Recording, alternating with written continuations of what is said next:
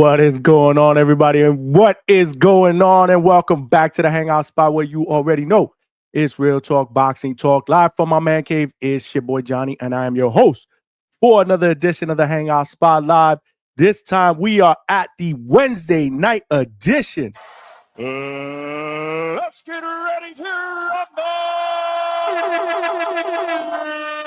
Here's Johnny. And I just want to thank everybody for rocking out tonight, man. And shout out to all of y'all that rocked out last night, bro. We did another 5-hour show, man. And it was dope, man. If you didn't get a chance to check it out, make sure you check it out. We had Coach Hector Bermudez in the building, who is becoming a regular co-host here at the Hangout spot. You know, Coach Hector's my guy, always coming and spitting knowledge. We were talking about Manny Pacquiao. Does he have a realistic chance at 46 years old to come back out of retirement, 4 years out of the game, at a shot at a world title facing Mario Barrios this Saturday night at the MGM Grand in Las Vegas for the WBC welterweight championship? But we talked about all the fights, not specifically, but we kind of touched on a lot of the fights. We touched on the co-main event, Sebastian Fundora against Tim Tszyu, the rematch. We touched on Jesse Bam Rodriguez making his return to the ring this Saturday in a unification bout against Kafu. If he wins that fight, again, it's all signed, sealed, and delivered for him to fight in November, undisputed, against Puma Martinez. And we also spoke about the fight a little bit that we're going to speak about in detail tonight, the Oleksandr Usyk versus Daniel Dubois for all the straps at heavyweight, the rematch. We all know what went down the first time. We talked about that punch that many consider not a low blow. It was ruled a low blow during the fight, and now they get a chance to do it again. So we're going to talk about that one and kind of break that one down a little bit. But yeah, man, shout out to all of y'all that rocked out. If you can get a chance to check it out at the Hangout spot on YouTube. Y'all know the deal, man. If you're watching this live on YouTube, make sure you smash that like button, man. We got to get this channel out into the algorithm of other boxing fans so they know we rock out weeknights, 9 p.m. Eastern Standard Time. We're also doing a Sunday night show every week, 8 p.m. Eastern Standard Time.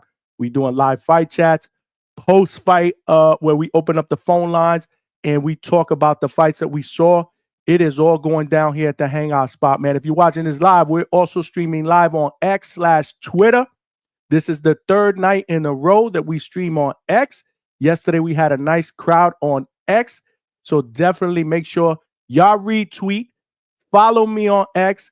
More importantly, come on over to the Hangout spot here on YouTube and subscribe and contribute, because today we're going to open up the phone lines. I'm still trying to figure out a way on how I'm going to do the whole Twitter deal, X deal, because I do want to start taking calls from X as well. So I got to figure that whole thing out with X Spaces, but we'll get it squared away. We'll get it squared away because we got to have our X family call in as well. You know what I'm saying? They were rocking out with us. We had about almost 100 people, for a few hours last night during that 5-hour show. And if you're watching this live on Millions, my family on Millions, make sure y'all subscribe over there and come on over here and subscribe to the channel. If y'all already subscribed, y'all know the deal, man. Pick up the phone, text somebody, tell a friend to subscribe to the Hangout spot. There are power in numbers. We are trying to turn this small train into a freight train. In order for us to do that, we're going to need some more passengers. In fact, last I checked, we are approximately about 22 subscribers down from getting to our next goal of 2.3K in about 16 months. So again, let's see if we could get to that 2.3K tonight, man, because I plan on doing another late night tonight. Again, there's shitload of boxing going down this weekend. Friday night, yours truly will be boots to ground in Caribbean Royale, Orlando. Box Lab Promotions is putting together another great prospect card, and it's being dubbed the Night of Champions. I will be there, boots to ground again. Trying to get that work in, getting that contact, making those contacts so that we can get them to come on here at the Hangout spot live. You know the deal. Interviews, live shows. This is where it's at, man. This is where it's at. And you guys know the other ground rule on must is you guys have to get involved in the chat, man. Make sure y'all cook it up, interact. But if you want to send your brother a donation via super chat, super sticker, super thanks, or my Cash App, which is scrolling down below, any donations are much appreciated. In fact, we're going to throw up, just for the hell of it, let's throw up our nightly 10 super chat goal. It could be a super chat of any denomination, $1, $2, $5, $100. I don't care, man. Every penny counts. Support the late night hangout spot live grind. We are becoming the regular here, talking boxing, laid back style here in the late night slot, and I'm loving it. And I love all you guys for rocking out. Alberto is in the building, front and center. Salute to you, my brother. Thanks for rocking out. Let's go, champ. As always showing love to the channel. My brother Fight Sport Talk, what's good, bro? What is good, champ? My man. I know I expect you to call in a little while. I got to throw the link out there, though. Black Ray Donovan, what's good, my brother? We live. And you got Usyk? Okay, well, we're going to be talking about that. I actually put a poll up. I know y'all saw it. Usyk versus Dubois rematch. Who wins? Does Usyk win by knockout or TKO, by decision? Or does Dubois, this time, the second time around, win by a knockout, stoppage, or decision? The poll is up. You guys are just getting started to vote. Make sure you vote, because we will be talking about that. But we'll be talking about, any of the fights that you want to talk about this weekend. It's going down. Again, that card is going down on Saturday. We also got Jesse Van Rodriguez. That card is going down on Saturday. And let's not forget the return of Manny Pacquiao in a stacked card from the MGM Grand in Las Vegas. That's going on Saturday night. That's probably the card that we're going to do a live fight chat in. We're going to rock out. We're going to do a live fight chat. So let me know if y'all going to tune in, because if y'all going to tune in, I'm game. We are ready. Let's get it popping, baby. Let's get it popping. Give me a hell yeah. Give me a hell yeah if y'all want to rock out Saturday night for the live fight chat, man. Because like I said, you there, I'm there. You know what I'm saying? Yeah, Alberto says Johnny will do 5 hours tonight. Book it. Yeah. Maybe. We'll see how it goes. It was funny because I believe it was Sunday night. I was about 2 or 3 minutes away from logging off, and then Coach Hector Bermudez came on and we shot the shit. Great conversation. We got some callers to jump on the panel, and it ended up being almost a 6-hour show. So you just never know what's going to happen here at the Hangout Spot. You never know who's going to pop up here at the Hangout Spot. In fact, tomorrow night, with this whole hand wrap controversy, bro, I figured I would get one of the best in the business to come in here and give us his take on what is going down. He's been here before. In fact, he's probably the best cut man in the history of boxing. My man, Jacob Stitch Duran, will be in the building tomorrow night, 9 p.m. to go over the hand wrap situation. He actually has a website, where he teaches fighters, trainers how to properly wrap hands. So, yeah, we try to get him on tonight. He was a little bit busy, but he's going to be coming on tomorrow night, 8 p.m. Eastern Standard Time again. So make sure you tell a friend to subscribe, and make sure you are here tomorrow night. We got Alex Vega up in the building. Dubois winning is better for boxing. Okay. I get it. And I want you to be specific with what you mean by that. You mean he's younger? He has more of a future in the heavyweight division? He's more exciting? Again, Usyk, is on his way out, so I get that. Is that what you're talking about? Let me know your thoughts in the comment section, or if you want to call in later on. Alex, you know the deal. You family. Stitch Duran is a legend. Absolutely, bro. He's the GOAT, and he will be in the building tomorrow. He family here at the Hangout Spot. So this is probably the 3rd time we've had him here. But I did want to get his take on this whole situation with Edgar and the hand wraps, which is, it's interesting. It's interesting. A lot of people are talking about it. I don't know if it has any legs yet. You see the posts on social media. You saw Edgar's baby mama. She came out and she put an extensive post with a bunch of different, it looked like a PowerPoint presentation, kind of detailing why she thought Edgar was cheated with the whole hand wrap situation. And, depending on what content creator you are, it is getting a lot of legs out there. So I just wanted to kind of get, the perspective of some of these guys that go out there and actually do it. Some of the best in the business. We did get Coach Bermudez's take on that last night before we ended the show. And tomorrow we'll get a little bit more into it. We'll see what the next 24-hour holds, right? Because again, we'll see if it has any legs. We'll see if it gets any traction. We'll see if there's actually going to be anybody from the New York State Athletic Commission or anybody else that's going to look into it. I don't know, man. I don't know what's going to go on with that. And I don't want to speculate and guess.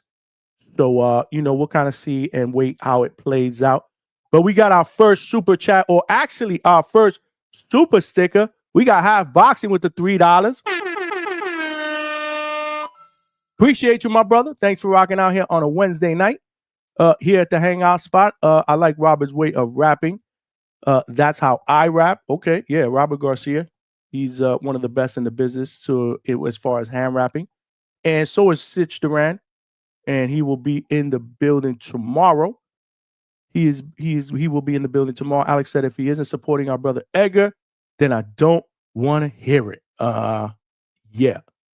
Is she the wife of Belanga? Maybe. What did I say? I said baby mama. All right. Well, wifey, baby mama. You know how we do. You know how we talk about that in the hood when we were growing up. Chad, I think Chad is in the building. Yeah, Vega funny. Chad said that claim has no legs or anything else. Right now it doesn't, but a lot of people are talking about it.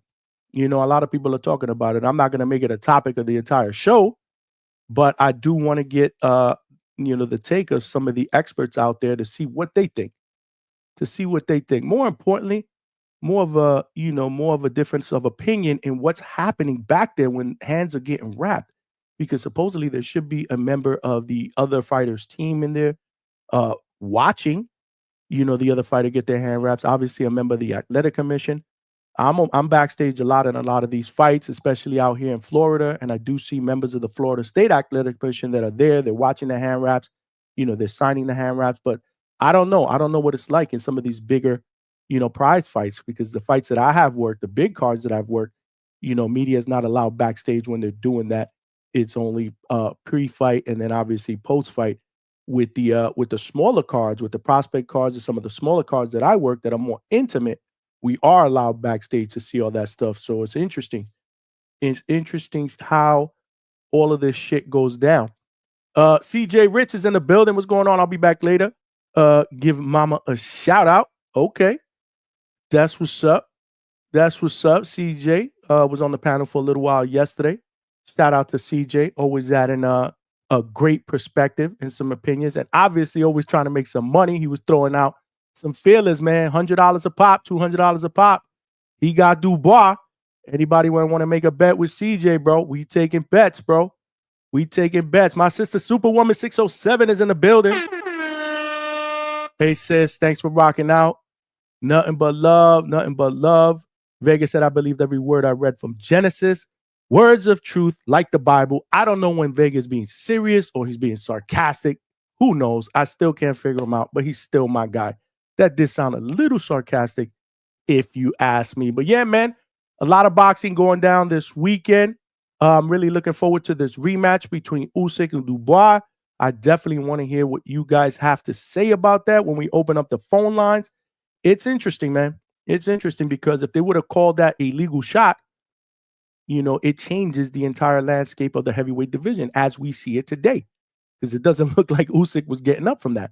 I rewatched the fight today, and we actually put the that part on slow motion yesterday when I had Coach Bermudez on the panel, and I think CJ was on the panel as well. And man, I mean, it all depends on what angle you look at it. To me, it looked like a legal blow on the belt line. There were some people in the chat that said it was a little bit below, where the words on the belt line are. Maybe the top portion of the cup was a little up. It was an uppercut shot. Maybe it hit the belt line and kind of picked up the cut and hit my man in the family jewels. I don't know, man, but he went down like a house of cards. He actually took almost the full 5 minutes to recover, and then after that, he absolutely cooked, and he ends up stopping Dubois in the 10th round by knockout. So. It all depends on how you see it. But I don't think it's a secret that Dubois has gotten better from that fight. After that fight, 3 straight wins, 2 by stoppage, 1 by knockout. Jarrell Big Baby Miller, Philip Herkovich, and let's not forget Anthony Joshua in that last one where he was hurt. So he's coming in on a hot streak, 22-2 with 21 knockouts. So the dude does pack a hell of a right hand punch. And then Usyk, again, the man in the heavyweight division, undisputed, the best there is right now at heavyweight 23-0, 14 knockouts, former undisputed cruiserweight champion, a generational talent. Former Olympian, a generational talent. And he is also coming off 2 straight wins over Tyson Fury, one by unanimous, one by split decision. 2 very, very good fights where he showed a lot of people why he's the best heavyweight in the world against a heavyweight, Tyson Fury, that was much bigger than him and also, a tremendous boxer. So this one's going to be interesting, man. This one's going to be interesting, man. AB 2 times is in the building. We here, champ. Let's go, champ. We here, champ. We here live and direct from the Hangout spot. But before we get into that, man, there's a lot of other news that I want to get to. Something that's actually very, very pressing. We interrupt this program with breaking news. Let's go. Let's share my screen a little bit before we talk boxing and what's going on this weekend. Let me share my screen. Make sure y'all smash that like button, y'all. I don't know what y'all waiting for. Smash that like button. Help us get this channel out into the algorithm of other boxing fans. They got to know we rock out. Weeknights, 9 p.m. Eastern Standard Time. 9 p.m. Eastern Standard Time. I apologize. And Sunday nights, 8 p.m. Eastern Standard Time.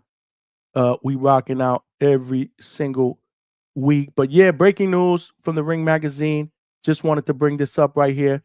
Turki Al-Sheikh announces in partnership with DAZN that there will be no more pay-per-view pricing for all Riyadh season and ring events, starting with the ring card that is obviously going to be headlined by David Benavidez, Anthony Yard, and Devin Haney against Brian Norman Jr.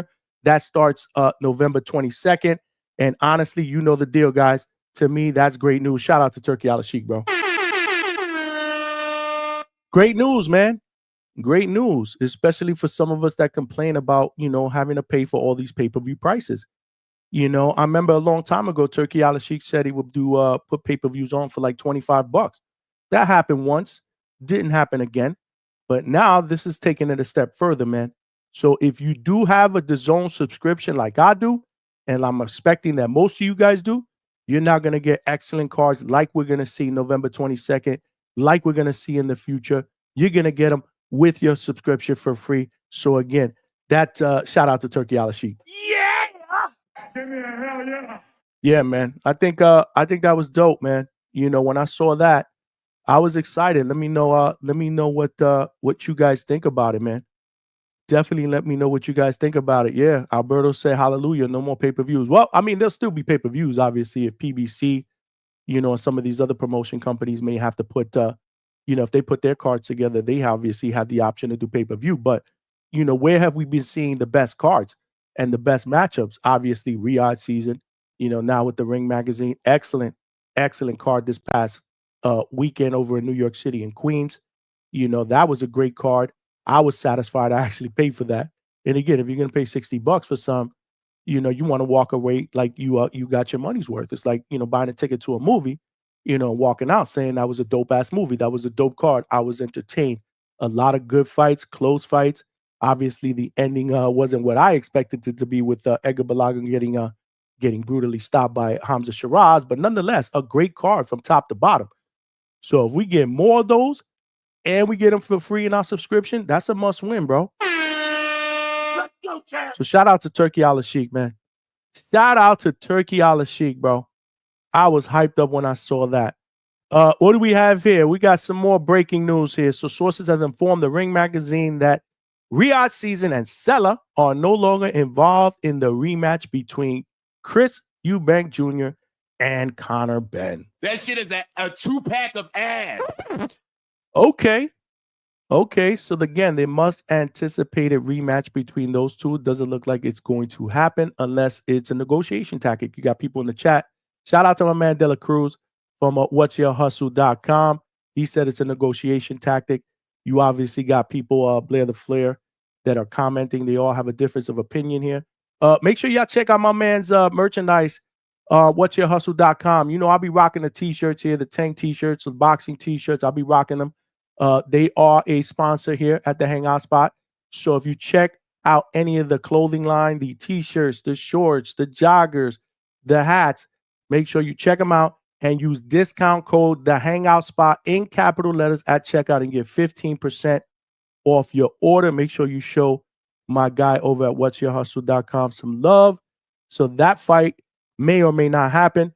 Check out this face off today. Today was the I believe it was the final press conference for the fight that's going to be taking place between Manny Pacquiao and Mario Barrios. Look at the size difference, y'all.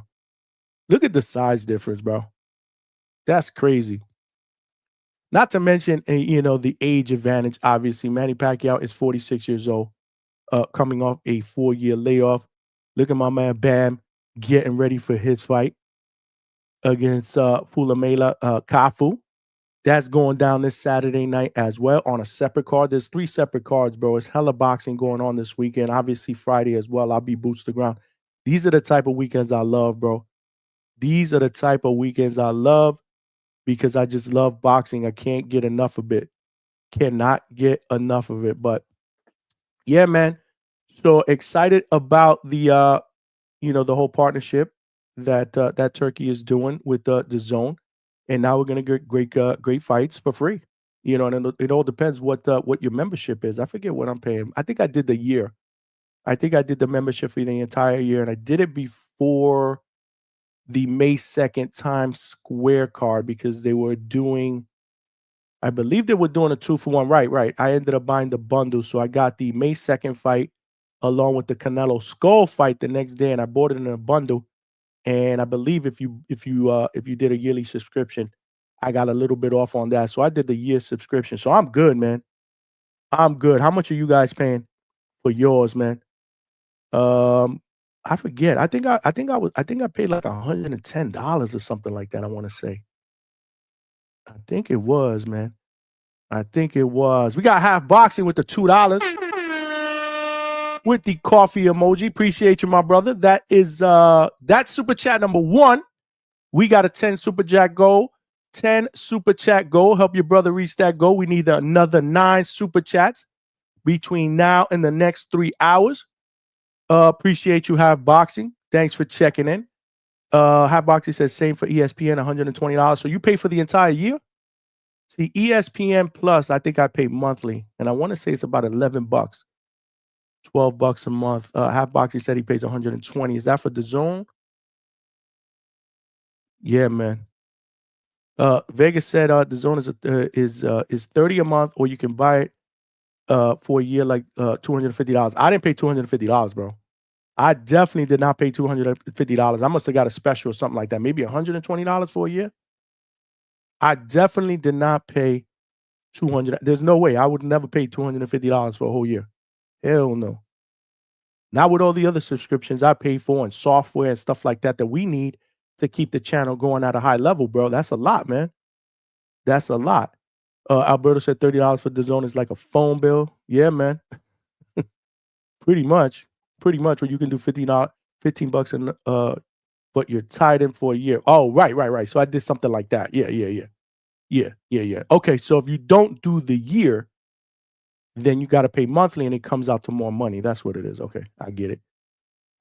My man Dwayne Styles, what's good, champ? Let's go, champ. Happy Wednesday, Johnny. Just had 2 workouts today with the boxing gloves. Salute, Mexican flag and the United States of America flag. Salute to you, brother. Keep getting that work in, bro. Work, bro. Proud of you, my brother. And thank you for rocking out, man. Thank you for rocking out. Lisa Snow, what up, my sis? What up? Let's go, champ. 3 separate cards are irritating. Usyk versus Dubois earlier, but Bam and Pac versus Barrios are at the same time. Yeah, I know. I kind of wish that they would, one this week, one next week, one the other week, because they do. There has been weeks where we get no big boxing fights. Meanwhile, we got 3, big cards on the same night. I wish they would kind of spread them out so we have boxing or at least a big fight every week. But hey, man, I'm not gonna complain.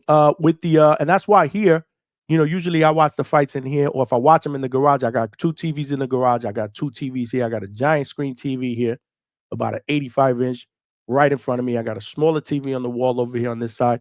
So I'll have, the Pacquiao fight, let's say, on this one, and the Bam fight on this one, and I'll be watching them both. That's usually how I get down, when I watch the fights and there's multiple cards in the same night. But yeah, it does get kind of annoying. But yeah, man, it looks like everybody, Lisa Snow said ESPN Plus with Hulu and Disney Plus is a scam, especially with Top Rank leaving. Yeah, I know. I pay monthly. I don't know if I'm going to keep that, but I only pay like I believe for ESPN Plus. I don't know if I have that Disney stuff or anything like that, but ESPN Plus, I believe I get billed about $11 a month for that. But once Top Rank splits, I'm probably going to cut that off. I mean, I'm cutting that off. They ain't getting my money. ESPN Plus bundle doesn't even show basketball or college football games. Yeah, I'm out. I'm out, bro. For real, I got TV, extra phone, and tablet on. Yeah. And if there's a third fight, let's say there's 3 fights on one card, then I'll throw the iPad or the computer on. And I'll watch all 3 of them. I've done it before, and I'm not afraid to do it again. But, you know, in a perfect world, you like to, kind of, even it out and kind of spread the wealth and make sure that we have fights every single weekend. That will be dope. But, it is what it is. I'm going to throw the link to call in the chat, and then we will pin that. Make sure you guys smash that like button. Tell a friend to subscribe. We are a little less or about 20 subscribers away from getting to our next goal of 2.3K. Let's see if we could get there tonight. We will pin that link to the top. The other link that was there was the link for merch, man. So I've been, we got the merchandise out now on the Millions site, on my website on Millions. So the link was there. If you want to get a t-shirt or you want to get a hoodie, make sure you check out the link on millions.co. I have had people asking me about a t-shirt or a hoodie. Well, here it is, man. Here's your way to support the channel, man. I just threw it in the chat right now. These are what the hoodies look like. Dope, good material with the Hangout Spot logo. And we also got the t-shirts as well with the same logo, all different colors, all different sizes. So definitely show a brother some support. Support the family. You know, y'all family up in here, man. Support the family and cop yourself a t-shirt. This is actually the site, if you guys have not seen it.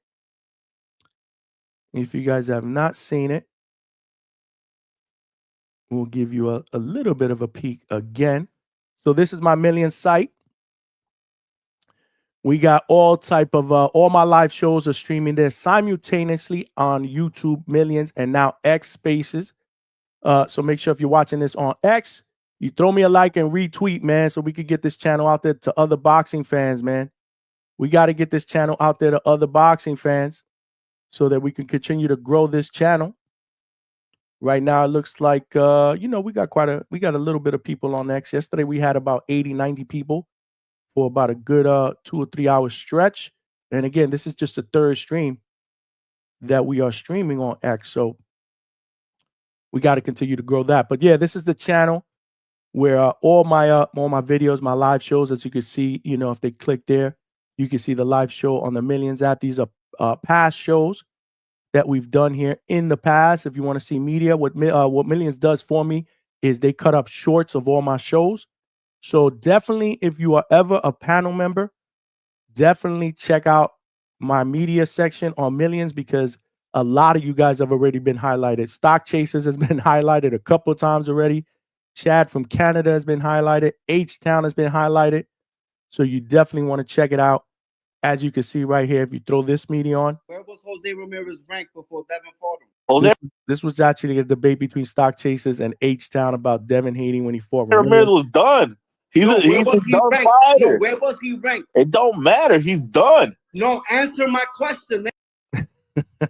So you know how we do it up here at the Hangout Spot. But yeah, we also got the shop there as well. Again, hoodies, t-shirts. You could get a t-shirt for about $27, a hoodie for about $42. All colors. We got male and female cuts, all different colors and sizes. So make sure you check it out. Same thing with the hoodies, man. And show a brother some love. But yeah, man, we are gonna be talking Oleksandr Usyk and Daniel Dubois, the rematch. Let me know who y'all got. We put a poll out.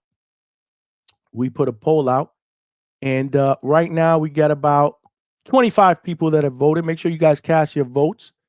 50% right now believe that Usyk is going to either knock out or stop Daniel Dubois. Okay.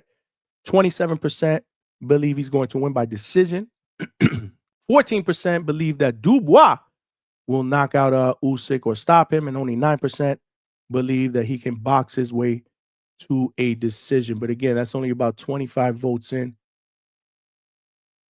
Really interested to see what everybody thinks coming up. But yeah, I just threw the link in the chat. If you want to call in, it's actually pinned to the top of the chat. We'll throw it in the chat as well, so we could get some conversation going on about this weekend. So we could get some conversation going on. Yeah. There goes the link if you guys want to call in. Again, I did rewatch the first fight. And Usyk cooked. He absolutely cooked. He did what he does. He's just a masterful boxer with great footwork, especially at that size. It's pretty impressive. Most consider him a smaller heavyweight, but nonetheless, he is a full-fledged heavyweight. Former cruiserweight undisputed champion as well. Former undisputed, and I believe this will be for all the straps because if I'm not mistaken, I believe Dubois has the IBF portion and Usyk has everything else. So a fight in the heavyweight division against two rivals for all the marbles. And this fight was in the making. Dubois was supposed to fight Joseph Parker on that Riyadh card that I believe took place in September, the last crescendo. He mysteriously pulled out because of a sickness, and then all of a sudden he winds up here with a rematch with Dubois. So we all know that was nasty work. That was nasty work. This is nasty. But it is what it is. Like I said, Fury is coming off 2 straight wins over Tyson Fury by decision. And Dubois, I think most will say, has gotten better or has looked a lot better since being stopped by Usyk 3 fights ago. That fight was in June of 2023. It was in Poland. And since then, he has 3 wins, 2 by TKO and 1 by knockout. He's beaten Jarrell Big Baby Miller. He's beating Filip Hrgović. And he's also stopped Anthony Joshua by knockout in the 5th round. That was a very, very impressive performance. So, he's coming in on a hot streak. So, again, facing him again the second time, who do you favor? The guy coming in on a hot streak that can punch, that could have potentially stopped Usyk if they would have called that a legal blow. You don't know. We don't know if he would have got up. Or do you take Usyk again? Obviously, the boxer, the guy that stopped him already, but more on the tail end of his career. Now, he doesn't look like to me that he's slowing down any much. To be honest with you, but he is, at the latter stages of his career. And he did say on a recent face-off when they both sat from each other on a table that he wants to continue to fight. So it's not like this is a swan song or the last fight, and then he's walking away into the sunset, and you just don't know what you're gonna get from an effort perspective. I still think he's on top of his game. So, it'd be funny. It'd be be interesting to see, what y'all think in the chat as well. As far as that card, let's break down that card here because that card is straight ass, bro. I'm not gonna lie, man. I mean, not a lot of name recognition, not a lot of fights that I would be personally interested in seeing. And they are charging, unless you bought a bundle. My apologies. My allergies are kicking right now. Unless you bought a bundle, the bundle. So they were selling the bundle if you bought the fight from this past Saturday, that was headlined by Edgar and Shiraz and Shakur and Zepeda. And this fight, I believe they were selling it for a bundle. If you bought them separately, they were $59.99 each, $60. So this is $60 if you didn't buy the bundle. And I got to be honest, bro. I'm not paying $60 for this, bro. I mean, I'd be hard pressed to pay $60 for this. This is just not a good card, bro. This is just not a good name. I mean, correct me if I'm wrong, y'all. Cook me in the chat if I'm wrong. But I'm not really feeling this card, man. Let me show y'all this card. Smash that like button. Make sure y'all smash that like button. so we can get this channel out into the algorithm. Other boxing fans need to know we rock out weeknights 9 p.m. Eastern Standard Time and Sundays 8 p.m. live fight chats as well. We will be doing a live fight chat this Saturday for the Pacquiao Barrios card. Let's share my screen, man. We got to look at this card. We got to look at this card. Which one is this one?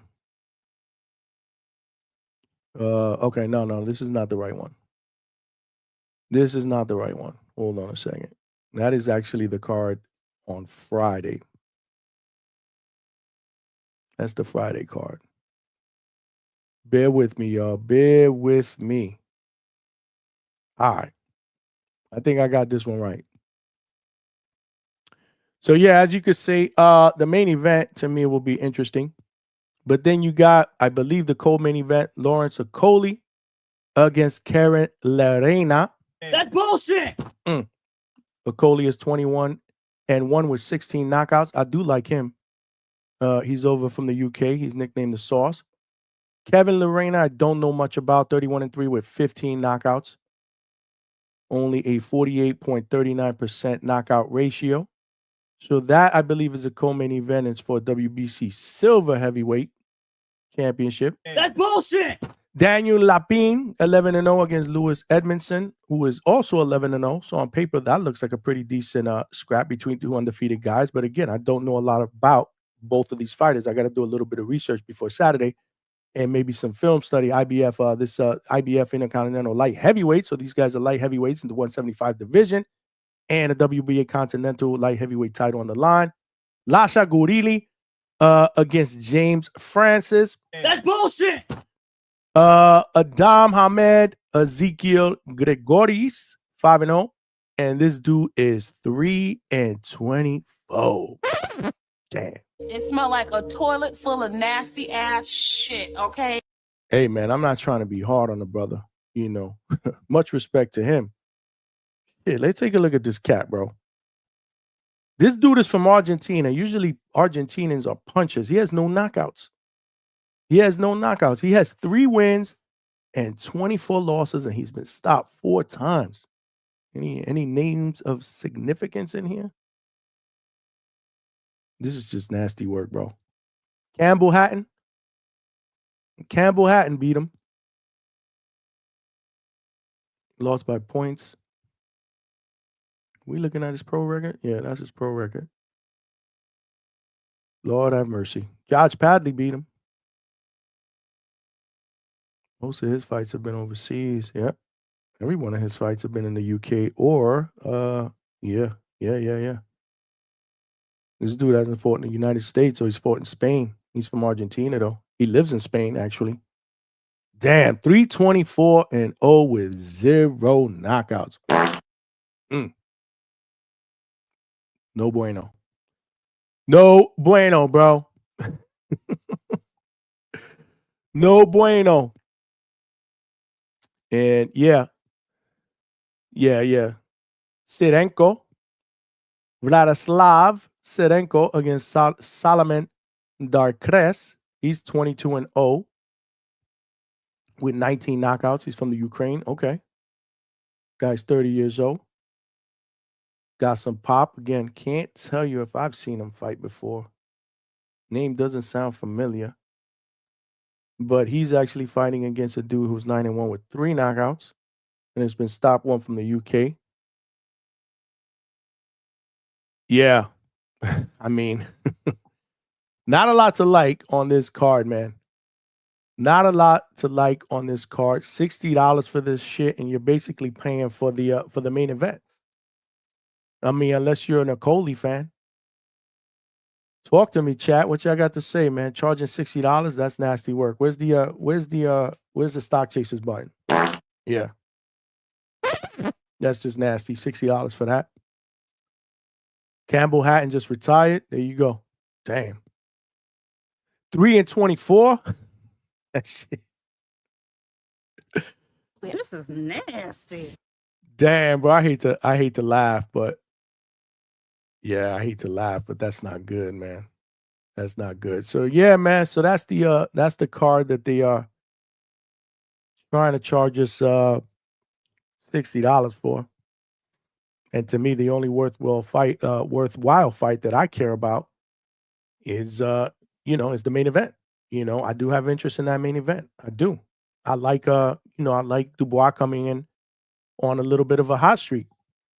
Maybe he can strike this second time around.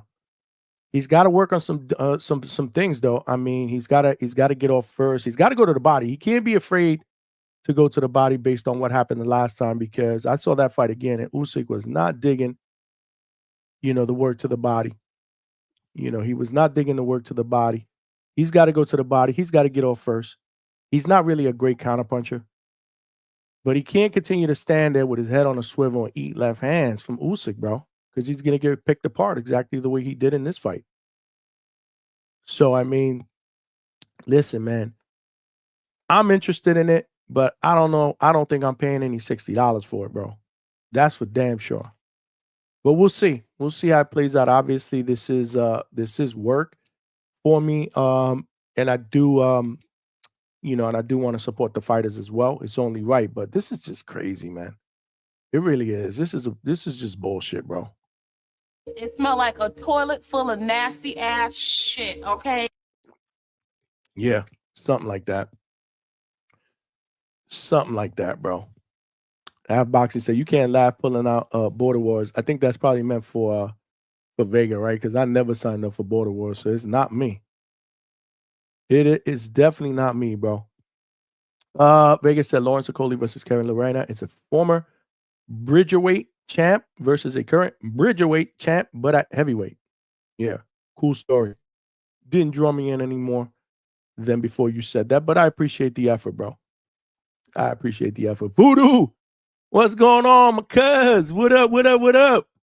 What's going on? I got Usyk losing by KO. Oh, shit. Let's go, champ. Wow. Anybody else got Usyk going to sleep, bro? Let me know. Let me know. We got the poll up. Make sure y'all vote in the poll. We got the poll up. My apologies. I got to figure out on X how to do polls. Again, this is just the third night that we stream on X. So I just want to say shout out to all my X family members. Y'all know when y'all come and y'all support the Hangout spot, y'all are family. So welcome to the family. And I will get this shit right. We will figure out how to do polls on X. We will figure out how to do the X spaces so my viewers, my live viewers in X can call in, and voice their opinions. We're going to figure that whole thing out as well. But if you're watching this on YouTube, it's very, very easy for you. I already, pinned the link to the chat if you want to call in and talk some boxing this weekend. We got three amazing.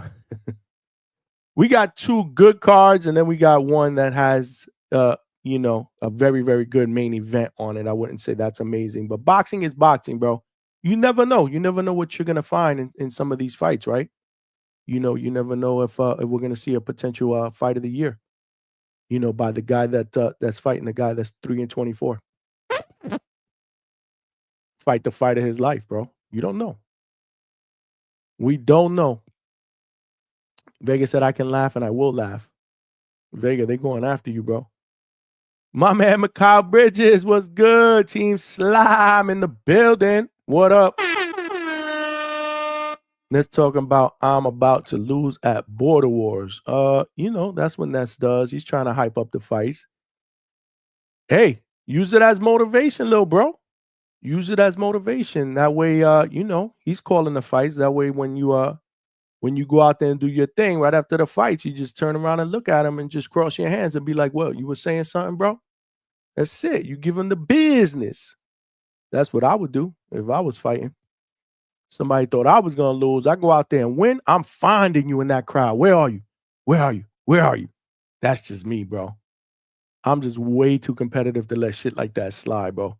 David Garcia, what's going on, champ? Let's go, champ. He said my fire stick might reject that Usyk might reject that Usyk versus Dubois card. Damn. That's crazy. Word. It may not even be there, right? That shit may not even be there, bro. That shit is a 2-pack of ass. Now go home and smoke some more crack. Wow. I wonder if he's even there, bro, with that fucking card. Let me stop shitting on the card, bro. Alex said Coley used to work at McDonald's.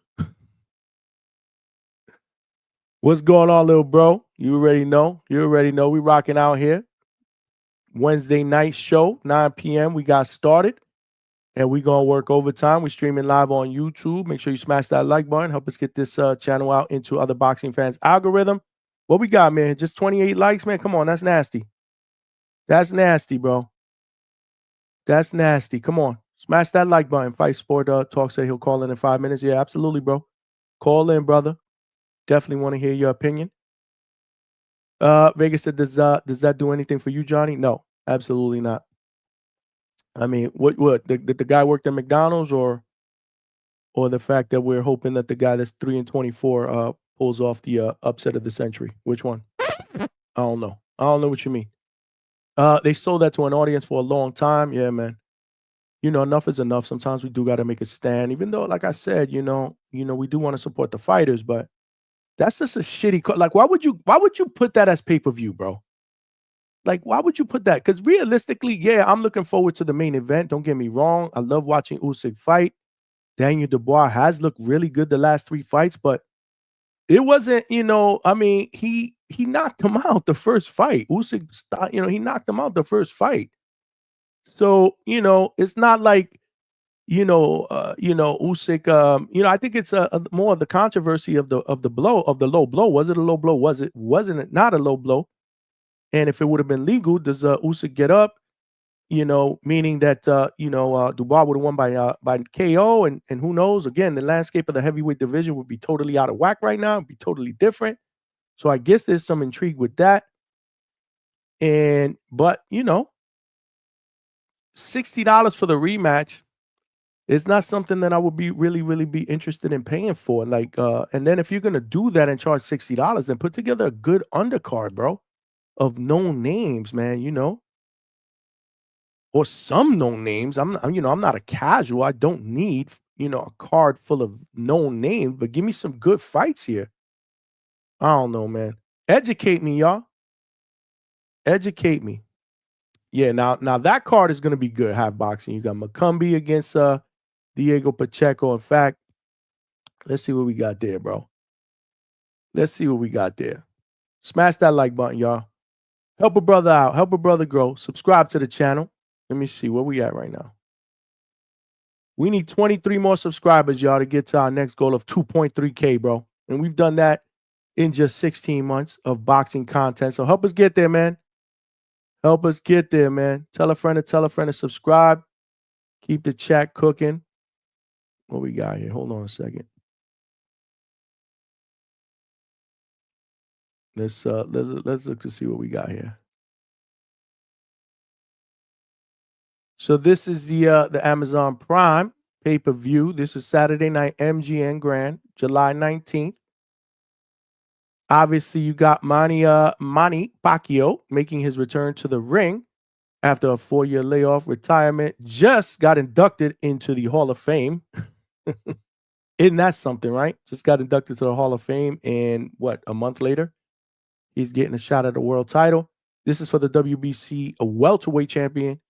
He's facing Mario Barrios in the main event. So you see Box Records tripping here. So they got the order wrong. Sebastian Fundora and Tim Tszyu rematch. Now that fight I'm interested in seeing, because I strongly believe if it wasn't for the cut on the top of the head by Tim Tszyu, I think he cooks Fundora. He absolutely was cooking that first round and a half. That cut changed the entire trajectory of that fight. But shout out to Tim Tszyu, who fought through it. But again, after that fight, both fighters have taken 2 different paths. Fundora did come back and beat Cordell Booker. Tim Tszyu got brutally stopped by Bakram Murtataziev. I was actually there, live and direct in the building at Caribbean Royale Orlando last year. But he did come back and impressively beat Joey Spencer. So is Tim Tszyu back? I don't know. I think he deserves this rematch, though. And it deserves a fair shake at Sebastian Fundora without being, at a disadvantage with the cut. Let's not forget we got Isaac Pitbull Cruz against Angel Fierro. That is also a rematch in an action-packed first fight. 2 Mexicans. Love it. Brandon Figueroa, the Heartbreaker, the Heartbreak Kid. He is returning from his loss, getting cooked by Stephen Stephen Scooter Fulton. I used to love to call him Cool Boy Steph, but he goes by Scooter now. He's going up against tough veteran Joey Gonzalez, who's 27-4 with 15 knockouts. That's going to be an interesting fight. David Picasso, undefeated, 31-0, is on the card. Mark Magsayo is on the card as well against Jorge Mata. Gary Russell Jr., Mr. Gary Russell Jr., my guy, who I interviewed, great dude. He's coming back after a long layoff of injuring his shoulder against Mark Magsayo in 2022. Not 2002. That would mean he hadn't fought in like over 20-something years. That makes absolutely zero sense. My bad. So January of 2022. So yeah, over a 3-year layoff. He lost that fight by majority decision. Most people, including myself, feel like even with one hand, he won that fight. But he comes back and he is making his return to the ring. So I'm interested in seeing that. Abel Ramos, will be fighting. Let's not forget, he went the distance in a draw with Mario Barrios the last time out. That was on a most valuable promotions card. My man Omar Salcido is going up against Brian Gallegos. Omar Salcido, Mexican, 20-2. He is trained by Jose Benavides Sr. Family here at the Hangout spot. Jersey Vargas, undefeated Dominican prospect at super lightweight, will be on the card as well against another undefeated fighter, Sergio Aldana. So good, solid card. I like this card. This card is acceptable. Definitely acceptable. Not sure what the hell they're charging for it, though. I got to figure that out, what they're charging for it. But yeah, see, I don't mind paying for that because that's boxing right there. That's a great card. But the Usyk Dubois, I don't want to pay for. And then we'll get into the Bam Rodriguez card in just a little bit because I believe that is free with a DAZN subscription. But let's go out to the phone lines, y'all. Again, the link is pinned to the chat if y'all want to call in and talk some boxing. A lot of boxing going on this upcoming weekend. Macau, you are up first. What's going on, champ? What's up? Chilling, my brother. What's popping? Man, listen, I got a couple of things to get on my chest, so we're gonna go in order of importance. First off, Frank Warren, nasty work. That's disgusting. That's nasty. I can't believe you put your name on that, Frank. That's nasty. Like, this is the thing, though. I don't understand how this is getting underplayed.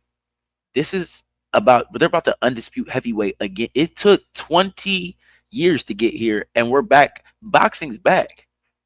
You know what I'm saying? Boxing's back to the point where we're getting undisputed matchups every couple years or so. That's not something I'm used to in my lifetime. I'm used to the belts being all split up and it being all politics and BS. So, undisputed heavyweight main event deserves a banger of an undercard, and Frank Warren knows how to put together good cards. Now, let's hopefully, one thing is that I can say with Frank Warren is he knows his domestic market. So those guys might be like some lower competition guys that we don't know, but bangers, good matchmaking, and let's hope for that. You know what I mean? Or we're gonna be tuning in elsewhere. Now to the big news. Ness got me feeling so crazy, right? I just went to sparring it tonight, and I'm like way back, and I'm like feeling like me again. Like, I had to take that little hiatus. Like, I've been going through some things to even train, and the fact that I'm even going to border wars is crazy. Like, let's just keep it funky. You know what I'm saying? I ain't even got to do my unfiltered yet, but you know what I'm saying? This gonna come out in it for sure, because I'm definitely gonna tell my story. Like, I'm out on bond, about to go fight in border wars. Like, dudes is pulling out you know what I'm saying? I ain't shooting no shots. Dudes is pulling out for, a lot of reasons. I'm surprised. I got a legitimate card. But I'm saying I got a legitimate, like, hey, bro, I'm going through some legal troubles. I can't make it, like, type of demonstration. Like, and I'm still coming through because that's how important boxing is to me, and that's how important it is to me to show up for my commitments. Like, you know what I'm saying? I put my word on something, I'm going to do something. So at the end of the day, it's like I'm thinking about all that, and I'm watching. I'm like, man, something just hit me. I'm like, man, Pacquiao about to pull this off, bro. Because I'm feeling how he feeling. Like, Like, we like, man, he too old. He washed up. We seen the Onpo fight, like, you know what I'm saying? But he really getting back in the ring. And this is the thing, though. He tested himself with the Onpo fight. I think he's seen that he was a little bit further off than what he thought. And I think he went back in the gym and got sharp. And they really made a decision that, hey, we about to really, I think he about to really go for it. I don't think Pacquiao just there to make some money. And with that understanding, I think that if he's really dialed in and his mentality is dialed in right, he's gonna realize he has physical limitations at the age that he's at. So we're gonna see him fight differently than we've ever seen him fight. I think he's gonna sit in the pocket. I think he's gonna walk to Barrios. I think he's gonna try to be stronger than him and kind of old man him for real. And I don't know if the youth of Barrios is gonna hold up because he's not a spring chicken. He's just younger than Pacquiao. You see what I'm saying? I think this is a chosen matchup on purpose for Pacquiao. I think Pacquiao thinks he can really win this fight. And I think I'm starting to believe him because the way I'm feeling, like, I feel where he coming from. Like, bro, you think I'm getting in the ring to lose? Like what? Like I'm just trying to show up? Like nah. Like, Pacquiao too great for that. If he getting in the ring for a sanctioned pro fight, he about to fight. He about to try to win this thing. I believe him. I think he could pull it off. Because I don't think that there's a reason for him to go. I don't think the money problems, that's not. I don't believe that. I believe it's a man that felt like, I got one more in me. And I'm going to go for a belt if they're going to let me. Dare to be great. And it's a crazy promotion. He said, "Old man," and please explain. Listen, if you ever spar, there's an older pro that I be sparring, Daniel Craycraft. He's got over 40 fights, and we be getting in there, right? He a little bit bigger than me.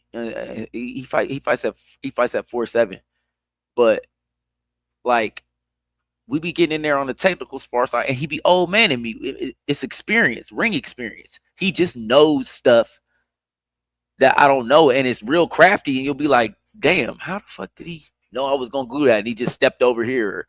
Like, just little quick little tricks and little stuff that it's the small nuances of the game. Sparring is different than fighting. Oh my gosh. I believe that. Have you ever heard of a guy? There's this guy, they used to call him the executioner, man. His name's Bernard Hopkins. That's the definition of old man in him, since you need a fight reference. I'm sorry. The only reference I had to old man, I haven't fought an old man, so I can't give you that fight reference. But if you want a fight reference, there you go. Bernard Hopkins. He figured out a way. He was fighting much younger guys with much more capable athletics, but he found a way. He knew too much. He used his experience. But yeah, I believe Pacquiao gonna come through.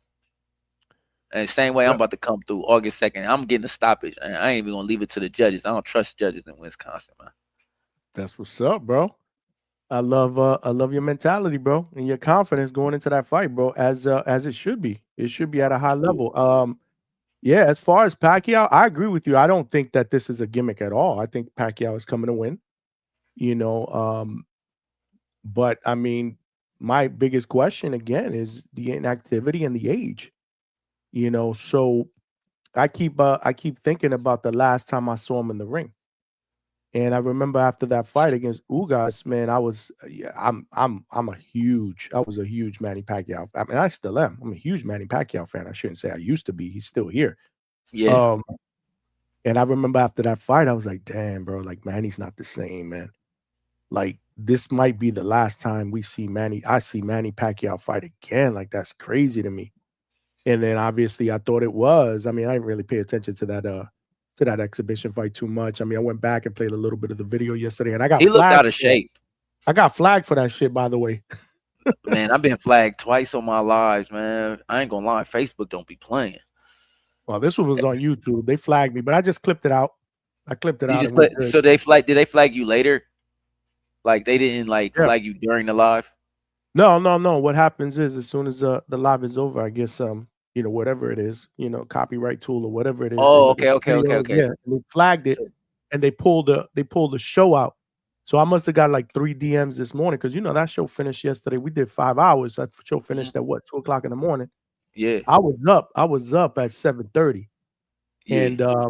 And I got like 3 DMs saying, "Yo, what's up with the live show? Where is it?" I'm trying to watch the playback, and I looked, and I was flagged, so they pulled it. But once you clip it out, it was only 3 minutes. It was only 3 minutes, and I didn't even have the sound on. But YouTube is crazy like that. I clipped it out and put it back, so it's there for everybody. If y'all want to review yesterday's show, it was a great show, bro. We broke down fights. Coach Bermudez was on here. We laughed and joked. We did tryouts. We did tryouts for the future Hangout spot Spanish translator, bro. That shit was dope. If you didn't see that, make sure you check it out. That was dope. Yeah, I was in it. I was in and out yesterday. I ain't gonna lie. I've been having to lock in. So sometimes I'll be hopping on and just checking in and stuff. Japanese people don't play. Word. I mean, it was a Japanese. I never heard of that site. And I just typed it in YouTube search. It came up. I even gave him a shout out. I was like, "Yo, video credit." Hold on. Sound off, and they still flagged me. He said Barrios is also coming off of momentum and activity. How you figure that? What activity? When the last time Barrios fought? The Jake Paul Mike Tyson card. The Jake Paul Mike Tyson card, and that was how long ago? He was on that last year? That was earlier this year. When was that? No, that was what was that it? was Late last year. That was late last year. Yeah, it was late last year. Can't believe that ain't no crazy activity. So that fight was against Abel Ramos. It was in November of 2024. So yeah, I mean 8 months. 8 months. Yeah, 8 months. Yeah, 8 months. He cool. You right. Activity. Yeah. You got activity. I mean, you can't really the way fighter. Let me tell you something. The way fighters fight today, that's actually considered. No. That's what I said. 8 months. 8 months. Yeah, activity. That's cool. Yeah, momentum. I don't know about all that. Like, who did he fight again? I don't even remember who he fought.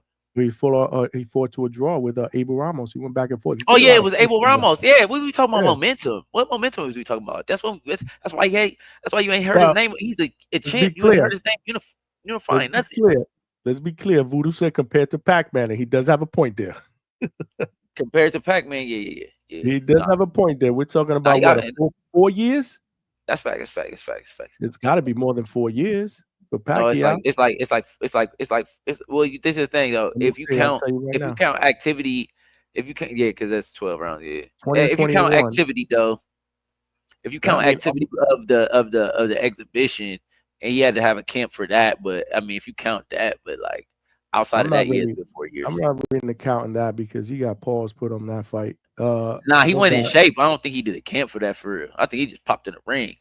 He probably just popped in the ring, maybe thinking it was gonna be like a spar, like thinking that dude treated that shit like a fight. No, for sure.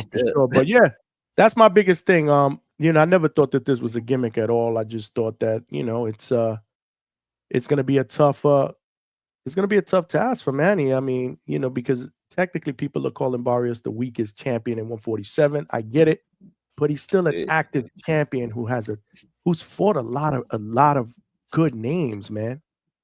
Yeah, but has he fought them at 47? What good name? Like, I mean, he beat Ugas at 47, didn't he? He beat Ugas on the way out. Hey, but it's a Ugas win. It's a Ugas win. It's look like shit against Ugas, bro.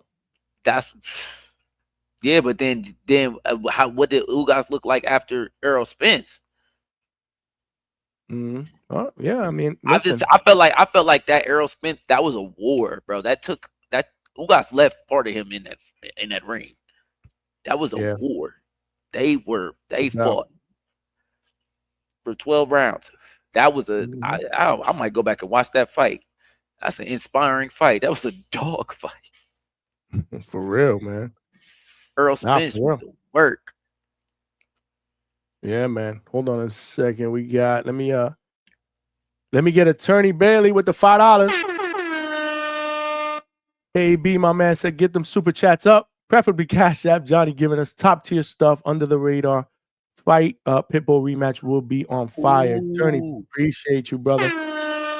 Yeah, man, we are eight more super chats away, or 7 more super chats away from our goal, man. Hope a brother get there. Yeah, man, that's a very, very good fight. Ooh, you got some feedback coming in. You got some now. I don't hear it anymore. Yeah, that's a good fight. Damn, yo, that card is $90. Oh, damn! I thought it was like $60. Wow. Have Fight Sport Talk. You were in the back. I'm gonna get you in. Come back in. I was gonna get him in right now. actually. Come back in, fight. He's probably driving. $90 for that? That's crazy work. That's bro, plus tax. That's gonna be $100 for that card to see. Oh man, they wilding out, man. Listen.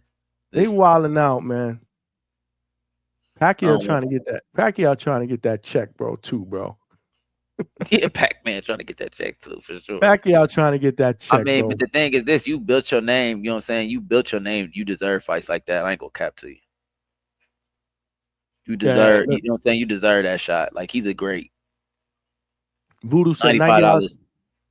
Yeah, they charge a $95 general admission for my fights here in New York City. You got feedback, Mikal.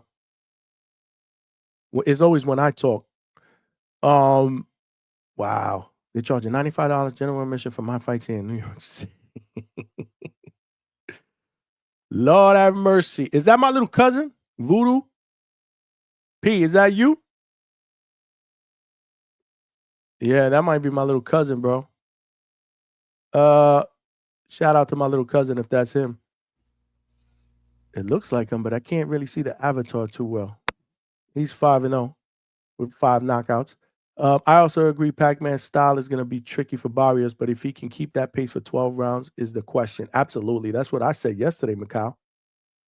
I mean, you know, I don't foresee Pacquiao moving. Again, we're talking about a guy who relies on footwork, movement, and hand speed, right?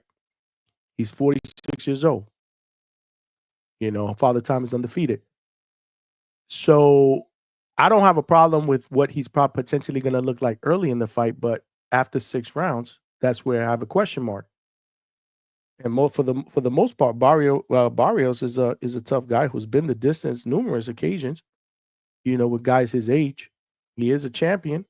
I think we're forgetting about that. He said it's $80, but which one is it? It's $90 or? Oh, it's $90 including tax. Okay, so this shit is $79.99. Damn, I still think that is my cousin. Appreciate you, cuz. Love you, man. Make sure y'all follow my cuz Voodoo, Peter Voodoo Latori, man. Making his journey, bro. Welterweight prospect in the building. Doing big things, man. Doing big things. We're gonna get him on the show, man. We got to get him on the show. Mikal jumped off. Make sure you guys smash that like button, man. He said, call me MPO. What up, champ? He said, sound like bro getting a haircut. Word, was he was the Clippers hitting him in the back? My cousin's in the building. That's what's up. Pin the link. I did pin the link to the chat if you guys want to call in. We got X Spaces on live. Appreciate y'all over there. We will find a way to get the X Spaces up so you guys can call in. We got to figure that out. This is just the 3rd time we stream live on X. We also stream it live on millions.co and obviously on YouTube. Smash that like button. Subscribe to the channel. We got my brother H-Town in the building. What's going on, champ? What up, Johnny? H-Town, baby. What up? What up? Man, you know what? I'm kind of not into this Usyk Dubois fight because I feel Parker should have got the shot. You know, he had the 2 biggest wins in the heavyweight division in the last 2 years. And, you know, I know he's got to step aside money, but man, it's just, you want to see the guys that take the risk, get the shots. Dubois beat an AJ that's pretty much done boxing, man. You know what I mean? He beat Ngannou. That guy's not a boxer. You know, he hasn't had a significant win in a while. Dubois was supposed to beat AJ. It wasn't, you know, he's just a name at this point, you know. He's not a threat. Man, I've been listening to my boy from the Bay too long. You got me saying, you know. Out from the Bay? Yeah. You feel me? You feel me? You know. You feel me? Shout out to Al, bro. Hey, Johnny, and man, I don't want to see Pacquiao win. Not because Mario's Mexican, because if I get a 40-something-year-old to come beat one of my current champions, this is the weakest era of boxing. You know, these guys are not supposed to beat our champions, bro. They're done. Floyd can't come back and beat one of our champions. If Floyd comes back, he better get knocked out. Because then we're just this era of boxing is garbage. Then You got 40-year-olds coming back and beating prime fighters. Like, I don't want to see it, Johnny. I don't. I love Pac-Man, but Pac-Man's done. It's over. Know what I mean? I don't want to see Bernard Hopkins come back and beat Jermall Charlo. You know, I don't want to see that. I want this era to shine, man. I want them to shine. I just want them to fight each other. You know what I mean? I want Barrios to fight Norman. You know, damn, let's get these guys to fight each other. I don't need these blasts from the past. I mean, respectfully too, you know. And as like my boy Stock Chaser says, at the end of the day, these guys are done. You know, they're done. I mean, if Pacquiao wins, bro, what's the future of the welterweight division if Pacquiao wins? Like, yeah, he ain't gonna fight Brian Norman Jr. He's gonna just drop the belt. Well, I mean, it's a money grab. I know Brian Norman Jr. will jump on that opportunity. Oh, he'll kill him. Is he gonna want to do that? Is he gonna want to do that? So, is this just one and done? See if I could come back, grab this strap, further secure a Hall of Fame legacy. So it's not like he's going to the Hall of Fame; he is in the Hall of Fame. So Pacquiao has nothing to prove here. Part of me doesn't believe. I don't think that this is a gimmick at all. I think he's coming to win, but a part of me is thinking that he's also coming for that bag as well. So him winning does nothing for the future of the welterweight division. I love Manny Pacquiao, but honestly, I would, I'm not going to argue with Father Time, and I'm going to pick Barrios. And I think that the future's better. I would prefer to see a unification between Barrios and Norman. If Norman was, wins his fight. So that's where I'm at with it. Yeah, I mean, it's like, I don't want to see like Roy Jones taking all those losses at the end of his career. I don't want to see Pacquiao taking all these losses. Like, you're done, bro. Like, give it up. I agree. There's no need for it. How could he need money? And like, he lives in the Philippines. He should be a billionaire in the Philippines. No idea. I know that, again, wasn't he president or he ran for presidency or something like that? I mean, Congress. I think it was a congressman or something. Congress or something. Senator. Like senator. I think it was a senator. Yeah. I mean, I'm not going to speculate or guess or say he's broke. I mean, I'm just, like anybody else, reading the shit that I see on social media. You don't know what to believe. But, again, what does a 46-year-old Manny Pacquiao winning a WBC title does for the future of the division if he's just going to probably just win it and then, throw it to the side and let two other guys fight for it while it's vacant. They're talking about Floyd will come and get a shot at it if he wins. Yeah. Man, that fight's going to be two guys at the same speed, so it'll probably look all right. But it's two old guys. We don't want to see two old guys. Hey, much respect to Floyd, much respect to Manny, but come on, man. We waited 4 years, 5 years to see the first one. Now all these years to see the rematch, and they're both over the hill. Like, come on, man. Like, this is what boxing has become in the year 2025. Like, we can't do better. And the crazy part about it is if they do that fight, they'll make it $100 pay-per-view, and people will fucking buy it, right, Vega? We got Vega up in the building. What's up, Vega? You're gonna buy it. I don't know if I'm buying that, bro. I don't know if I'm buying. Are you buying that? Me? Hell no. You kidding me? Are you buying Saturday's card? For 79, what you said, $79.99 plus tax is it's probably gonna be just about $90. I'm on the fence. It's a good. It is a good card though. Yeah, but that main event, nah. I don't want to support this. I don't want to support 46-year-olds coming off 4-year retirements, getting the championship fights. And I'm gonna support H-Town's opinion on it. It's gonna make current boxing look bad. Like, we were just hyped up for the things going on around that division, people moving in and out. Imagine if Pacquiao just comes, sparks out Barrios, then gets another guy out of retirement to fight each other. It's like, the rest of these guys is just chopped liver. Barrios, I think all true boxing fans should be supporting Barrios. Not that it's going to make a difference, because obviously it's his preparation, how he deals with Pac-Man. Listen, Manny Pacquiao, right? Pretty obvious. Hall of Famer, one of the greatest fighters of all time, through the history of professional boxing. But there's no way he should be able to come back from 4 years being a senator, running for president, just say, I lost. I'll just go back to what I was doing before. Be champ real quick. Make, 100 mil in a year and then go right back and retire. Nah, man, we can't have that. That doesn't, bro, it's gonna lead to more ridiculous things. I mean, think about it. We almost had Canelo Jake Paul and Tank Jake Paul. Then we're gonna add this to the circus too. Nah, man. We almost lost boxing to the YouTubers. We almost did. I don't want to lose it to retirement league either, bro. Nah, man, Barrios, we need you. We need you. We got to show these cats, man. You can't just be taking years off and doing what you want, come back and be that dude. We've seen guys had a little bit of success, but most of them fail. And it's for a reason. You can't just jump into top level boxing, professional boxing, and be that dude again. I mean, what are we gonna have, Johnny? We're gonna have Chavez Senior coming back and hoping he beats Tank. Like, I mean, what the hell, man? I mean, I love Chavez Senior, but like I said, they're done, man. Let's support these guys. We should want boxing to get new stars. Like, give it up, man. They're gone. Oscar's gone. I don't want to see Oscar back. I don't want to see Hopkins back. I don't want to see none of those guys back. H-Town, you almost came back, remember? Yeah. Hey, listen, I agree, man. Listen, I love Manny, but yeah, no, I agree. Fight Sport Talk is on the panel too. What's up, Fight? What's up, guys? Thanks for having me on again, Johnny. If I could just add maybe another example to what you guys have said. When Evander Holyfield was, how old was, I forget how old he was. He was late 40s.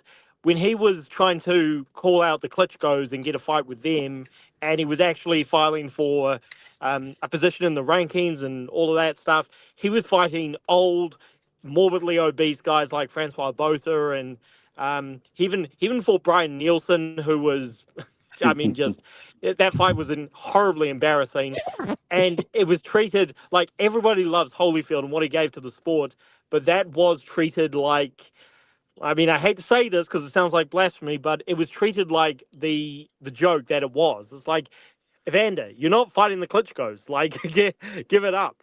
But here, as you said, with the way the sport has progressed, unfortunately, we got Pacquiao stepping out of an almost half a decade retirement and is back to a world championship. So, but you guys have echoed exactly what I've been saying to you, Johnny, that there is no way realistically Pacquiao should win this fight.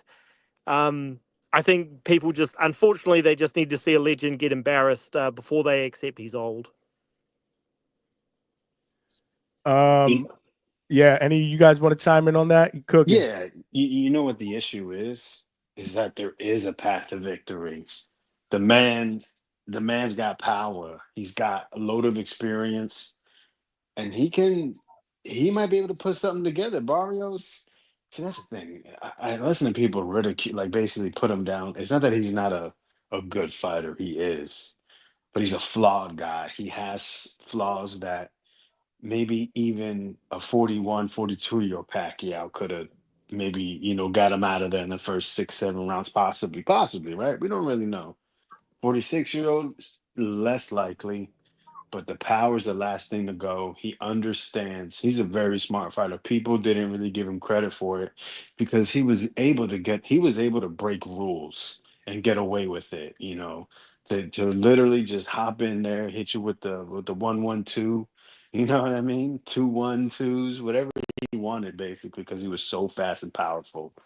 But after he got knocked out by Marquez, he started showing he was a little bit smarter than people give him credit for. So I'm not saying that, Vega. I expect him to win, but that's why they made this fight, because they believe there's a chance. Vega, I'm glad you brought up Marquez because I was gonna go with Marquez. What if Barrios Marquez's Pacquiao at 46 and just stops him with a vicious stoppage? I don't want to see Pacquiao go into convulsions in the ground, man. That he's the old man. Marquez sparked him. If Marquez sparked him, Barrios could spark him. His reaction time ain't what it used to be, man. He's gonna go in there and not be Pac-Man. He's just gonna be old Pac-Man. You want to see the old Pac-Man, but he's just gonna be old Pac-Man. It's just, I don't know, man. Just unless if he's on PDs, then everything's out the water. Let's go Pac-Man. Let's not start that narrative, bro. But Hey, if you want to it see old is what Pac-Man, it look is. it up on YouTube, right? What was that? If you want to see old Pac-Man, just look it up on YouTube. Yep. Look at the size advantage for Barrios in this fight. Didn't Pacquiao fight for his first? I forget what it was, but I think he fought for a world title, or at least was close to fighting for a world title in 1996. Does that sound about right, or am I a bit off? Sounds right. Yeah, might be. Yeah. Well, it's just this guy in that case has been fighting for world titles, or at least a world level, for almost 30 years. And I mean, if Pacquiao does win, it is. I mean, you guys have already said this. It is a bigger damning indictment on just how bad of a champion Barrios is, and the fact that Barrios called for this fight instead of fighting the other champions, Norman and Boots. So all the pressure is on Barrios. No one's going to criticize Pacquiao if he loses and loses badly. Yeah, first world title was 1999. So Wow. yeah, still that's 4 decades. And Ridiculous. how much credit is Barrios gonna get? You know, I mean, what's it really doing for Barrios? I'm not gonna give him no damn credit. Like he beat Prime Manny, he just beat an old guy. You know, like what's this doing for him, man? It's doing nothing for Barrios. Money. I don't think it does anything for his career, because again, he's fighting a 46, almost half a decade retired Pacquiao instead of the top contenders. Granted, the division is weak, but he didn't even call out Boots or Brian Norman. So it's terrible. It's a terrible look for Barrios. I mean, Barrios was the accidental champion of this era, and he's just fighting like a guy who knows he got lucky and is thinking, well, here's easy money. And one more thing to everybody in the chat: if y'all give Barrios credit for this win, y'all got to give Jake Paul credit for beating Mike Tyson. Then, so that's all I got to say, man. Barrios deserves zero credit for this if he beats him. If you give him credit, then we're crediting Jake Paul for beating Mike Tyson, because the same damn thing. Same damn thing. Old guy versus a young guy. No, man. I echo that. Think about it too. People want to see Clarissa fight Layla Ali, who hasn't fought in like almost 2 decades, and it's ridiculous.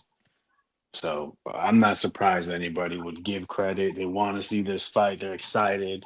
It's pretty nasty to me. Yo, shout out to my sister Chevy Red, who was in the building on Ladies Night. She said, "Oh, what if Pacquiao wins and then fights Norman because Norman wants all those belts? Which is worse? That would be worse. I don't think Pacquiao does that.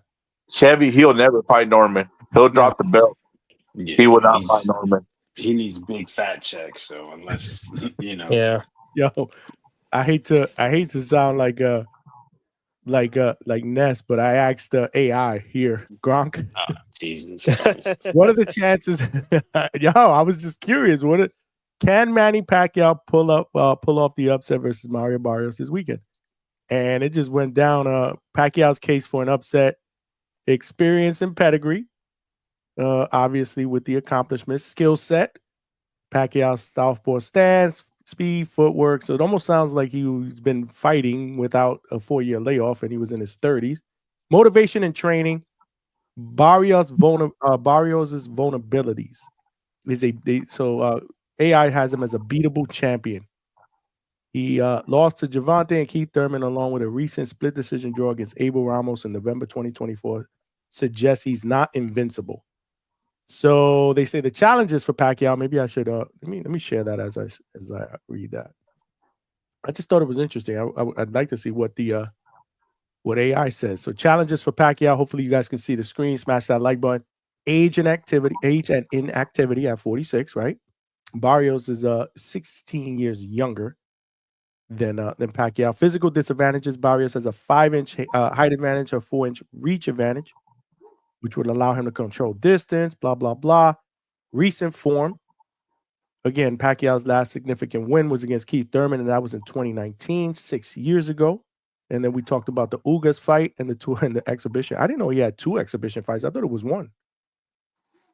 Damn, I didn't know about that. Yeah, one was a Korean guy.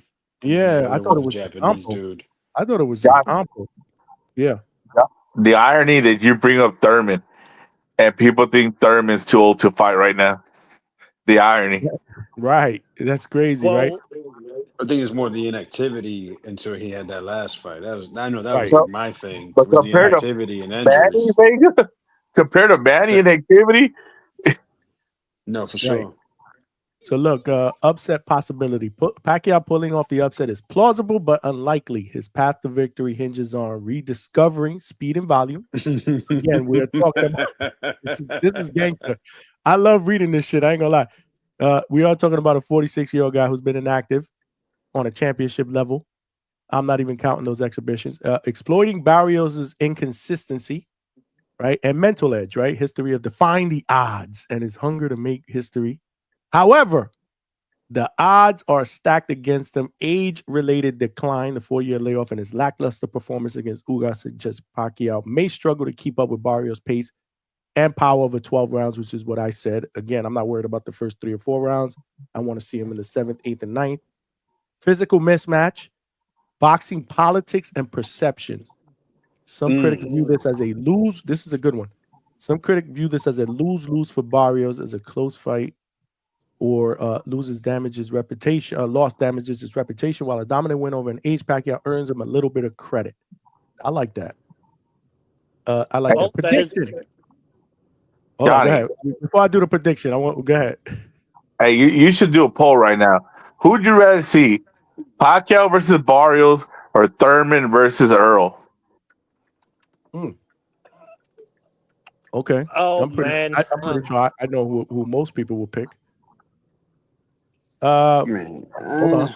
Prediction. Pacquiao's heart, experience, and flair make an upset possible. Somebody's getting some feedback in the background.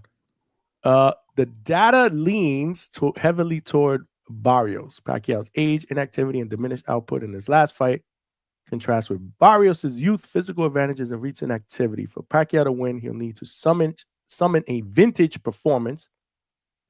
Likelihood of upset, 25 to 30%. Intangibles and history of defying expectations give him a puncher's chance, but Barrios' advantages in youth, size, and activity make him the clear favorite. Wow. That was good. I like that. I actually enjoyed that little bit of a breakdown. Who we lose? We lose Fight Sport? Yeah, looks like it. I'll say this. Barrios, the reason why he's failed at the elite level is because he lacks he lacks multiple layers to his game. The jab starts being really one speed, and he starts, just targeting the same spot. He doesn't have the best feet, so he can't give you too many different looks. He can fight a little bit too tall at times. And like I said, Manny Pacquiao, the experience is there. He can pick up on those patterns that Barrios will be fighting in and pick his spots wisely. That's really going to be the biggest thing. So what can Bob Santos and the team add to Barrios' game since the last time we've seen him to help keep Manny basically guessing and to have him absorb enough shots to where he can explode and really expose Barrios's defensive flaws. And that's going to be really the tale of the fight. I think is hiding the patterns and reading the patterns. Yeah, if Manny gets on the inside, it's gonna be horrible.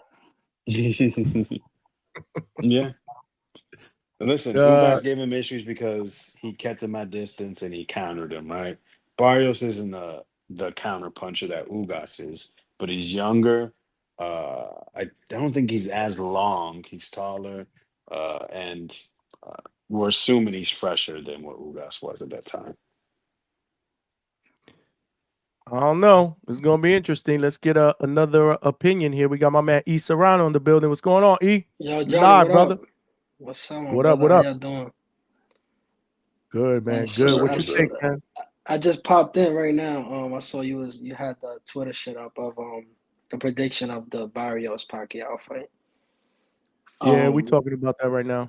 You know what's crazy is that on the betting apps, Barrios opened up at a -750. Now he's at like -200. Shit is crazy. Pacquiao might fuck around and win, man. I ain't gonna lie. But okay, do you feel that way?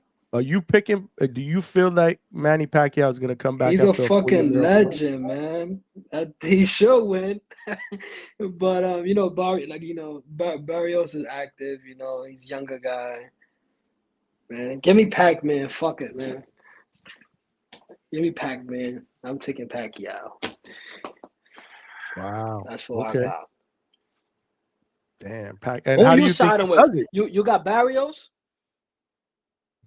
I got I can't bet against Father Time, bro. I love Pacquiao and I'm rooting for him just because I'm a Pacquiao fan, but realistically, I don't see him pulling this off, man. I mean, if he did win, I mean, it'll be by decision. I don't see him knocking nobody out. Yeah, so that brings my question into, you know, that I said that yesterday. Do you feel that he's going to be able to have the legs and the stamina to be able to move Pacquiao style? Because remember, in and out movement, angles, for 12 rounds at his age, coming off that long layoff. I think so, Johnny. I ain't gonna lie, I do. I mean, Okay.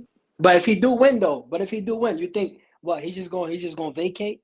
He gonna fight somebody else? Like, what you think is gonna happen after that? If that next fight is potentially against Brian Orman Jr., I think he vacates, bro. That's just my opinion. I don't think that at his age he wants to take that type of a risk. You know, I think he's picking Barrios. He's coming back to fight Barrios because he feels like Barrios gives him the best opportunity to be able to get his strap, because technically most people, probably himself, feel that Barrios is the weakest link of all the champions at 147, especially out of bootstrap. So yeah, I think, and I think Ace Allen agree. I think if he wins, it's one and done. He wins. I did it. I accomplished it. I got another strap. You know, after I made the Hall of Fame, let's not forget, he's not a future Hall of Famer. He is one now. He just got inducted a month ago. So I think, yeah, I think he wins a title. He gets his bag. It cements, further cements a legendary, you know, career and resume. And then he vacates and he splits and says, "Nah, man, I ain't messing with Brian Orman Jr. Some of these other dudes, you know, that are coming up 140." You heard about the talk with about Mayweather? The rumors? Yeah, we talked about that. I mean, hey, maybe. See, if that's the case, then I don't want him to win. Yeah. You would want to see anybody in the chat. Let me know. Y'all want to see a Floyd Pacquiao rematch at this point in their careers for WBC welterweight strap? I don't know. Maybe people do want to see it. I don't know. I mean, what you think? Yeah. Donnie. I mean, nah, not really. If Floyd and Pac-Man are not going to try to undispute the belt, I don't want to see either one of them win. If you're going to win and get that belt, I want you to do some legendary. I'm going to tell my kids about you, that you came back in your 40s and went undisputed. You know, other than that, I don't want to see it, man. But the first fight, winning the shit to vacate, man. Come on. I mean, do you see a future for him at 46? Like, do you think that he want to stick around and defend or even try to unify against you know, somebody else in the division? I don't see it.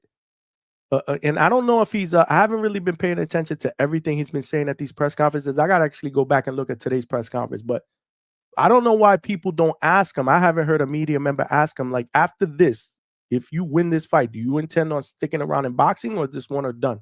Maybe they asked him and I didn't see his response. That's one of the questions I would have asked him if I was doing media there. Because what does the win do then?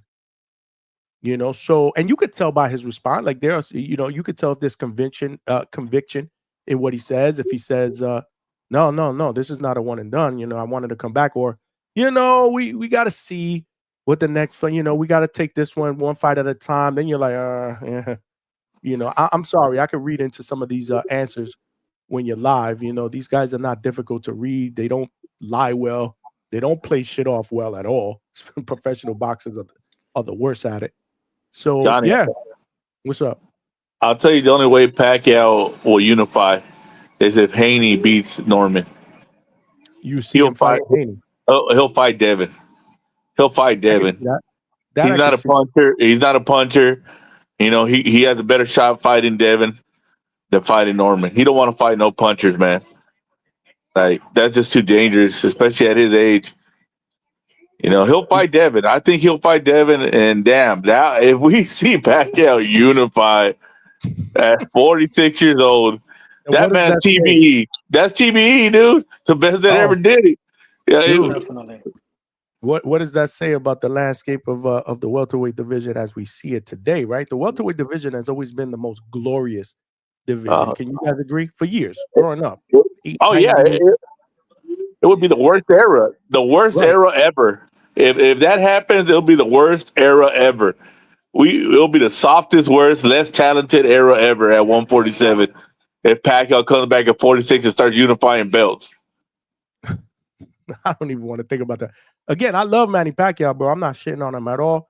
And there's a sentimental side that will be rooting for him. I'm not even going to lie, but I'm not going to pick him to win. I don't see him winning, but I don't want to see him get hurt either. And as far as that Floyd Pacquiao fight, we waited all them years. And how did you guys feel at the end of that fight? We were all kind of walking away from like disappointed. Do we think all these years later at this age that fight will be any better? It'll be worse. I don't know, man. I'm not feeling it as a fight, as a real hardcore. Like, I'd rather see, the Brian Normans, the unify against Barrios if he beats Dev. I'd rather see those. But Chad did bring up a good point. If he wins, maybe Ryan Garcia comes up to 147 and then they fight. Brian's always said that he wanted a Pacquiao fight. Maybe he does that. I don't know. It all depends on what Pacquiao wants. Like I said, to Easton's point, does he want to fight a puncher? A guy that could potentially hurt him, or does he want to fight a guy that is known as being a guy that doesn't punch? So it all depends, man. But we'll see, man. I mean, Saturday is going to answer a lot of questions, but I mean, Father Time to me is undefeated. That's going to be a tough one to pull off, but we'll see what happens, man. I'm an old man, Johnny, so part of me wants to see an old man whoop a young man's ass. Yeah, just so I can talk like, it'll be a good, yeah. I got some young guys at work I could talk shit to, Listen, like I said, I've always been a huge Pacquiao fan. I've seen that guy with his face down on the canvas, ass up after the Marquez shot. And, I don't want to see that shit again. I saw it once. I don't want to see it again. So hopefully he just doesn't get hurt. Not that Barrios is, this explosive puncher, but, again, he is a champion in his prime, man. I think a lot of people are downplaying Barrios because of that last fight. And we're kind of forgetting what we saw in Pacquiao, his last fight, since it was a long time ago. We're just thinking about legendary Pacquiao. But Johnny, and Mario's that fight, wasn't he like having a baby and having problems and having a bunch of stuff out the ring? Like, wasn't that going on with him? Yeah, he had just had a kid. He had been out of the ring for a little while. I seen him at an event too. Yeah. No, he had been out of the ring for a little bit, but that was a tough fight. So he took a lot of punishment in that fight, walked away with a draw. I always thought that they should do that fight again. Actually, I think Eddie Ramos is fighting on this card as well. Yeah. One thing I've learned about this generation's fighters is they don't know how to shut out the outside noise. You had guys, when I was a kid, they're leaving their families for months and they're focused on boxing. These guys, I'm not saying it's a bad thing. It's just they have a lot of distractions and it affects them, And maybe Tank was going through a whole bunch of problems with his baby mamas before that last fight he had too. You never know, man. These guys, they suffer from mental health. That wasn't a thing when we were kids, Johnny. You know what they say? Hey, you break your arm, your dad tell you, hey, don't cry. That's true. Just suck it up. I mean, we're the generation that's got the less feelings. Throw some tussin on it and suck it up, Buttercup. Yeah. That's how we look at the comment. It says Tyson couldn't do it. Chavez Jr. couldn't do it, but people think Pac-Man could do it. This is not a Jake Paul promotion, my brother. This is Mauricio Suleiman, WBC. This is not MVP promotion. Shout out to E, bro. That's what I'm talking about. We want to bring people up here with different perspectives, man. It is what it is. Like I said, man, that's why I think Saturday is going to be super duper interesting. And we'll play it by Q. Let's hang tight, my brothers. Hang tight. Let's take another caller, get a different take. What's going on? We got Reyes Boxing up in the building. What's going on, champ? Hey, Johnny, just real quick, bro. Love the show. Love all the content you guys are doing. I just wanted to pop in real quick because I'm hearing all the chat, and I want to just give this perspective real quick when we're talking about the Pacquiao fight with Barrios happening here in Las Vegas. And then I'm sorry I can't stay that long because at 8:00 I'm helping out another friend of mine on his boxing show too. So something that I missed it because I kind of came on the show. Listen to the show late, but no one's really saying that this Pacquiao Barrios fight, and I assume there's like the people who believe Pacquiao's too old, they're thinking, well, Barrios is just going to beat him up, and then there are the people who are believers that, well, Manny could take it the distance, right? Like even though he's old, he can make it, and then there's the big believers that are like, well, Manny still got power, he could catch Barrios and whatnot, and anything can happen, like anything.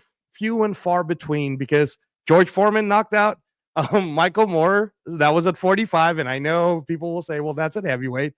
But I just want to throw out this perspective. When Timothy Bradley fought Manny Pacquiao, and all of us, unless you guys thought Timothy Bradley won that first fight, all of us who were there 100% believed Manny Pacquiao 100% won. And there was a little finagling happening on the side about the fact that he was a free agent and there's more money in the line if he were to lose and yada, yada, yada. So I just want to throw this perspective out to the group and then you guys can discuss it. Turkey Ali Sheikh is the money for boxing right now. The Middle East is the second highest population for Filipinos in the entire world. Okay. So if Manny Pacquiao somehow even edges out a controversial split decision win because Mr. Suleiman allows it, I can totally see Manny Pacquiao being a part or even headlining the Japanese Naoya Inoue card that's being done in Riyadh this December. Manny Pacquiao versus Rolly Romero sounds pretty good to me as a unification match at 147. And now guys, Oleksandr Usyk's getting paid $130 million this Saturday. Daniel Dubois getting paid $70 million this Saturday. You don't think Manny Pacquiao's worth at least a little bit of that money for Turkey to stage this and Suleiman, who's going to get a percentage of the money for him to get? Because Barrios, he'll be fine. Even if he loses a controversial decision, he'll be fine. He's 30 years old. But Manny Pacquiao, now that's a name that everybody will get involved in.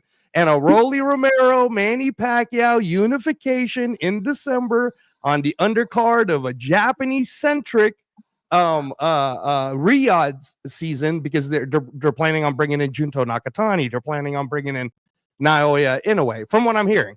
So I just want to throw that out there, Johnny, that it is not entirely impossible, which is why when people ask me, hey, man, the odds are plus 200, Angelo, do you think I should bet? And I always say, I don't think Manny Pacquiao should ever be a plus anything because you never know. You just never know how these things go. Just like I don't think the Daniel Dubois should be a plus 300. I think that's the most ridiculous odd in the world. In heavyweight boxing, anything can happen. So you can't just give us money. I mean, Johnny, if you put in 100 and you're going to get your 400 back, you can't just, you can't do that. It should be 50-50. All of these different fights should be 50-50 because you never know. So I just wanted to throw that out there. Go ahead, Johnny. So wait, before you go H-Town, see, this is what I'm talking about. I love different perspectives. You know what I'm saying? This is different. This makes for some really, really good conversation and an intriguing thought because Reyes makes a lot of sense, right? Because at the end of the day, boxing is a business. And Manny Pacquiao, regardless of whatever age he is, he's an asset right now. So this, wow. You said a lot there, man. You said a lot, man. It was funny because before you jumped on, I was looking at the welterweight rankings, because we were talking about, well, maybe if he does win, he vacates. I don't think he fights Brian Norman. Then I'm thinking, well, damn, does he fight Rolly? But I didn't bring it up. H-Town, what you got first? Man, bro, he got me grinding my teeth. But God, you know what? Now I want Manny to win because Manny is perfect for the Inoue card, the Inoue card. And if Rolly beats Manny and becomes unified champion before Tank unifies, dude, I am never going to shut up. If Rolly becomes unified champion, dude, what world are we living in? Rolly beat, man, I can't even say it, man. Rolly beat Pac-Man. Wow. Dude, imagine. Nestor Gibbs would lose his mind if Rolly. Two-Tone will lose his mind if Rolly beats. Let me throw you another one. Just another piece of this puzzle. Cook, my brother, Cook. All right, and then I really, my friend, is it all right with you, Johnny? If I just say the next show I'm going to? If not, it's no big deal, bro. I just want to go ahead and give. Bro, you share, brother. So we all family. All right, cool. My friend, his show starts at 8 p.m. Pacific time, so it's in like 8 minutes, and I promised them I'd be there. It's called The Knockout Canvas on YouTube. So maybe when you guys are done with Johnny here and you're finished with his takes, if you could check that show out. I'm going to be a guest panel on there with a few other guys. So, but here's another one I want to throw at you. So I don't think it's an accident that Shakur Stevenson was on the Ariel Helwani show challenging Conor Benn to a 147 bout. So now Shakur opened the door. Hey, man, I'm willing to go up all the way to 147 for the money. Can you imagine if Turkey Al-Sheikh goes, all right, well, Manny Pacquiao won. I'm going to do a December card. And Shakur, you want to fight Manny Pacquiao? Now, Shakur Stevenson versus Manny Pacquiao is a nice little thing to put together because just imagine if Manny Pacquiao actually beats him. Now the Floyd Mayweather fight becomes an even bigger fight because everybody's going to say, well, hell, man, old ass Manny Pacquiao beat the young Floyd Mayweather. So maybe old Floyd Mayweather can't handle this older version of Manny. So there's so many rabbit holes that you guys could go dig in. That all I was trying to say, Johnny, is chat, don't just dismiss, oh, Manny Pacquiao's going to get killed. Is it possible? Sure. But I don't think all these people are behind Manny Pacquiao. Manny Pacquiao's doing shadow boxing in front of Max Crosby at the Raider facility, bro. Man, he's not trying to get his ass beat. That's not what's happening, Johnny. He's gonna do his best. So I'm just throwing out the narrative that we've seen it before. Canelo Golovkin. I thought Canelo lost that first fight. I was there. Andre Ward versus Kovalev. I thought Kovalev won that first fight. I was there. I'm just throwing out narratives that if this goes decision, just like Timothy Bradley, Manny Pacquiao, guys, remember where the money is at. Remember that it's a WBC belt. Remember that Suleiman does get paid for sanctioning fees. And remember that Turkey is the biggest money. Just remember all of this. I love the perspectives, man. Something different. Something to think about, man. Absolutely something to think about. Asan, you were going to say something? Did I cut you off? Yeah, man. I was with you with the Rolly, but there is no way in hell Manny beats Shakur. There is no way in hell Manny beats Shakur.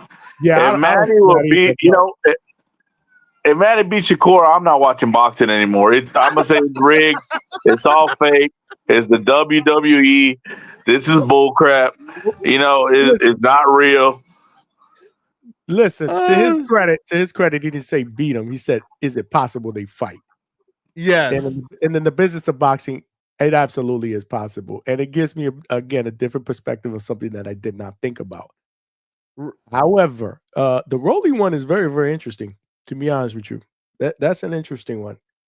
Well, I'll let you guys sit on that. Again, I appreciate you, Johnny. I appreciate the show. You're welcome back anytime, brother. You're welcome back anytime. Yes, sir.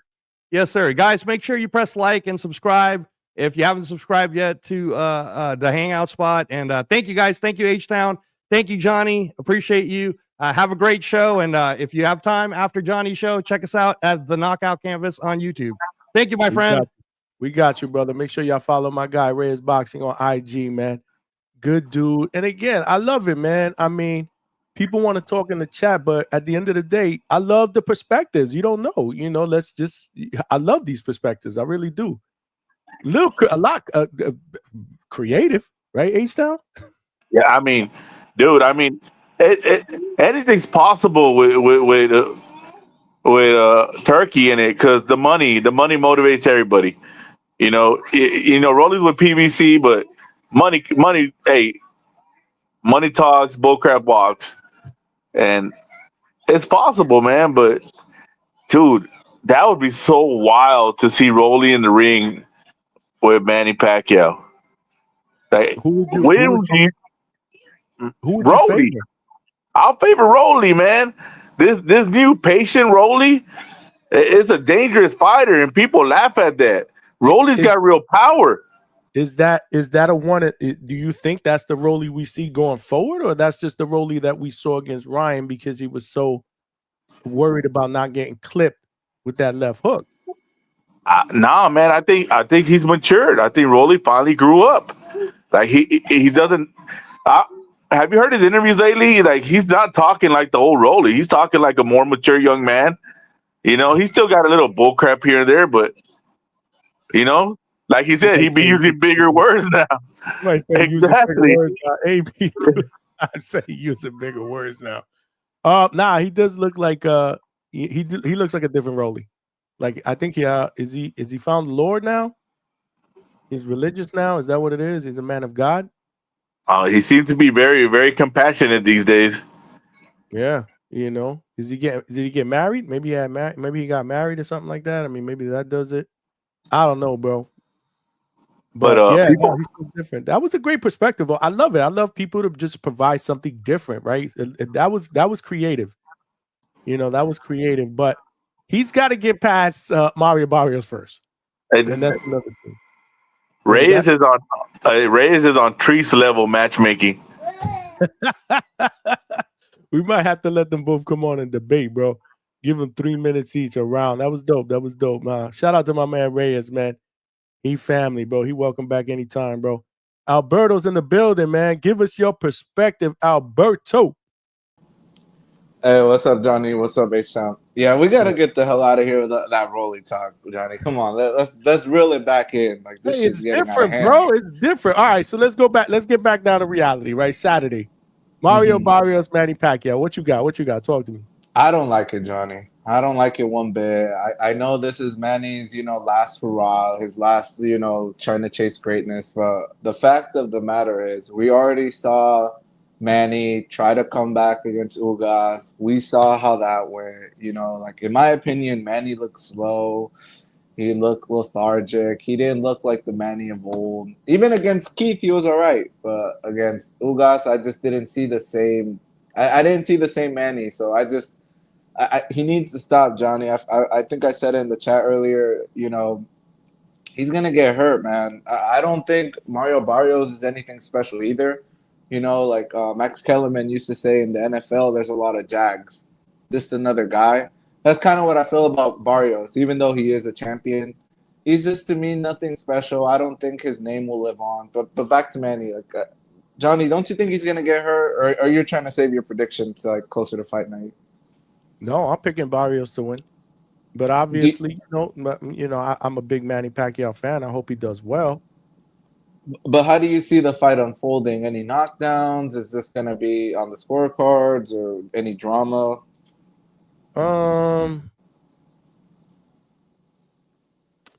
Initially, I said that there's a good chance that he stops Manny, but I don't know. I think he wins by decision. I think Manny goes to 12 with him. Do you think Manny gets a beating? A beating? Like a lot of punishment. Like, he gets hit a lot. He's not really.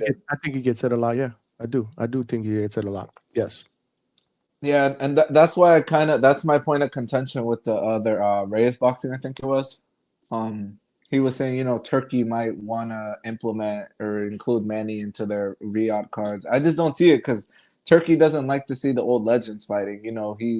He shunned Jake Paul for putting like Tyson in there. I don't see him putting a 50-year-old Manny on a Riyadh card. I just don't think that's how Turkey gets down. I think Turkey wants to see the stars of now fight. I don't think he wants to see a Manny who's a shell of himself in there just because of his name brand or whatever.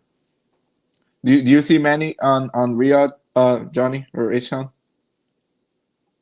No, not until that call. Yeah, I mean, It makes sense to where he put him at because that's the Asian market. It makes sense to have him there headline.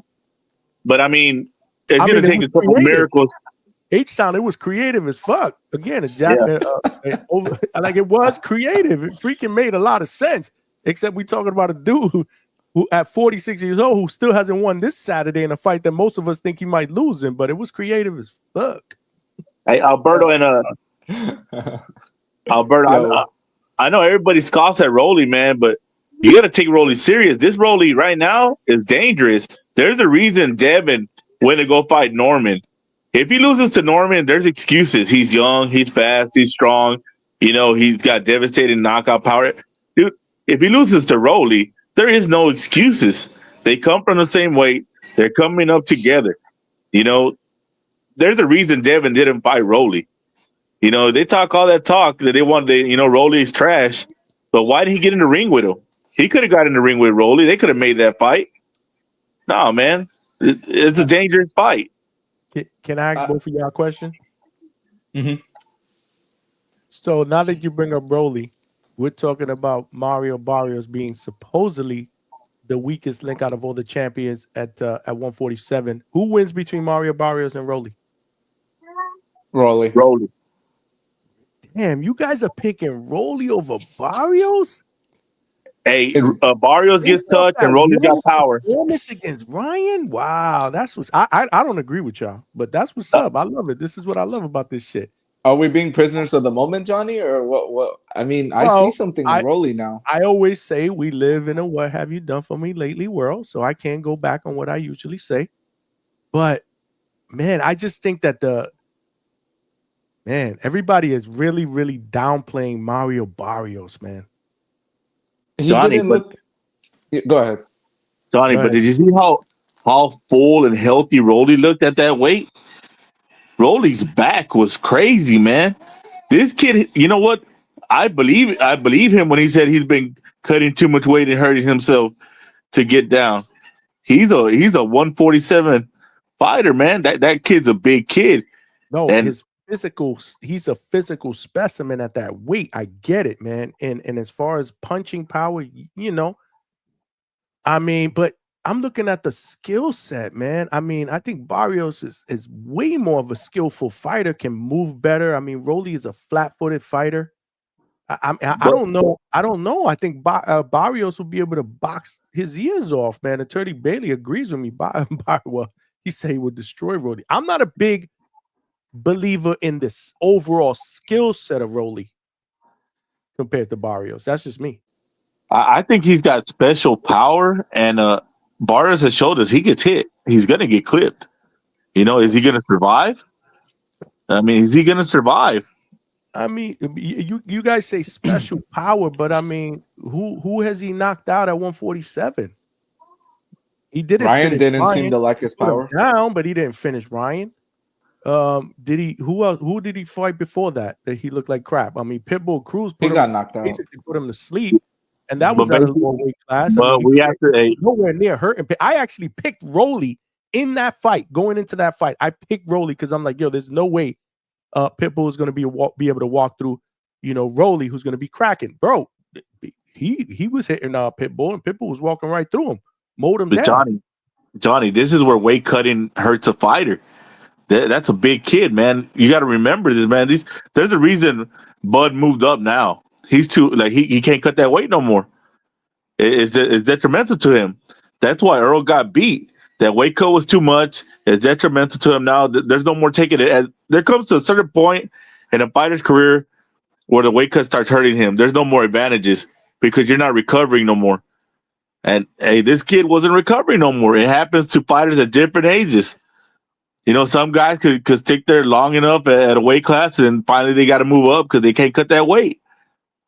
Those weight cuts are brutal, man. They dehydrate themselves. That's the most natural thing you could do, man. That's you're literally killing yourself. I don't doubt that. But again, I don't agree with the special power. I really don't, especially not at 147. I mean, if he had special power, he would have been able to hurt Pitbull. I mean, and we all know Pitbull could take a hell of a punch, but I mean, he would have been able to at least deter Pitbull from coming forward. Like he would have respected his power. He didn't respect Rolly's power at all, man. How many times did the Tank hurt Pitbull? I don't even think he. I don't think he hurt him either. But didn't Tank had a hurt hand in that fight too? I mean, he hurt it in the fight. We're talking about this dude. We're talking about this dude potentially being hard making the weight. I mean, you also got to take into consideration Tank had a hurt hand in that fight. That's reality. But he hurt it in the fight. He didn't come in with a hurt hand.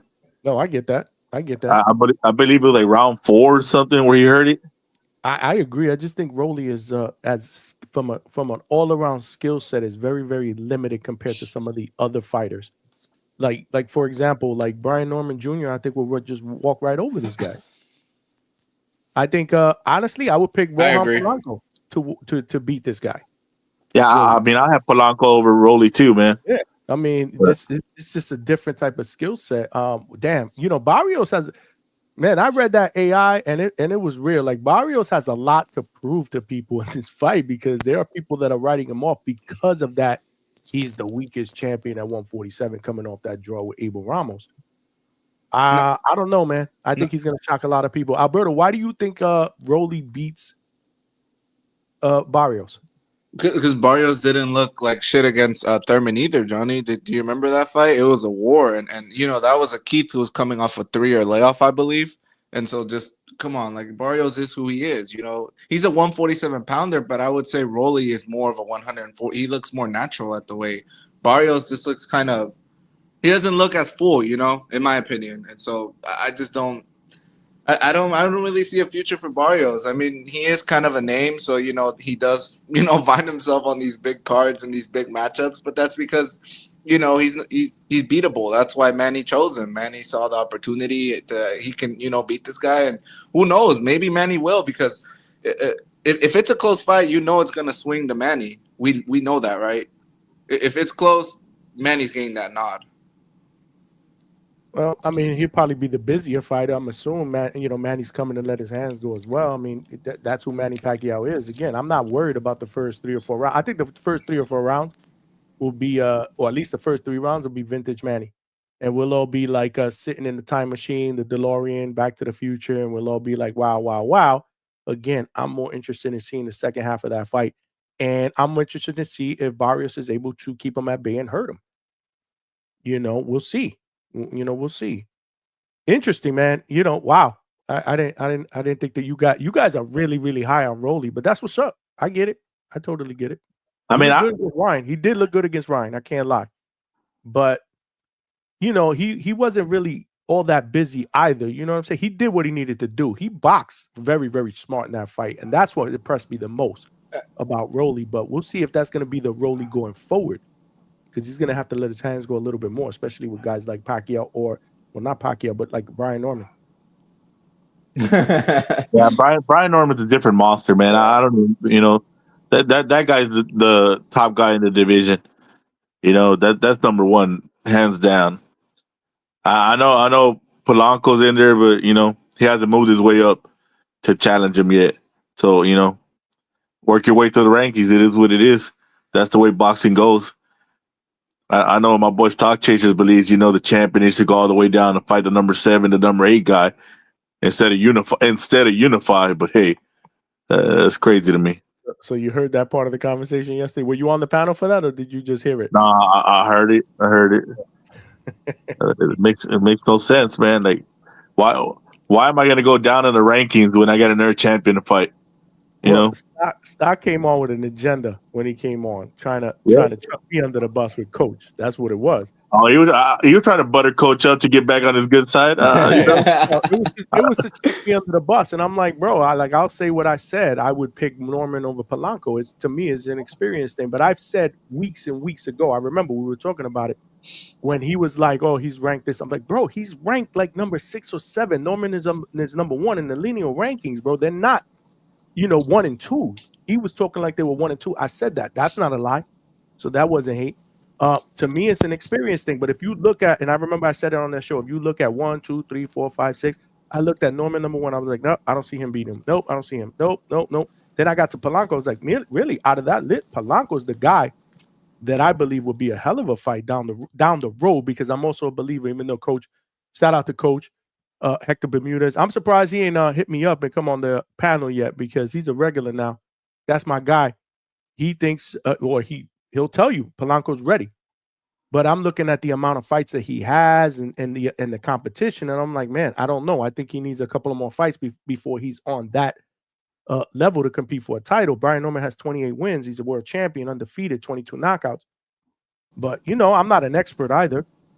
And I don't expect Coach to agree with me on that. I mean, he coaches Polanco. We're actually going to get Polanco on the show at some point, I believe next week before his fight. We're going to try to get him on. You know what, Johnny? I believe Polanco's ready, man. I think he's ready. It's just, you got to fight to the ranks, bro. It is what it is. That's boxing. And he's confident. He feels like he's ready. He wants that fight. He's called out Norman. I think it was before his last fight. He was like he wanted a shot at Norman. I think that they would do it as well. If all goes well with Haney, that could be a potential fight for a homecoming for Norman in Atlanta. A hell of a fight. Oh, that shit would be based on styles. That's a level fight. That shit would be dope as fuck, and it would suck for me because I love Coach. Both. Hey, did you see Two-Tone show today? Nah, I didn't get a chance to catch it. What did I miss? Bro, he's on the Polanco train. Oh, he's on the Polanco train now? Okay. He's got Polanco over Haney. My boy Tone with a real boxing take. He got Polanco over Haney? Why Haney. Where did that come up from, though? Yeah, and I'm not getting it. He said he was watching tape on Polanco. My boy Tone doing homework. Polanco's, what Tone has made it clear, he's trying to become more of a boxing, guru or whatever. Shout out to Tone, because he's must see TV, bro. He's comedy, bro. I call him the Kevin Hart of boxing podcast, bro. He's must see TV. But he's natural comedian. I like Polanco. I do, man. I love Polanco. I'm actually, like I said, I'm gonna actually hook up and hit the gym, and I want to see him get some work in and get some footage and do a live show from there. It's gonna be dope. Who won the translator position, Johnny? I know you got some cats trying on last night's show. you were on late, right? You always I'm always in there. If I'm not calling in, I'm always in the chat. I want to tell you in front of everybody, I appreciate you, brother. Always supporting, man. And yeah, I mean, the first one in, last one out with me. Appreciate you, Alberto, for real, man.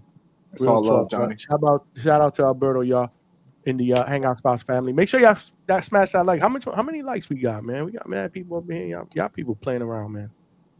Y'all playing around. But what was I gonna say? I missed my chain of thought. Yeah, man. I mean, I think the future's bright for Polanco. We'll see. We'll see what the future holds. He does have that fight against Quinton Randall. That's going to tell us a lot. And it's also a common opponent with Brian Norman. Hey, what's going to happen if he wipes out Quinton Randall? What? We're ready. Brian Norman couldn't do that. So, it makes it good, for a future fight. Another thing about Polanco, man, and shout out to Coach, man. He's got a real smart coach, man. Coach is a hell of a boxing mind.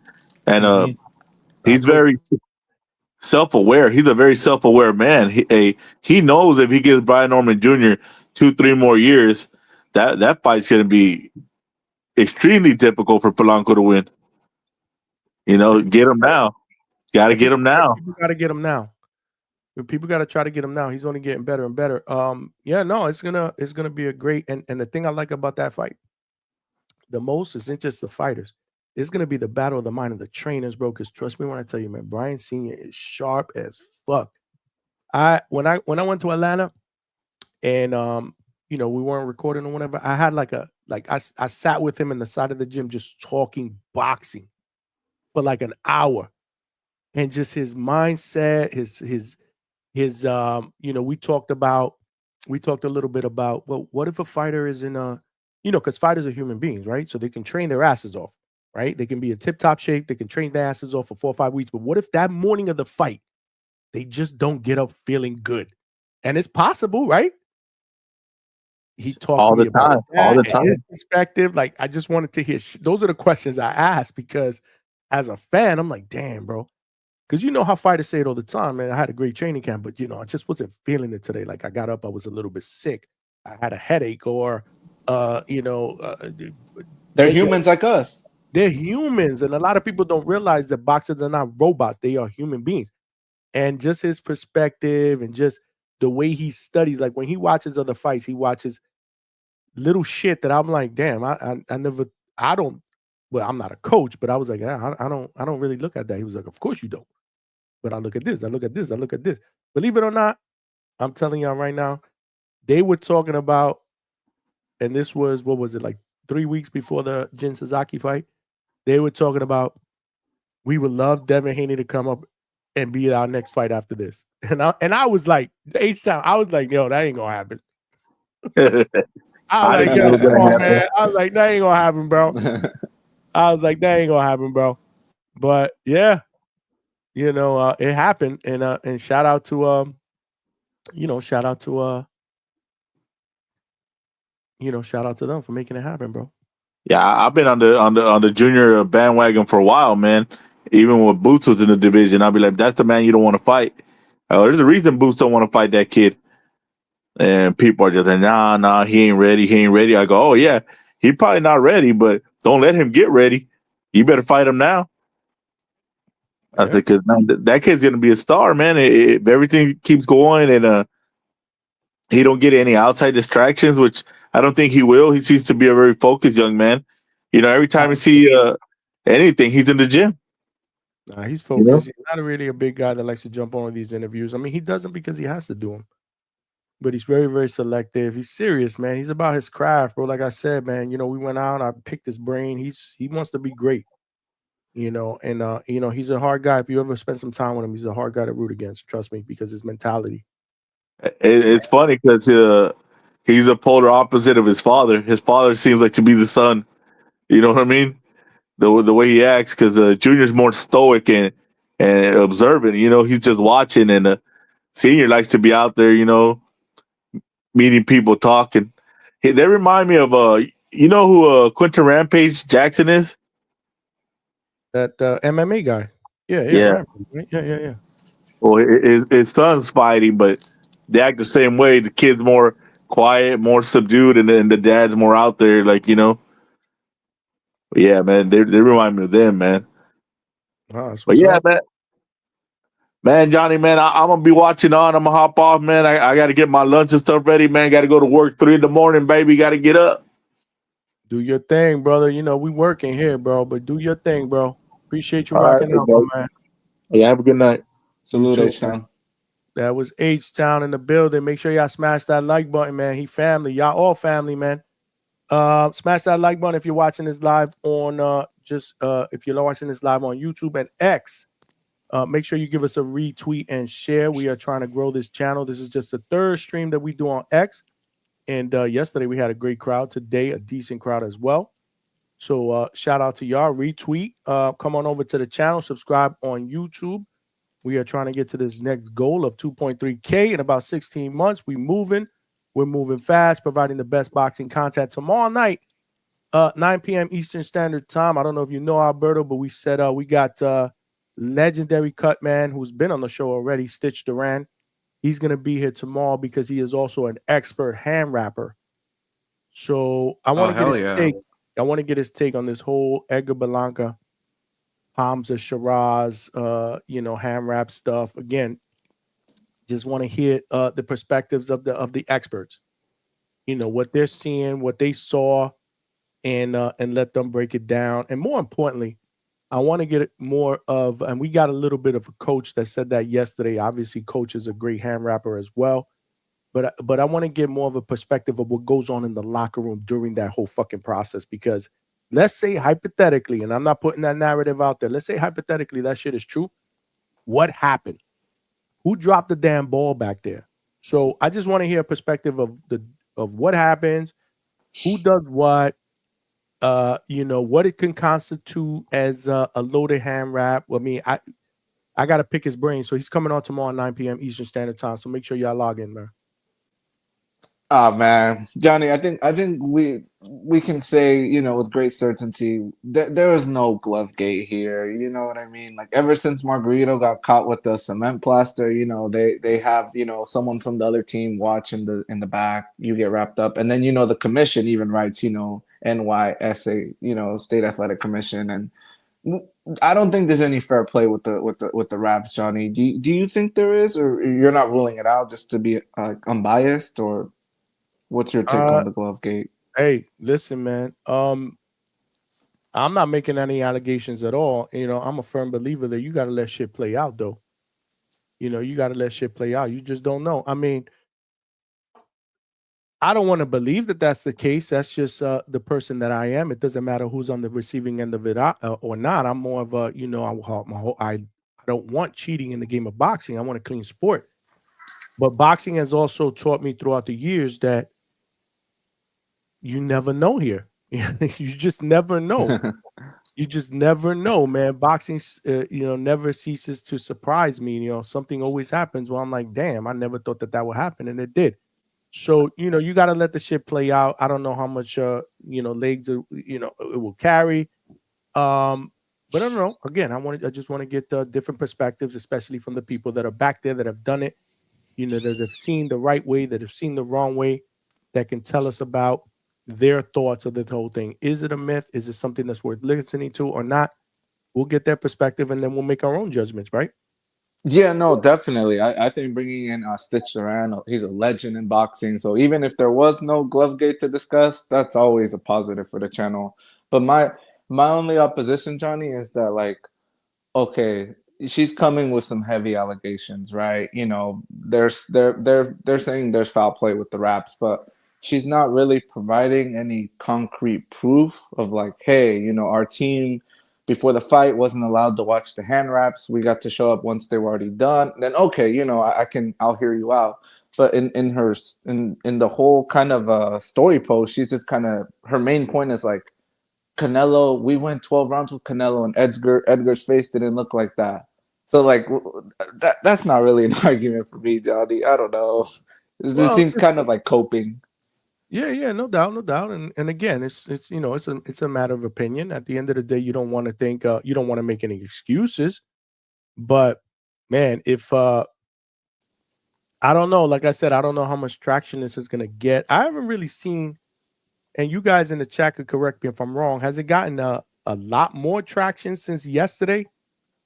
As far as now people are looking into it, or now the New York State Athletic Commission is putting together a committee. I don't know. I haven't seen any of that. It's almost like all of this stuff is just coming from people in social media. I don't know how much traction is getting from the people that really, really matter, is what I'm saying.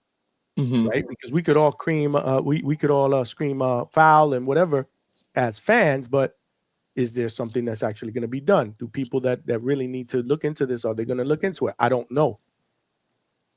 But there are experts out there that wrap hands for years and years. I mean, Stitch Duran has a website, where he provides video for people to teach them how to hand wrap properly. He's hand wrapped thousands and thousands of professional fighters.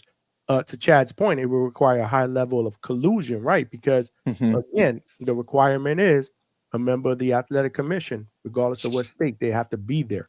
They have to watch it. They have to sign the wraps and the gloves once they get wrapped. That's why you see the the Sharpie with the signatures on the glove. They have to see that. Plus, a member of the other camp needs to be in there. But we've also seen that there has been issues in the past where there have been people there, but they just don't know what they're looking at. So I don't know, man. I mean, I don't know. I'm not gonna sit here and say either he nor there. That's not what I do. I wait for shit to play out, and then we talk about it. But I definitely want to get Stitch Duran's take on that, because he's seen more boxing than all of us. You know what I mean? Mm-hmm. He's forgotten more boxing than we all know. Great point. For decades and decades. So that's gonna be tomorrow, 9 p.m. Eastern Standard Time. So make sure you guys tune in to the Hangout spot. But Alberto, who do you got in the Usyk Dubois fight? I think Usyk. I think, Usyk is, he's getting a little closer to 40. He might be a little slower, but I still favor his IQ. And Dubois, he is coming in with some good traction. He's had a couple of great wins against Herkovich, and then obviously the knockout of AJ.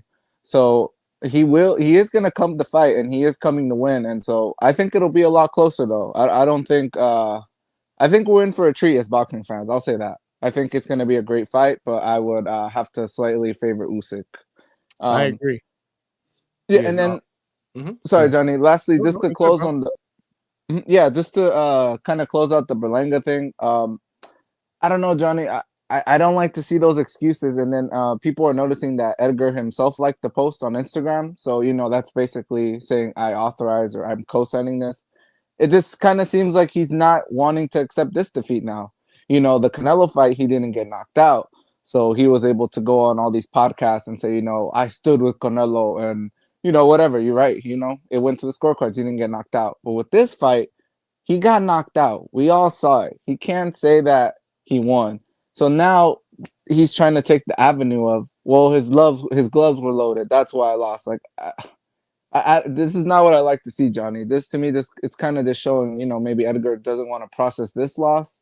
And, I think the guy has tremendous talent, and I would love to see him mix it up with the other 68-pounders. But if he can't accept this loss and grow from it, I don't know. It kind of just stunts him, in my opinion. Hey, man, you ain't lying. I mean, listen, at the end of the day, I don't want Edgar, and I rock with Edgar. I don't want him to hang his head on this fight saying, I only lost because I was cheated. Now, again, we don't know if he was cheated or not, but I want him, if it were me, I want him to kind of move in the way that maybe he wasn't cheated, and I need to kind of reset, recollaborate, and figure out who I am and learn from this and get better from that. Like I don't know if he would necessarily learn from this defeat if he feels like he was cheated, right? Mm-hmm. But yeah, no. You know what I mean? Like, but we're not the fighters. We're not in there, right? So again, I can't comment on something that I don't know to be either true or false. I will tell you, since this story came out, there are a ton of different content creators that are throwing out all shit. And to your point, yes, his wife threw out, that whole PowerPoint presentation why she feels like, he was cheated. Funny thing is, even though he's liking stuff, he hasn't come out and said anything himself, which I find, if you think you were, then say something. We haven't heard Shiraz come out and defend himself. At least I haven't seen it. And say, this is bullshit, blah, blah, blah. It's almost like he's in silence. I do know that I believe his trainer came out and said something like, I wrap his hands. It was somebody from Edgar's camp there and the commission or whatever. There was no foul play, but nothing on their end that like, yo, y'all got to stop the cap. Mm-hmm. So I don't know. We'll kind of see how it plays out. Again, we're not gonna sit here and say Edgar was cheated because I don't know. The raps did look, a little high, but that's not. That doesn't really tell me a lot because I remember seeing Felix Trinidad's raps and they looked just as high as well. But do you remember what Fernando Vargas because he's one of your favorite fighters? Mm-hmm. What did Fernando Vargas say in an interview not that long ago about Tito? Felix Trinidad's raps? Yeah, he had loaded raps, and yeah, we've discussed this before, or maybe not here on Marco's channel. Yeah, I mean, there's a lot of speculation, Johnny. I mean, I don't know. You know what I'm saying? Like, maybe Edgar has a point. Maybe the raps were loaded. I guess, like you said, the best stance to take is unbiased, let the facts play out, and then make a educated, decision. That's just the best way to go. That's just the way I go. I don't overreact. It is what it is, we just got to let it play out. But again, I do feel like, getting the perspective of other people that have been involved in the sport for years and years and years, will help us either ease our mind or say, hey, there may be something there. I don't know. We'll see. We'll see. Mm-hmm.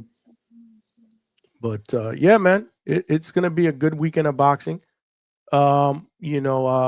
I am looking forward to the Usyk and Dubois rematch. I'm not looking forward to the entire card. I think the entire card is ass. And the fact that they charge $60 for that is even worse. But we do got good boxing. Bam Rodriguez makes his obviously he's going for a unification against Kafu. I think that's going to be a really, really good fight. A lot of people I think are saying that Bam, this is going to be a walk in the park for Bam because they don't know a lot about Kafu.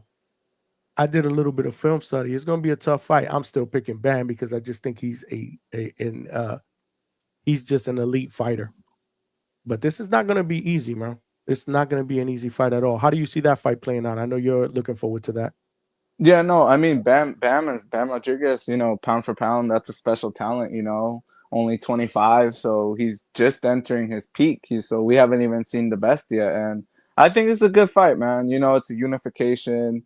And it kind of is like another feather in Bam's cap, like we gave him a lot of credit, for taking out like Sarungasai, Francisco El Gallo, a lot of old legends, Carlos Cuadras, but Bam's also getting, on the flip side, a lot of criticism. People are saying he can only beat up these old guys. So, okay, now he has another young guy, 26 years old, Kafu, solid champion. And yeah, I think you're right, Johnny. I'm not too familiar with the other, with Kafu, but I think it's going to be a great fight. But I still think Bam gets him out of there. I don't think it goes the full 12. I see Bam stopping him somehow. Yeah, Bam's a special fighter. Obviously, Turkey has a fight, already planned for, for Bam on the November 22nd card, which is going to have David Benavidez against Anthony Yard and Brian Norman Jr. against Devin Haney on that card. He's going up against Fernando Martinez, Puma Martinez, if he wins this fight, and that will be for undisputed because obviously this is a unification in this fight. So yeah, no, I fully expect for him to handle his business. The only bad part about that fight is it's on the same time as the Pacquiao fight. So I'm going to have both TVs on, but I'm going to do a live fight chat for that, for sure. I hate that always happens in boxing, Johnny. It's like we have like these droughts where it's like we don't have shit. And then it's like all of a sudden, I guess all the promoters want to pick the same day. And then we kind of have to pick and choose or, have two screens on. But I feel like even if you have the two screens on, you're going to be missing one of the matches, So I just... it'd be better for us as boxing fans that they could spread it out just a little bit. Yeah. Oh, in a perfect world, absolutely. Spread it out. Shout out to my man Clarence McLean from No Duck Stone Podcast. Make sure y'all check him out, bro. Real brother, a real one indeed. Smash that like button. Salute to you, my brother. That is his podcast. Good dude, man. Good dude. Good dude indeed. No. It's gonna be rough, but it's not impossible. Like I said, I got two TVs, bro, and I can multitask, so we're gonna be good. We are gonna be good. I haven't even seen the fights on that Bam on the card. Let me check that out. Hold on. Make sure you guys smash that like button, man. If you're watching this live on X, retweet, man, share, follow me there. Come on over to YouTube and subscribe. We are about 22 subscribers away from 2.3K to our next goal. So help a brother get there. Let me see. Oh, okay. So not bad. I forget about Diego Pacheco against Trevor McCumbee. That's going to be a hell of a fight. That is the co-main. Then you got Amo Williams, who's on the card as well, against Ivan Vasquez, who's undefeated. That's a good fight. Damn. That one's off, Johnny. Oh, it's off? Yeah. Oh, that's right. Somebody told me that. Did you tell me that yesterday? I think so, yeah. Somebody told me that yesterday. Okay, yeah. Damn. That sucks. Well, boxing. See, this is what I hate about BoxRec. This is what I hate about BoxRec. What happened? Vasquez got he pulled out? I think he got hurt, and they're trying to get him a last-minute replacement, but you know how that goes. It's like 3 days' notice at this point. Yeah, that might be rough. That might be rough. I mean, but they were able. Well, I was about to say that was Turkey in Turkey's bag. He was able to get 2 last-minute replacements for Shakur and Parker. But again, that's the Turkey bag. Turkey will throw a house at you to come out. That's an infinite bag, yeah. Yeah, that's different. This is not the same type of card. So yeah, I'm thinking we don't see Amon Williams, which I do like. Last time I saw him, obviously, was on in the Caribbean Royale card when he headlined, and then Edgar was the co-main event. But my guy Pablo Valdez is fighting. How could I forget that? Okay, so Pablo's fighting. Stay busy fight. He's obviously best friends with Edgar. Cool dude, my guy. Omari Jones, Olympic medalist, going for his 3rd win. I've seen one of his fights live. We had him on the show. We had him on the live show not that long ago. Good kid. He's fighting on that card. So okay. All right. So there's a couple. At least the Diego, but at least the co-main and the main are good. Obviously, I want to see Pablo.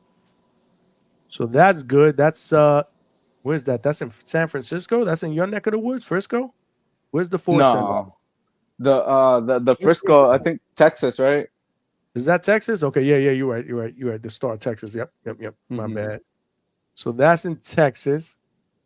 So that's Saturday night. That will be streaming free if you have a DAZN. If you have a DAZN membership. And then obviously Saturday the 19th, Amazon Prime Video pay-per-view, also streaming on payperview.com, which we just heard is $79.99. It'll be like close to $90. But either way, you got the return of Manny Pacquiao against Mario Barrios. Sebastian Fundora against Tim Tszyu. How you seeing that fight play out? I think Tim Tszyu was like I was really high on Tim Tszyu, and it's crazy. Like, that's boxing, right, Johnny? Like, these guys can be on top of the world one day, and then, one fight or 1 year later, and they can just be falling off and not quite where they were. I honestly see Fundora edging that out, Johnny, just because Tim Tszyu was doing good before the cut, and even after the cut, he seemed to have more skills than Fundora, more technique, and I don't know, but I think after the what was the Russian dude's name, Johnny? The Bakaram. After that knockout, I think unfortunately Tim Tszyu, like, he lost a piece of himself there. He got the nod against Joey Spencer, but that's not really saying much. So I got Fundora, Johnny. I got Fundora. I don't know. That's fair, man. We got my man Chad from Canada on the check-in. What's going on, Chad? Hey guys. Hey Alberto. How you doing, man? Hey, salute, Chad. Nah, I'm doing good. Happy to have you on. Good. Oh, thanks. Yeah. I wanted to say a couple things just about some of the earlier discussion, Johnny. Like, I think you were around. I think you were on the panel, Alberto, when Raleigh was being discussed, and it was kind of like you guys were talking about like his power, right? So Johnny, like, you were talking about him fighting Pitbull, right? And how the optics looked like, like he wasn't hurting Pitbull, like the power was lacking, basically, right? So, but then on the other hand, you've got Tank. I'm pretty sure Tank's quoted as saying that Raleigh's one of the hardest punchers he's fought. I think Tank gave him that credit. And that he hits harder than Garcia. Or I'd have to look up the quote, but I think he did say he's one of the hardest hitters that he fought. Yeah, that's correct, right? Okay, so the question is, like, how does that work, right? How does Tank say that, and yet Pitbull? So I'm saying, guys, like, the biggest thing with Raleigh from day one to him winning a belt over Garcia is discipline. H-Town was on it. Like, H-Town was right. Like, he definitely, as a fighter, has become more disciplined. The Ryan fight, maybe too disciplined, right? I mean, a lot of people thought that fight was kind of mid.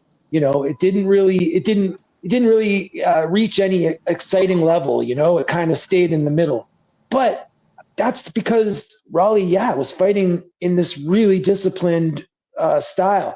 When he fought Pitbull, if you were to go look, it's styles, right? So Pitbull is pressure, constantly coming forward. And being that he's a shorter guy and right in front of Raleigh all night, Raleigh just poor footwork, kind of a reactive fighter, and basically wasn't able to deliver the power. That's what I would say about Pitbull. Like, he wasn't able to deliver the power. Like, look, man, you can have all the power in the world, but you still have to recognize certain technical things in the ring to deliver the power. That's why it's funny. Like, people will criticize a fighter like Norman Jr. and say he has no footwork. His footwork's crap. But that right away, with a puncher like that, already that's wrong because you can't. Your feet have to be correct in order to send the knockout punch to your opponent. I think Raleigh's a great example of it. Now that Raleigh's starting, and then so then you look at him against Tank, and Tank, even though Tank was given some pressure in the fight, Tank fights and works with more space than a fighter like Pitbull does. So that space allowed Raleigh to deliver, to get his feet right and deliver some decent shots on Tank, deliver some of that power. Didn't help him, but that's probably the difference. Styles, right? Now, what Raleigh's got to figure out is how to consistently be disciplined in there, but still get his power into play. I mean, do you guys feel like against Ryan, we saw power? Like, would you describe anything that Raleigh did that night as powerful? I mean, to me, Raleigh was very disciplined, very trying to be clinical, patient. And it worked for him. I think if Raleigh can get the power mixed in there too, and I'm hoping H-Town's right, and we'll see him keep growing. I do agree that at 47, he looks good. It's probably the right fit for him size-wise. I hope that's what we get from Raleigh, because Raleigh could be a really good, a better, a more considered fighter than he is. Let's just put it that way. I think a lot of people goof on him, maybe too much. I don't know. That's kind of all I had to think about Raleigh. But on the Barrios thing, I agree with. I think you were saying it, Johnny. I agree. Like Barrios getting crapped on way too much from people. I would say in general, for me, Barrios is he's all around good at. He does everything a little bit good. He's not like elite or excellent in any one area of his boxing. But I disagree. Like Vega had said, he's got no feet. I disagree. He's got decent feet. He's not terrible. I would say everything. Like he can deliver combinations. He can deliver a bit of speed with his hands. He can be defensive when he needs to. Like he can do everything pretty good. But yeah, overall, he's not as fast and he's not at the elite level. So he's got his belt. And I mean, compared to the other champs, yeah, he's not as great as the other champions. But I still think all around he's a decent fighter. He gives a lot of guys a tough night. And I think for Pacquiao, no, man, no. Like Barrios should bury him. And I agree with H-Town. If Pacquiao plows over Barrios, what is that saying about the quality of the champions in that division, right? Like that a guy like Pacquiao can just come out of the woodworks and beat a champion. It shouldn't happen like that. It's not the way it should work. As much as we would like to see maybe Pacquiao do that, it's really not how we want boxing to be, man. I don't want boxing to be fickle like that. Barrios should be able to stop or at least defeat Pacquiao. I won't believe it until I see it, that Pacquiao will beat him. That's simple as that. But yeah, man, everyone's got to look, Barrios started at 122. He's a small 147. And he spent probably, look, I don't know how many fights he's got, but he was forever doing 4 and 8 rounders, I feel. And also, I feel like at the beginning when he was smaller, when he first started, like he didn't settle in to any division. Like, so that might be a lot to do with his team, trying to figure out where he belongs, trying to work like that stuff is difficult to work out sometimes. Like, it's not just like you've got these professional teams, you hire guys that know, but sometimes, combined with how a guy grows, it can be difficult. I don't think Barrios really settled into anything until he got to about 140. And then it seemed like, okay, this might be where he fits, And he was fighting decent names, winning. And that's what got him the Tank fight. As surprising as the Tank fight was. And then after the Tank fight, it seemed like his name took off a little bit, even though it's weird, right? With Barrios, like the Tank fight got him some shine. and yet everyone seems to crap on him at the same time. It's like he's known, but he's not respected the way he should be. Yeah, that was what was on my mind after hearing you guys talk. Sorry, that was a lot. Thanks for letting me go, Johnny. No, you cooking. Alberto, go ahead. You want to jump in? Yeah, no, I think, Chad, kind of just to piggyback off of what you said, I think the fact that Tank, he was at 130, teetering between 130 and 135, and he went all the way up to 140, to take Barrios' title. That kind of says everything we need to know, right?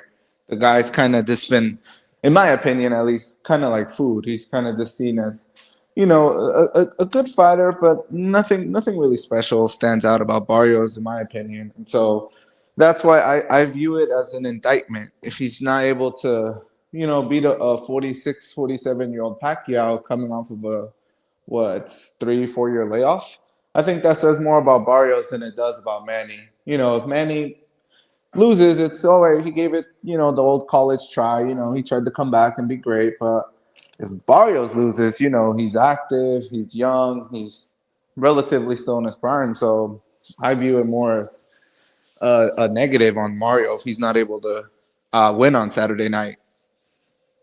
Yeah, no, that's really well said, man. I agree. Food, I don't like the food term, even though you're not wrong. You're not wrong. Like, it's just that he's not elite. He's not elite. Even though he's got that belt and everything. And I think for a lot of guys, I think like the standard of what makes an elite fighter, that belt would be part of it. But I also feel like a guy like Barrios would be that exception, Sometimes guys that are just solid all around good fighters can get to that belt. It happens. But yeah, food, I don't know. But yeah, any elite fighter is going to have at least one or two qualities that are going to exceed Barrios. That's the problem, right? Like, it's usually speed. Mm-hmm. It's usually guys are faster than him. That's what Tank, that's how Tank, it's speed and power. And that was enough for Tank, right? To get the win and ultimately stop him. That was still, I liked how Barrios fought Tank though. And and that's the thing, man. I got a lot of respect for Barrios, especially from where he started. But man, Thurman, I don't know. Do you guys have an opinion about the Thurman Barrios fight? Like, should he have beat Thurman? Do you guys think? Chad, like just staying on that Tank fight, like you said, Mario doesn't do anything exceptionally well, and that's gonna be his downfall all the time because like you mentioned the Tank fight, yeah, he was doing good. He was banking some rounds, and then Tank's power, he has the equalizer, and he was able to get Barrios out of there, and that's why to me Barrios isn't anything special, and I think we saw it against the Thurman fight. Thurman was coming off of a long layoff, and I thought he won the fight. Mario had some, he had some nice moments, but I thought Thurman won the fight. So yeah, Barrios is just another guy in my opinion. He doesn't do anything exceptionally well. So Alberto, or Johnny too, what is the difference between Thurman and Pacquiao? Like, Thurman came back after all kinds of negative things attached to him coming back, right? Like, he'd been laid off, he had a loss, and yet he beat Barrios. So is it just age that will be Pacquiao's downfall? Like, because I don't even know what age Thurman is at this point. Like, what age was Thurman when he fought Barrios? Are you able to look that up, Johnny? Or do you know? Mid-30s. I would say mid-30s. I would guess. Yeah, I would guess. So the age would be probably the biggest factor then between Thurman and Barrios, and Pacquiao. Exactly. Yeah. I think so, at least. Yeah, definitely. You want to know the age of Thurman when he fought Pacquiao? No, when he fought Barrios. How old was Thurman? Okay, so so Thurman fought Barrios in 2022, and he's 36. Right. So what was like that, 3 years ago? So 33, yeah. 3.5 years ago. So he was about 33. Yeah. So Manny's 47. Like, yeah, that's a lot. Yeah, it's too much, right? It's really hard for me to dismiss the age factor, man. Well, sorry, Johnny. Sorry, No, man. no, you're good. You're good. It's just hard. I mean, again, it's yeah. not even the age. It's not even the age. It's more so the inactivity. Yeah. That's what it is. That's what I can't get out of my mind. And like anybody else, and like I've said time and time again the last couple of days or whatever it's been, my last impression of Pacquiao is the last time I saw him in the ring, not the legendary career of him. And I think that's where a lot of boxing fans are looking at. Well, Manny Pacquiao is a legend. Why is he a legend? Because of what he's done in his career. Yeah. This isn't really about what he's done in his career. To me, it's what he did his last fight 4 years ago, which I remember watching live, saying to myself after that, damn, this sucks because based on this performance, I'll never see him again in the ring.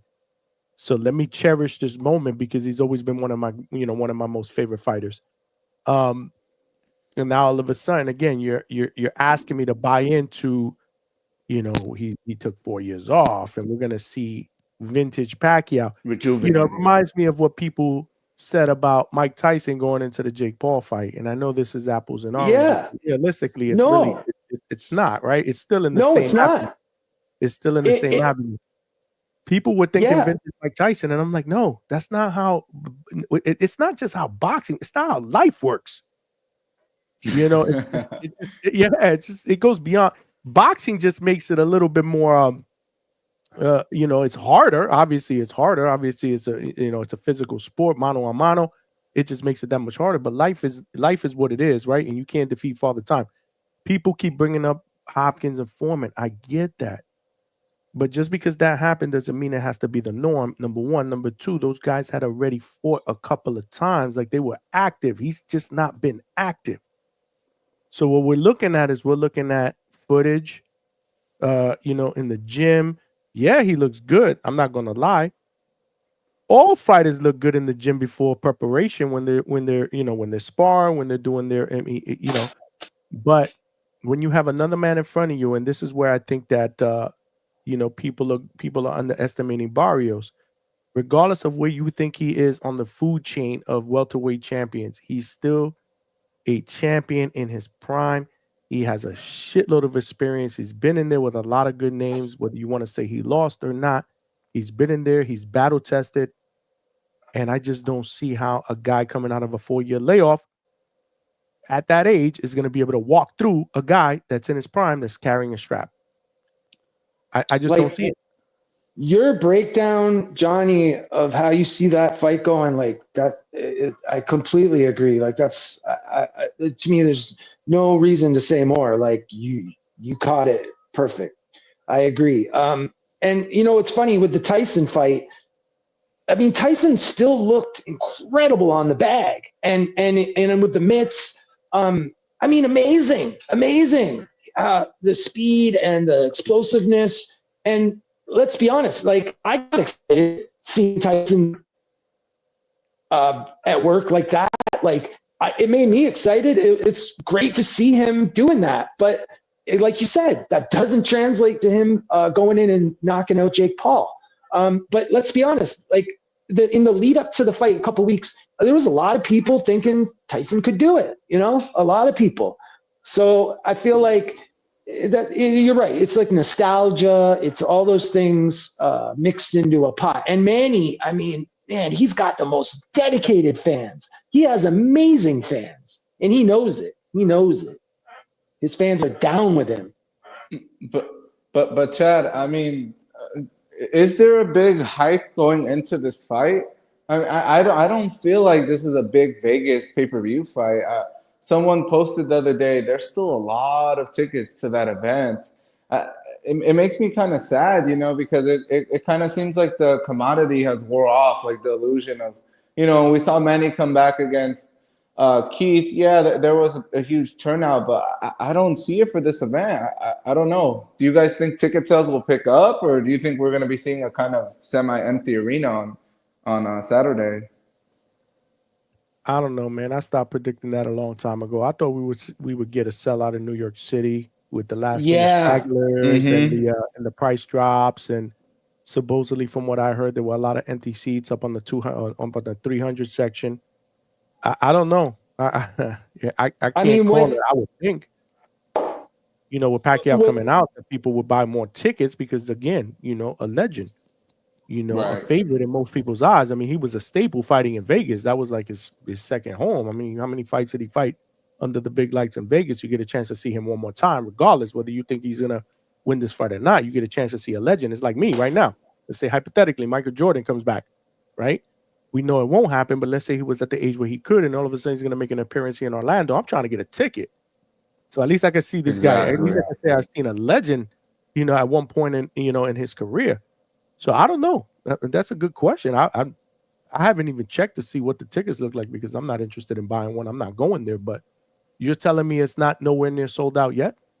No, there's still a lot of sections, and to me, it's also kind of sad because it kind of tells you about the health of the sport in the U.S. market. You know, if Manny's not able to bring out these crowds, then I mean, who will? You know, other than like, you know, the Canelos and the Tanks. But yeah, it's just kind of sad, you guys. I'm just kind of sad for Manny overall. You know, I would hate for him to get hurt.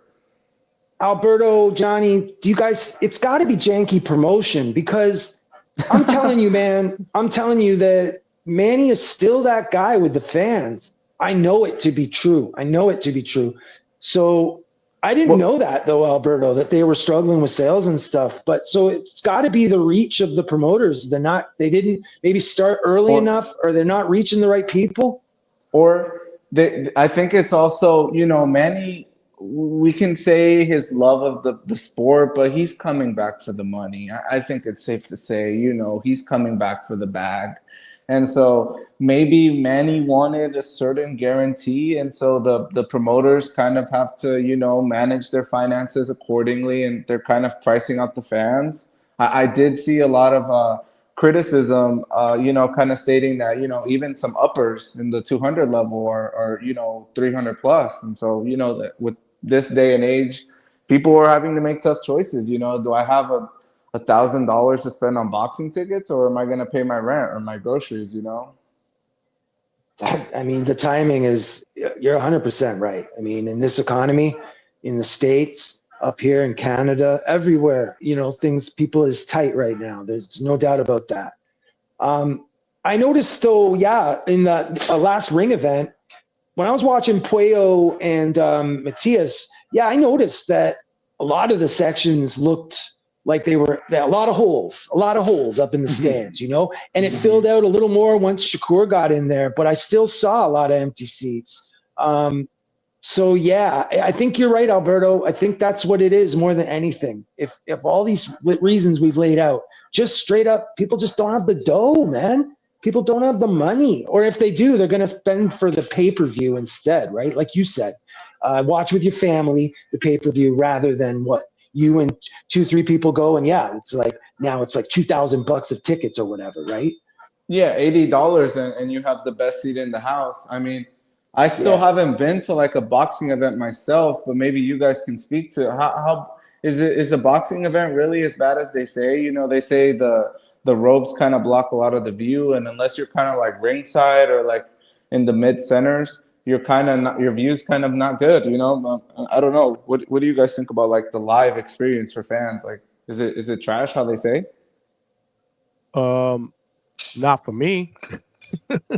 I may be biased. I may be a bit biased because I do fight cards all the time, and they usually sit us pretty well when you get a credential. But it all depends. That all depends on the venue, right? So ringside to me is where you're gonna get a lot more obstructions because they'll stand up during the fight, so you got to get up, right? This is where you are as close to eye level at the ring, so that's where you will see the ropes and stuff like that. But if you got an arena that kind of elevates a bit, like the one that we had on Saturday, it's much better to me. You know, I've sat, regular when I've bought tickets to fights in venues where you sit like in a 200 section and you're looking down. To me, that's perfect. I don't need to be ringside. Now that I'm doing this, I want to get closer because I want to make contact, right, with people, right? I want to meet, greet, and that's where it's at. Closer you get is where it's at. Ain't nobody that you need, or ain't nobody that's gonna help you is going to be in the 200 and 300 section. Is what I'm saying. No, But I'm just keeping it. You know, Johnny, when you get close enough too, you start to experience the energy from the ring. You know, it's a different type of energy. Yeah, that's what I'm trying to tell you. Like I've been to fights at Barclays Center and Madison Square Garden, big venues, small venues. But there's something about the buzz in a live fight, especially towards the main event. If it's a good main event, that's just different. You won't feel that unless you're there. So Alberto, I would definitely stress that you try to go to a fight so you know what the hell I'm talking about. Trust me. Alberto, I would. Oh, sorry. I was just gonna say you should look for your local amateur scene too, man, and see if there's like local club shows you can go to. You'd be surprised. A lot of people poo-poo that and think, it's a bunch of kids, a bunch of amateurs. No, bro, you would have a great time for like $20. I guarantee. 10, 12 fights. Mostly all of them are going to be great. They bring heat. You'd be surprised. I know a guy like you would enjoy the hell out of it, you know? No, yeah, definitely. I remember I was watching the last Border Wars and they had like some young kids, like they were maybe like 10, 12 years, 8 years old tops, and they were bringing the action. So yeah, I definitely have to look into that.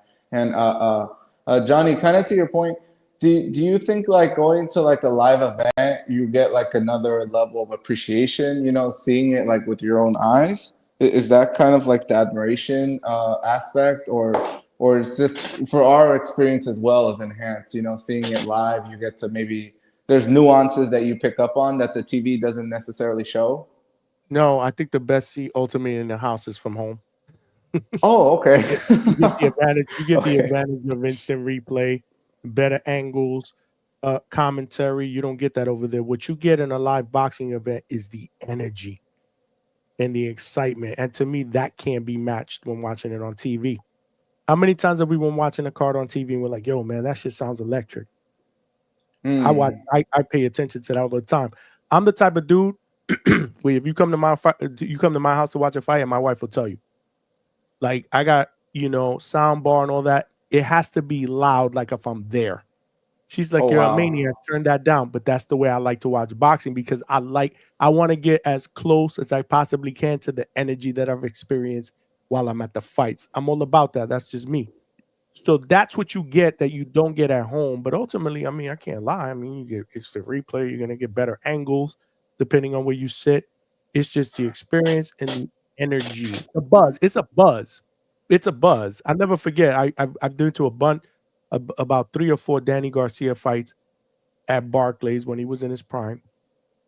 And we would hang out up in the and there was like a 40-40 club at Barclays Center. We would hang out there. We knew somebody that gave us VIP access. We would hang out up there. They had a bar. We would cool out. Nice. And but when it got like in the middle of the co-main event, and you start to make your way down to the seats, and then the main event and the anticipation and the buzz, it's just different, man. Yeah, it's hard to describe unless you're there. Now, those are big name fights, but I do prospect cards all the time. Caribbean Royale, those are just as good because these dudes come to fight. So you get really good scraps in those where the crowd is into it. Like those are you gotta try it, bro. You gotta get a ticket, bro. Johnny, listen, guys, Alberto, I'm sorry. I gotta run. It was great talking with you guys, though. I'm gonna go back to listening, okay? Appreciate you. Salute, Chad. That's Chad from Canada, y'all. Smash that like button. Johnny, have you ever been to like a stadium fight? Is it kind of like the same kind of deal, or because we have the Canelo and Terrence fight, and maybe that would be the fight that I can go to. I've never been to a stadium fight though. Every fight that I've been to has been in an indoor venue, an arena or a small venue. The smaller to me is always the better. Like Pro Box, when they were at Plant City, it was almost like it's not a club fight atmosphere. It's a step above that, but it's so intimate that you get that feel. It's loud. It's just, man, it's crazy. But no, I haven't been to a stadium. That would be pretty dope if you could do that, man. And get some feedback. That would be dope. Yeah, I think the tickets go on sale this Friday, so hopefully they're not, trying to charge an arm and a leg, and maybe see how that goes. Are you planning to go to that fight, Johnny, or? I'm not sure yet. I know the Boxing Voice was supposed to do a fight party. I'm not sure if I'm going to that. Might be more lucrative to do a stream at home, huh? Probably have a lot of traction and. Yeah, that's what I'm thinking. I think I'm gonna go live fight chat for that. Obviously, they're doing a fight party over there, so they won't be live. So I'm probably gonna go live for the Canelo and Crawford. We'll do that live fight chat together. Eddie Alvarez said, "I haven't seen you on TBV since the Ness meltdown." Nah, we good. Me and Ness are good. I mean, we've texted back and forth. I'm fine. It's just I'm busy, man. I'm trying to build stuff over here, and it's crazy because people have asked me like, "Yo, what happened?" I'm like, I wasn't really on there that often before that anyway. Maybe once a week, right, Alberto? Even on Marco's channel, they were asking me like, "Why you never go on TBV?" It's not that I don't want to; it's that I'm busy doing my own thing here. We're trying to build our own brand. Ness is making his money. We trying to make our own money here. This is a business for all of us. He knows the deal. Yeah, no, So, Johnny. Just to speak, yeah, I would see you on TBV like rarely. You were never really like as frequent as like, Tone's gonna be there every day. Marco will be there every morning. Yeah. And so yeah, there's no beef, guys. I don't know. Yeah. Maybe these guys don't know you have a day job, and so See, that's the problem. These guys that jump on in the morning, Tone, Marco, and Round One, all these guys, I don't know. I guess they don't have. I mean, obviously Marco doesn't, and Tone does. They don't have day jobs. I do. So I listen, and sometimes I engage in the chat here and there, but I can't jump on like that because I have a job. When you did see me, there were times that I would jump on in the morning. That means I, had a long break, or maybe I was working a half a day, or whatever it was. I would jump on here and there in the day. But where most people saw me was in the evening shows. Like when I first started coming on, it was the evening shows because I had the evenings free. But y'all got to remember, when I first started doing that, I wasn't doing lives. Right. So once I started doing lives in December, I'm concentrating on my own thing. I'm getting ready for interviews, preparing questions. I don't really want to go on there, jump on mine. Like I feel like I need to prepare. So I would jump on here and there because, it's fun. And I want to make sure that the community knows I'm alive. And, because people, shout out to the Boxing Voice community. They're always showing me love. Yo, where are you, man? We want to see you. So I'll come out and show my face and be like, yeah, I'm here. What's up? And have a good time. But no, it had nothing to do with that blow up that me and him had. I mean, it is what it is. He's had that with all of us. I mean, we spoke about that and we moved on. It's just I'm doing my own thing. You'll see me on there one day, I guess. One day, but right now building the Hangout Spot brand and getting this to the next level is really what I want to concentrate on. And I gotta focus on it, and we gotta work and we gotta make it happen. Yeah, no, well said, Johnny. I think a lot of these guys too, it's kind of like, they like to play into the drama and for our, their own entertainment. Yeah, and I regret that even happened because that's really not me, and a different side of me came out. But it happened. But you move on. You move on, and you make sure that you do your best, not put yourself in a position to let that happen again, because that's not what I want people to take me as. This is a chill spot here. This is a chill spot. We got the boxing kangaroo up in the building. Good day, mate, from the down under. There we go. Look, Alberto.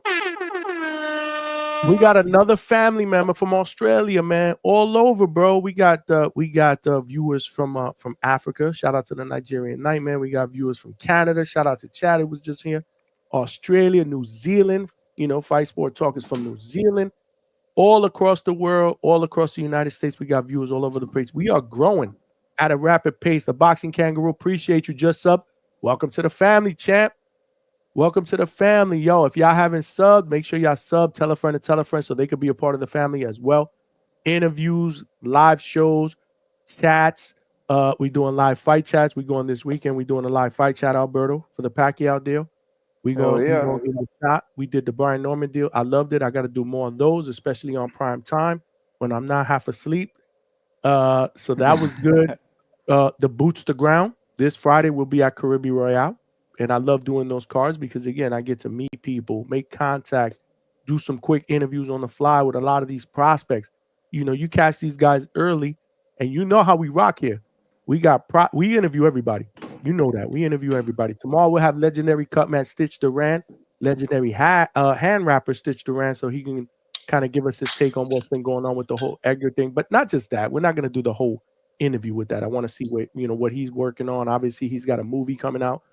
So I Really? Is it a movie or is it a book? I think is it a book? Or maybe I'm confusing him with Christy Martin. Christy Martin got the biopic that's coming out later this year. No, I think it's a book. No, I'm sorry, it's a documentary. Docuseries, yeah. Yeah, it's a documentary. My bad. So we're gonna talk to him about that. Obviously, get an update on where that stands as well, because Stitch Duran is family here at the Hangout spot. So it's not just gonna be that. We'll talk about a lot of other things. We will be prepared. But this is where it's at. Boost the ground, baby. At the Hangout spot, man. But appreciate you subbing Boxing Kangaroo. Welcome to the family. But yeah, man, great weekend of boxing. Can I hit the link, bro? Yeah, come on in. If you wanna jump in, we're taking calls. I pinned the link on the chat. You are more than welcome to jump in and give us your take on whatever it is you want to talk about that's going down this weekend. I know the topic was Usyk and Dubois part 2, but we got so much boxing. Like, we don't stick to the topic, bro. We don't stick to the topic. Alberto, you've been a great host.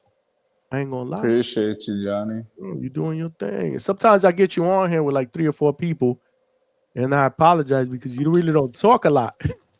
Nah, I like to. We're drowning them out. I want to get them to talk, but we're drowning them out. Nah, it's all good, Johnny. Playing my part. That's all I'm doing.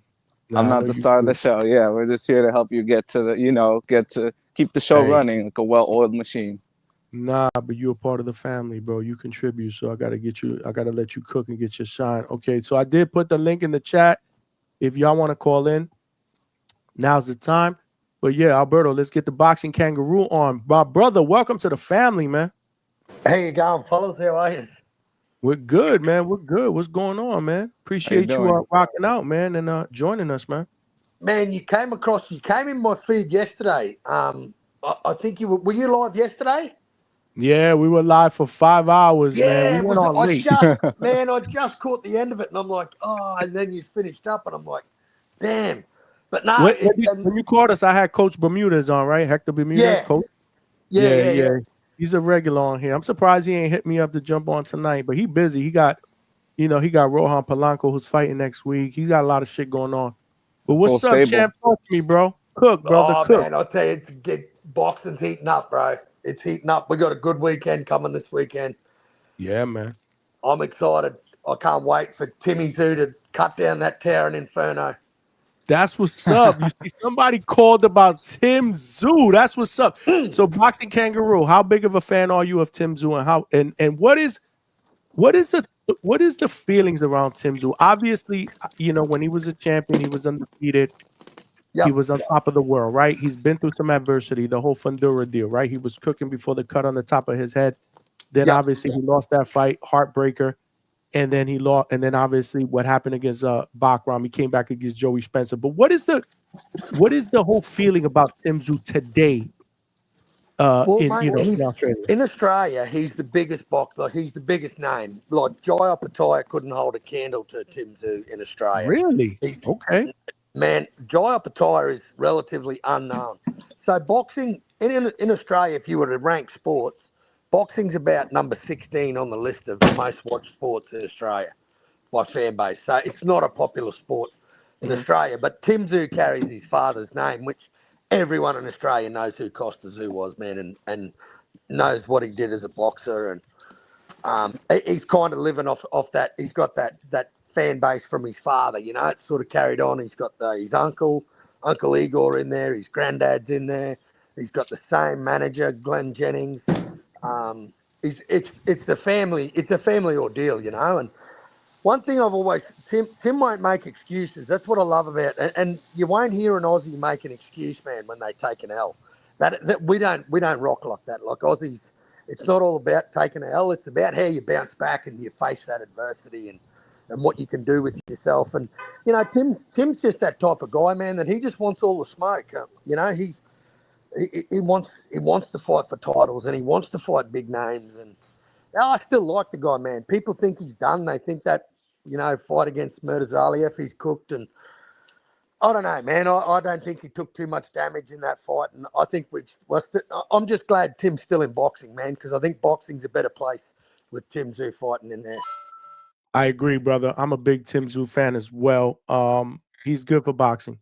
I was a big fan of his dad because I'm an older dude, so I'm old school. I go back with his dad, Casa Tszyu, a legend in the sport. Yeah, man. No, I think boxing is better with him in it, but it's good to get your perspective because the whole Jai Opetaia thing is kind of, that was a little bit surprising, but I also get it as well.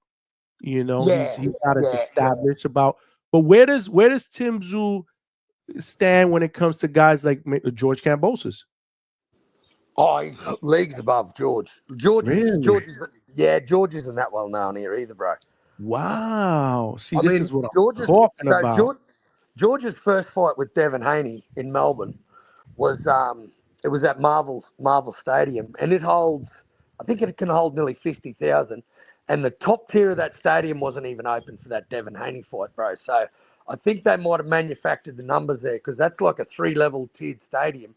And the top row was closed off. There was no one up there.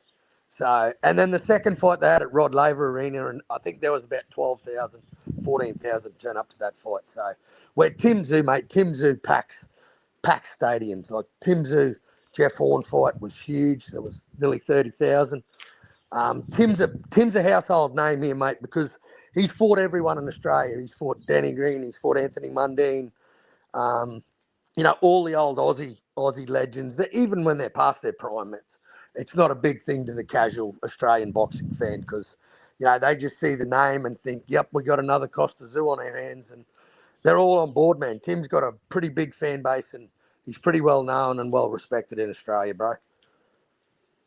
That's what's up, man. That's what's up. Listen, I'm looking forward to this fight because man, I just wish we would have seen that fight play out without the cut on top of the head because that changed the entire trajectory of the fight to me. Tim Tszyu was cooking that first round and a half until that happened. And then obviously, it's unfortunate he didn't quit. He continued to fight through that. I actually had Stitch Duran, legendary cut man. In fact, we're gonna have him on tomorrow night as well. So make sure you tune in 9 p.m. Eastern Standard Time. We got Stitch Duran in the building because he's also an expert hand rapper. And I want to get his whole perspective of all the shit that's going down with Shiraz's hand rap. But anyway, I don't want to digress. But he said, I remember him saying that if he was the cut man, he would have probably pushed for that fight to get stopped because it was in a spot where the blood vessel wasn't going to allow anybody to stop the bleeding. It was an artery, Yeah, it was an artery, so it was going to continue to come down, and obviously it affected him. Shout out to Fundura. He did his thing. Shout out to Tim Tszyu for showing heart and staying in that fight. But I just wish it would have played out without the cut. So now we get to see it without the cut. I just hope that we see the same Tim Tszyu that we saw that first round in this fight. Yeah, I couldn't agree more, Johnny. And good on Samson Lukowicz and Fundora, Sebastian Fundora, for even taking this fight, taking the rematch on a handshake deal. That's all it was at the end of the day. It wasn't set in stone. It wasn't in the contract. It was a verbal thing. They shook on it. And yeah, Samson was a man of his word. So I think it's great we got the rematch, man. I actually heard an interview with Stitch Duran the very next day of that fight. And I didn't even know, it wasn't until this cut happened, bro, that I didn't know that your cut man was allowed to approach the doctor and say, hey, can you have a look at my guy? I don't think he can continue. I didn't know the cut man was allowed to do that. I thought it had to be the doctor come in and intervene. No. Well, boxing.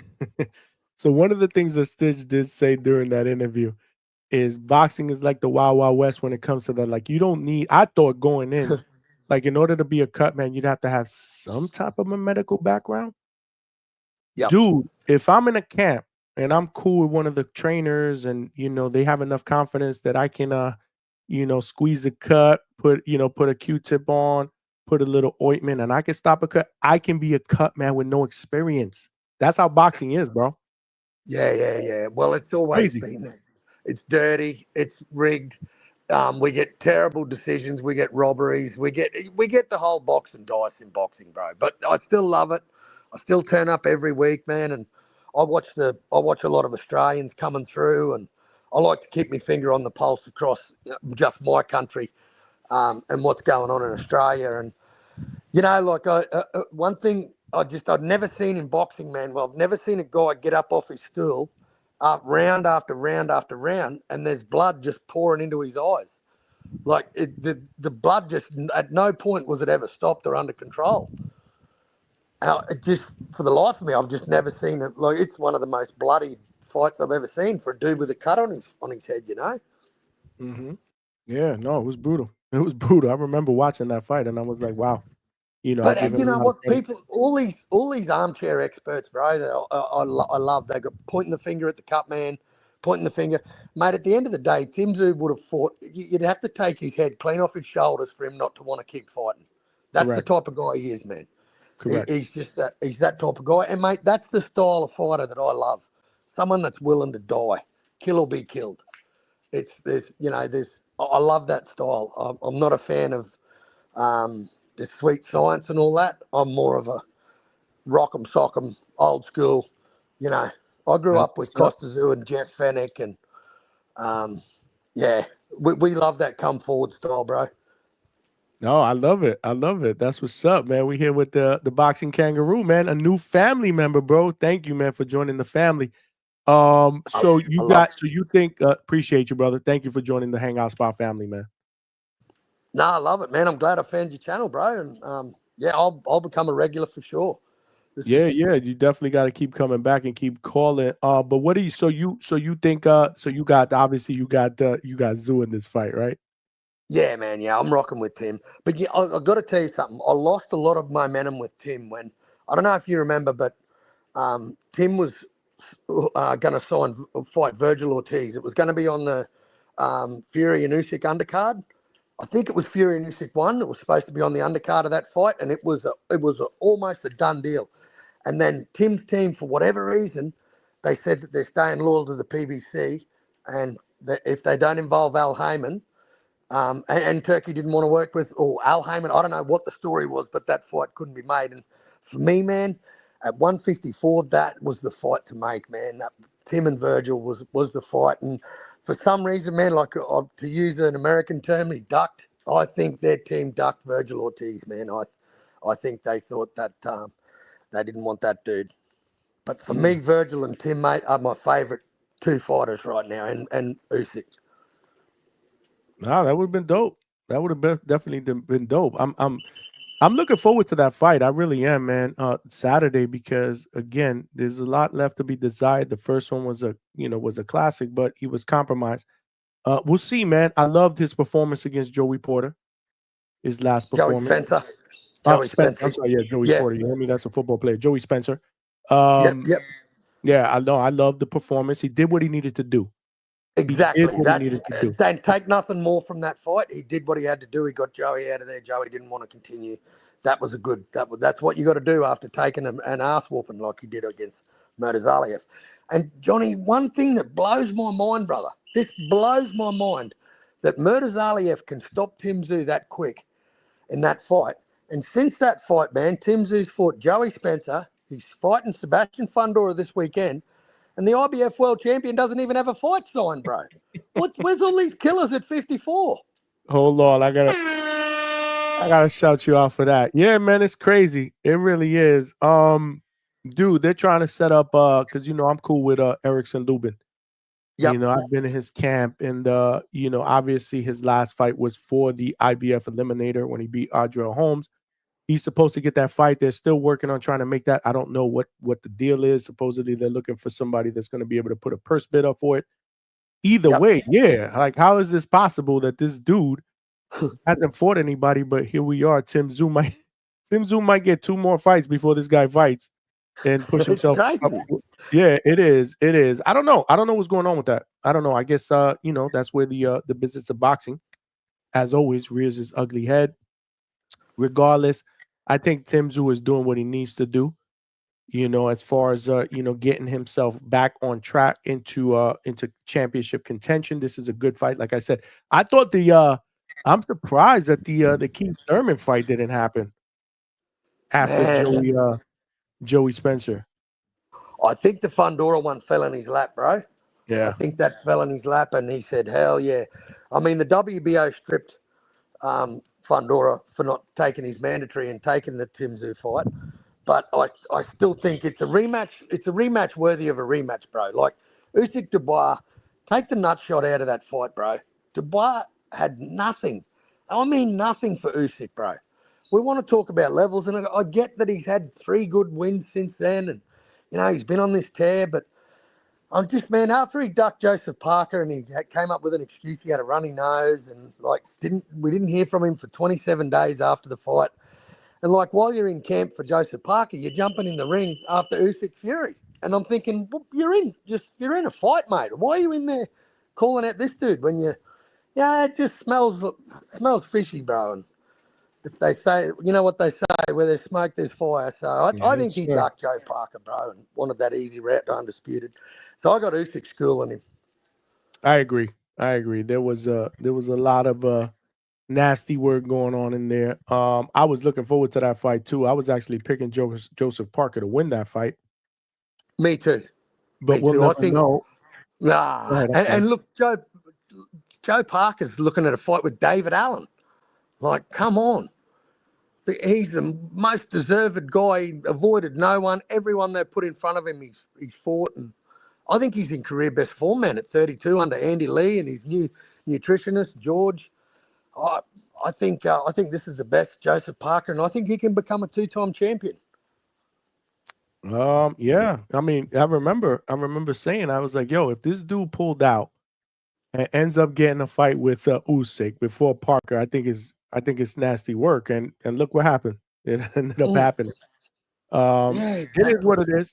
Yeah. I mean, you know, again, it's the sport. Hey, we watch it every week, bro. We analyze it, we watch it, we talk about it. We know about the game. For sure. I got a question from one of our panel members, Chad from Canada.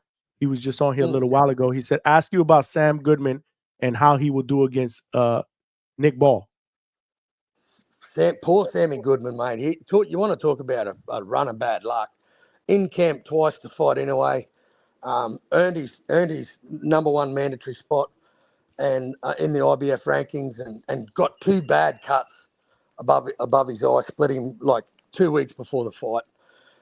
Sammy Goodman, a hell of a boxer, man. Really, really pillow-fisted, got great footwork. And I think mini Mike Tyson, white chocolate Nick Ball, I think that dude's going to be too much for him. I think Nick will stop him. Okay. I think he's moving up too. I think Sam's moving up, isn't he? Is he? I'm pretty sure. Yeah. I think he's moving up, man. Yeah. So I love Sammy. He's fundamentally sound, but just doesn't have any power in his hands. The poor bugger, he just can't. And a guy like Nick Ball, I don't think he'll phase him, and Nick will walk through his best shot and absolutely lights out. I know that Nick Ball's got to be a style that you like to watch, right? Love him, Johnny. Love him. And he's such a little dude, man. I love these little dudes that can crack. He's like a little bowling ball. I call him a little bowling ball. Yep. And, man, even Tank, like, as disappointed as I am in Tank, I still love watching him knock people out, bro. He's still got that one punch that can, just change a fight. He's got that heavyweight bonus that a lot of little dudes don't have, man. He can stop you with one punch. And while it's a shame why we haven't seen him, he's been at lightweight for 5 years and never fought a top 5 contender, we may never see the best Tank. But after that Pedraza win in 2017, bro, I thought that little bastard was going to go on a tear and start ripping through these divisions. Yeah. No, I get it, man. Listen, Tank is the most, what's the word that I want to use with Tank? So much there left to be desired for me personally, man. Right? You would think at this point in his career, 30 years old, he's unified. He's fought at least, two of the 4 names that have been linked to him, and I mean Shakur, T.O., Devin. And here we are. We're still like, are we going to get a Shakur fight? We don't even know if we're going to get the Roach rematch. Supposedly it was a done deal. Now it's not a done deal. I don't even know what the hell happens with that. it's just I don't know, man. It's just question mark after question mark with this guy, which is crazy because he's mega entertaining. He's talented, but he's not testing himself against the best that the division has to offer. You know what I mean? 100%, bro. And even his fan base, like his numbers are dwindling, bro. You know, the guy's numbers are dwindling. People, even the casuals are starting to cotton on to what we're saying and like, oh, well, maybe this guy he's fighting isn't that good, you know? So he's just going to be the case of who could he have ever been, man? He could have been one of the greatest lightweights we'd ever seen, but we'll just never know. Like the Loma fight, man. For me, that Loma Tank was just so many intangibles in that fight, 5 years ago, that I thought this would be brilliant seeing Tank and Loma. Absolutely brilliant. But for whatever reason, Tank said Floyd's trying to get him killed or whatever. I don't know. But for some reason, we just never got that fight. We never got a lot of fights. And for arguably guys that talk about them, they call themselves the modern day Four Kings. These motherfucking Four Kings that we grew up with, they fought everyone. They fought each other 100 times. What are we talking about? Nah, for real, man. Yeah, Absolutely. so it just disappoints me, man, as a fan. When I love seeing guys test themselves, and I've always said, man, it's legacy over the almighty dollar, because once you got that legendary resume, the money just comes, bro. The money just comes. You build up a beautiful resume, man, and you start knocking belts off and conquering divisions. You just start, people just, they want to watch you fight. For sure. For sure. Absolutely, bro. You cooking right now. What is the so tell me what word on the street? What are people saying out there about potentially what's next for Kambosos? Is he done? I honestly think we're going to have a Liam Paro, George Kambosos All Australian fight here in my hometown. They'll probably get 20, 30,000 people there. I think it's a good fight, man. I think Liam Paro beats Kambosos, but you know what, mate? I respect the shit out of George, and people can say what they want about that dude, but man, he never avoided anyone. Never avoided one fight. Like, he just and win or lose, man. It's, to the Aussies, mate. Losing's not. It doesn't mean just take your bat and ball and go home and forget about that fighter, man. Watch what this dude can do now. Watch what they can do as a comeback, man. Because trust me, sometimes the comeback is better than their time at the top, bro. So, right. But I think George is done, man. I think he's.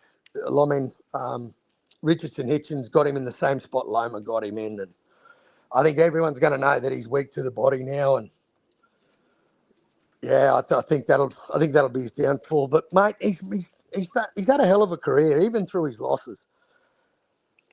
I mean, he really threw a spanner in the Teofimo Lopez. Man, he really unraveled Teofimo, man, and it played out in front of all of us. Yeah, no, I mean that was a hell of a moment. You can't question George Kambosos as a warrior, man. He's a warrior and what he's accomplished. I mean, I get it. No, I totally get it. I just don't know if how much he has left in the tank. That's why I'm asking you, like, what is word out there in the street? Will he come back? I actually like that fight against Leon Paro. For the Australia as well. I love me some Leon Paro, man. Yeah, I'm a big. Well, Liam's from 4 hours from where I live. He grew up 4 hours away from where I am in a town called Mackay. So I got a soft spot for Liam, man. And when he beat Matthias, I thought he would smoke Richardson Hitchens, bro. I thought he'd absolutely smoke him. But yeah, he kind of got like what Devin did to Kambosos, man. It kind of felt like that all over again for me, I was on this George Kambosos hype train going, yeah, he's going to knock Devin out. And then, man, he got beaten with 87 jabs and 26 clinches. Yeah, no. Were you at any of those fights?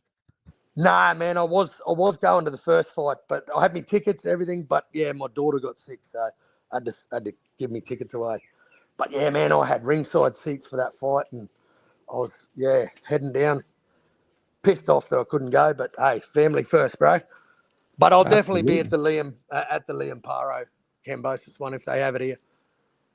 It's still a Absolutely. good fight, man. You know? Yeah, no, I think it's a good fight. Absolutely. Why not? Yeah, why Yeah, not do that? George has only been stopped to the. It's not like George has taken a beating and can't talk properly, bro. You know, like it's one thing I love about him, man. The only time Loma was the first cat to ever stop him, and then Hitchinson, he stopped him too. But it's one thing I love about George, man. Even through his defeats, no one knocked him out, bro. It took one of the, best amateurs in boxing history by Vasily Lomachenko to get a stoppage over him. So I still got respect for him, man. I respect anyone that gets in there, bro. I tell you, there's a young Cook Island guy. He fought in the Olympics. He lost to Jalalov in the Olympics, just gone. His name's Terra He's a Cook Islander, Australian, 7-0, 7 knockouts. He's had 4 fights since December.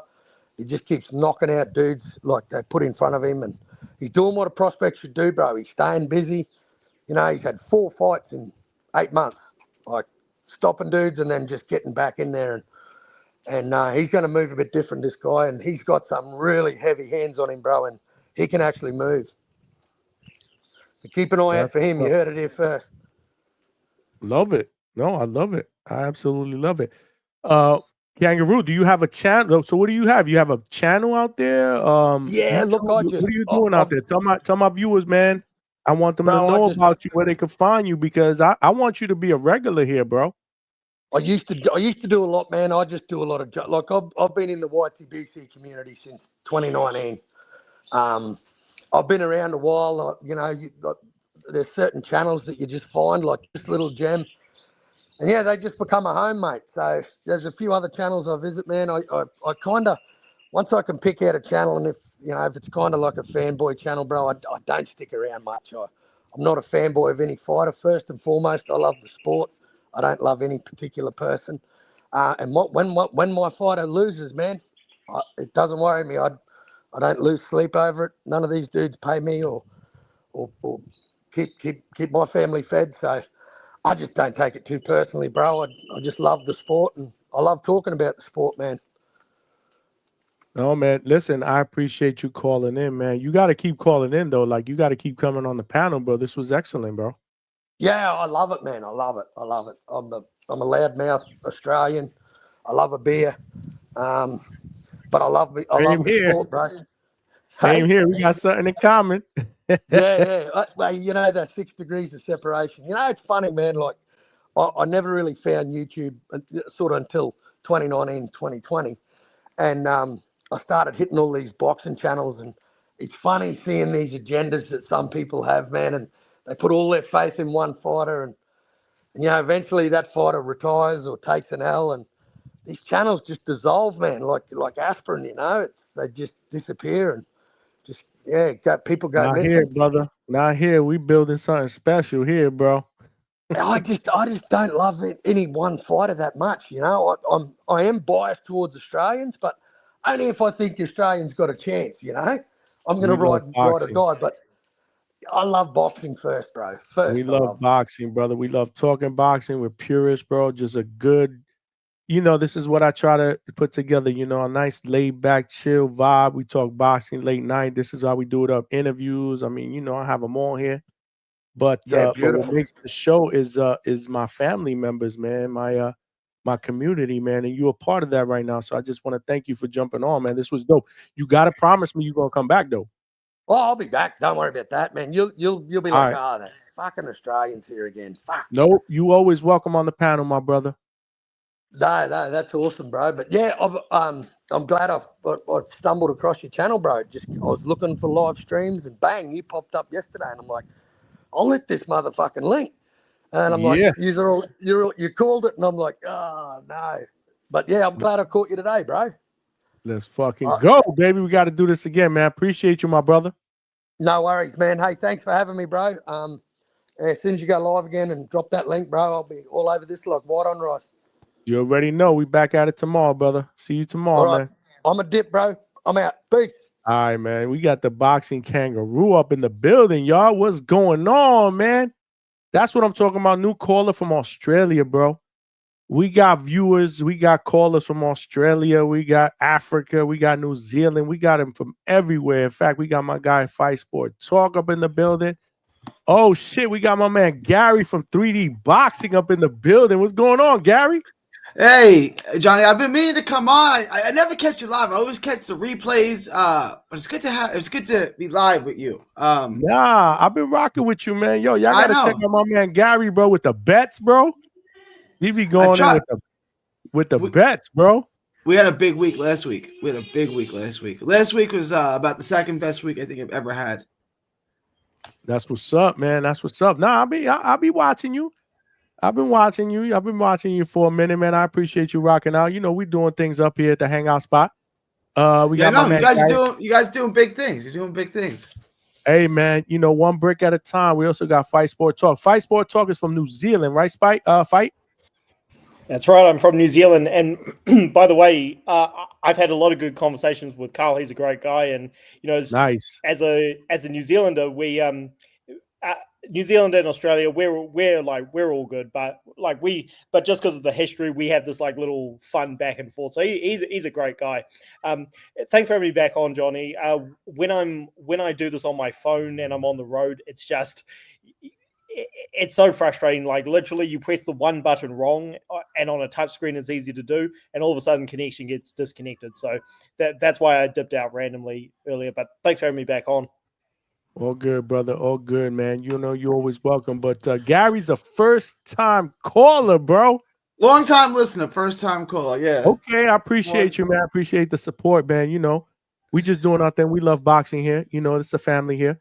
And a community, but talk to me, man. What's going on, man? The floor is yours, man. You know the topic. There's a lot of boxing going on this weekend. Talk to me, brother. Yeah, first with the heavyweights, I can't see. Look, Dubois was an inch away from becoming heavyweight champion, right? Like it was right on the belt line. That being said, how many rounds did he win in that fight? None. Oh, no. Listen, yeah. Usyk cooked in that fight. Absolutely cooked in that fight. I saw it again today. I actually saw it again today before the show. Yeah. You know, because I knew that we were going to talk about that. Yeah. He cooked in that fight. So he got stopped and he won no rounds. How much adjustments can he really make to win? And I get it. He was literally an inch away from being heavyweight champion of the world. Got it. Check. Right. He lost every round and got stopped. How's he going to make enough adjustments to really win the fight? So before I answer that question, go ahead, Fight. I'm sorry. Go ahead, Fight.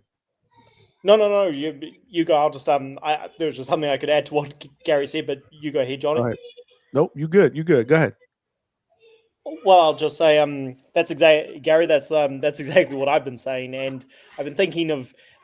I haven't done videos on this on my channel because I thought when you get down to it, Dubois, he actually hasn't made improvements since the first fight.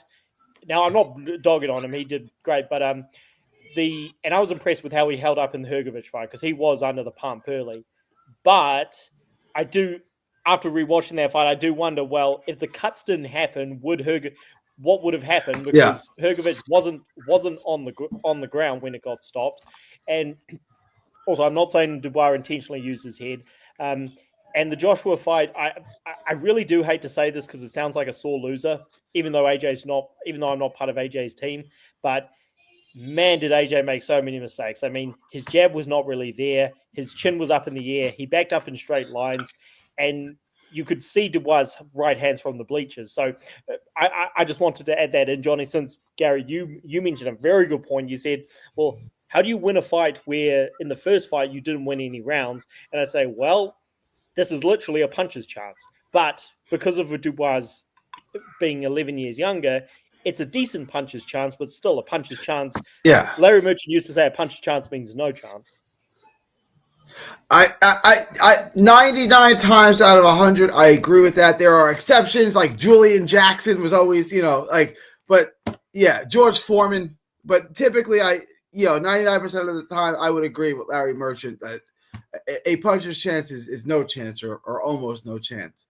I like Dubois. Dubois was my prospect of the year back in 2019, I think it was, when he beat Gorman, when he destroyed Gorman. I like Dubois. I just think Usyk is a special fighter. And because he's from the Ukraine, which doesn't have a huge natural fan base in the U.S., right? It's not Russia. It's not Poland.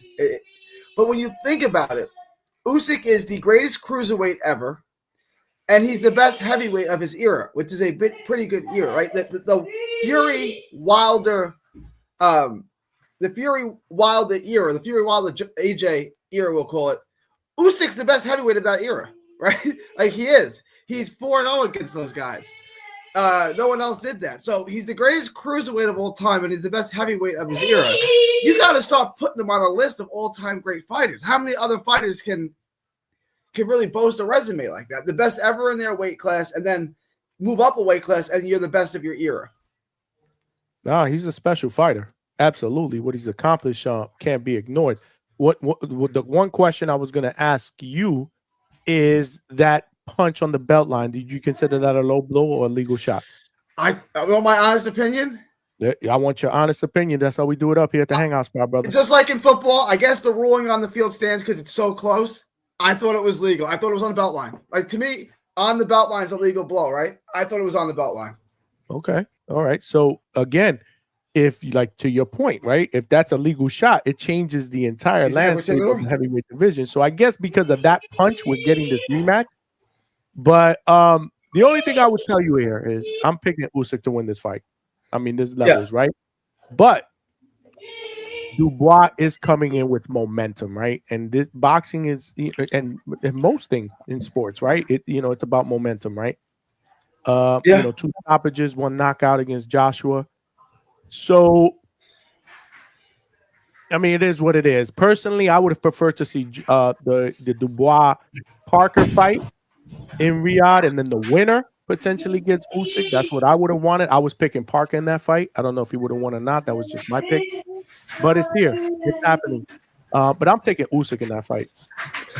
Did you guys think the punch was legal, or did you think it was low?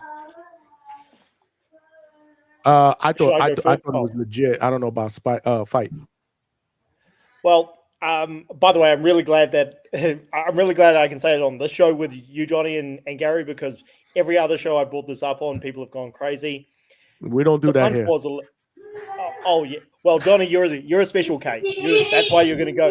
That's why you're going to change the game. The punch was low. Now, if I could just shout out a channel that broke this down, a guy called Hatman who's been doing this for a long time. If I could just shout him out, because I didn't make my channel back then during the first fight, but it's okay. If you look at the two, and here I'll just bullet point this shit quickly. If you look at the two facing off, you could clearly see Usyk's belly button was showing. So his shorts were not high, which is something which Dubois' team have been saying because they want to fool people. But Usyk's trunks were not high, and the punch did land. Also, the referee, who was hit and miss, Louis Pabon, has had some good calls and some bad calls. He clearly touched the waistbands, and he said anything there or below that is low. So a punch on the waistband is low. And this punch, if you look at the photo, which was square on where it landed, it did land slightly below the middle part of the waistband, and you can see with the way Dubois' fist is traveling upwards. So I do agree. Usyk's reaction did look a bit odd at first, but that being said, getting hit low is getting hit low. So I'm not saying that Dubois intentionally wronged him, but you asked the question, Gary. The punch was low, and Usyk didn't do anything wrong. So I just wanted to say that. The only thing I would say about that is, and I trust me, we actually paused it yesterday. We were talking about that. I had Coach Hector Mabunas in the building as well. It came up, right? So when it hit him, the only thing that I would say maybe was the case was, since it hit the top of the cup, maybe impact going as an uppercut brought the cup into the the private part, or whatever the hell you want to call it. I don't know, man. Everybody's gonna think of it, have a difference of opinion. I thought it was legal. I love the fact that Fight thinks it wasn't. It was low. There was some people in the chat that said it was below the wording on the trunks, and maybe the trunks were a little bit high. I don't know. Everybody's gonna have a difference of opinion in it, but it's just funny how that one little moment in that fight is realistically why we're having this rematch. Because if it wasn't for that, we wouldn't be having this rematch. Because other than that, to Gary's point, it was decisive. The first fight. Well, which is why I was hoping, and I knew this wasn't going to happen because Parker's not a trash talker and everything, but I was hoping Parker was going to get the Usyk fight after Dubois pulled out, but of course they set the rematch up. And also I don't blame anybody for saying, well, that looks a little odd, because borderline shots, which is what that was. That was not square in the cup. That was low, but again, not people think low, they think, oh, it has to be in the nuts. Anybody who's competed with in a contact sport with groin guards, which I have, there are lots of times where sorry if this sounds a little weird, but if that thing moves the wrong way, then trust me, your jewels are going to feel it. I know that sounds weird, but it's very true. No, because there's a joke. I forgot who said it, and it was a stand-up show. They was like, you can't even graze the nuts. Exactly. I forgot who said it. Somebody said it. Might have been Chris Rock or somebody, but you can't even graze on it. So I get it, but I don't know, man. It was borderline, man. And I guess we're all, not just us three on the panel or whatever, we're all gonna agree to disagree on that. But the good thing is we get to see it again, and hopefully it doesn't deter Dubois from hitting the body. Right? He's gotta be able to slow Usyk down and hit to the body. But I don't know. I don't really see anything different other than that blow. I don't really see how Dubois wins this fight. I really don't. Well, I don't think there's really much of a chance for him to win, because Usyk, it's not just that. And by the way, Gary, I agree with you. I broke this down on my channel after the Fury rematch. His cruiserweight resume is the best ever. But heavyweights, in my opinion, he's already up there at the top 10 greatest. And I agree. But his style is actually. I know this word shouldn't be used in sports, but it literally almost is perfect. So Dubois' ability to win is his power and the body. Although people say Usyk's soft to the body, I mean, if you want to say there's a vulnerability there, okay, but Usyk's literally had almost 395. It's not 490. 395. That's amateur, pro. And he's literally never been knocked out in any of them. So, I mean, Dubois got the power, but the likelihood, it's like, well, I don't think there's my... Dubois got a really good chance in terms of his power, but in terms of keeping up with him, I mean, I thought AJ was a more dangerous challenge in terms of boxing and then enforcing his will on Usyk. Dubois, to me, he has to try and do what Chisora did and just go balls to the wall from the first round. What you got, Gary? No, I tend to agree. There's not much of a chance.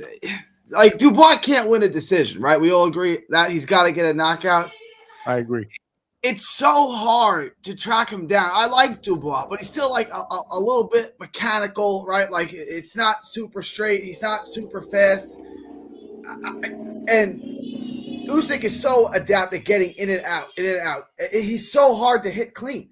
Right. Fury got him clean, couldn't finish it, right? Like, he's just been like, right. Other than that, at the heavyweight division, you don't see him getting hit clean all that often.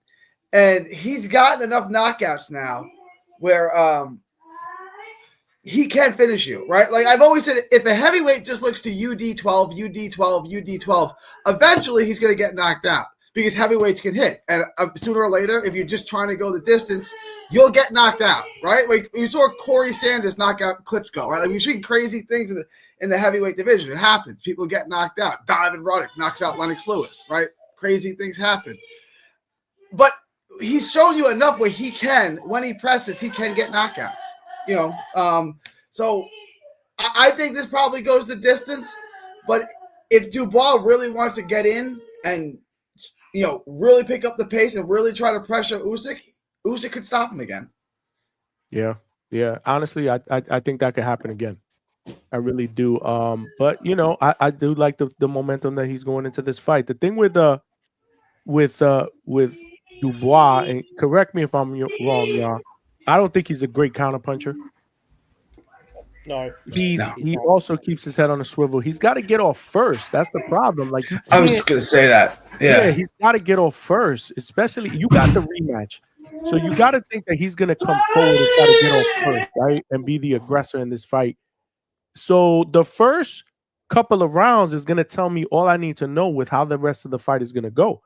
I watched the first fight again today because it had been a while since I've seen it. Obviously, the last one was a couple years ago. And yeah, I walked away from that before the show started. Like, man, unless Dubois hurts him, I don't see him winning this fight. But hey, man, I also didn't see Edgar Berlanga getting destroyed like that. You know, I could be wrong. Well, I had Johnny says boxing on my channel up to that fight, and I thought Siraj was going to destroy him. I wasn't expecting that quick, but I had Siraj. Oh. Yeah, I've never been on the Berlanga band. Not when he was knocking everyone out in the bubble on the ESPN. Sure, like, you know, I've just never been a fan of Berlanga. I got it. No, I absolutely got it. You know, there's a little bit. You're a New York guy, right? Yeah. I actually know him. That's why, you know, we have a Okay. little bit of personal. I've actually been in his training camp before. You know, I've spent time with him. Good dude. So yeah, you know, I was pulling for him. I didn't think he would get stopped though. Like if they would have told me he would have lost by decision because Shiraz would have outboxed him, that's what I would have been like. All right, I see that. But damn, the way he got stopped. Either way, you know, it happened. But it was still a good night of boxing, bro. It was still a good night of boxing. How did you do with your predictions across the board? I had Katie Taylor by decision. I had Siraj by knockout. Last week was one of the best weeks I've had. Yeah. So what you're telling my viewers is they got to freaking follow you if they want to make some money. And I would advise that. I'd recommend that. It's 3D Boxing, 3D Boxing blog on YouTube and all forms of social media. Check me out. Gary, I'm definitely going to subscribe to your channel. I just gave you a sub too. I just subbed to your channel while you were talking. Dope. Thank you, brother. I will check it out. 3D Boxing, and now I am going to have to head off, but I really enjoyed the chat, guys. And yeah, Gary, I'll check you out. Yeah, Johnny, peace out, and yeah, you're doing great things, man. Keep it up. Right, you always welcome, my brother. You family, man. There goes our brother, Fight Sport Talk. We here with Gary at 3D Boxing, making his Hangout spot debut, my brother. Appreciate you. Appreciate you coming on. Like I said, I've been following you for quite a little bit. Let me just read this. And we got a $2 super chat from Wax. I appreciate you, my brother.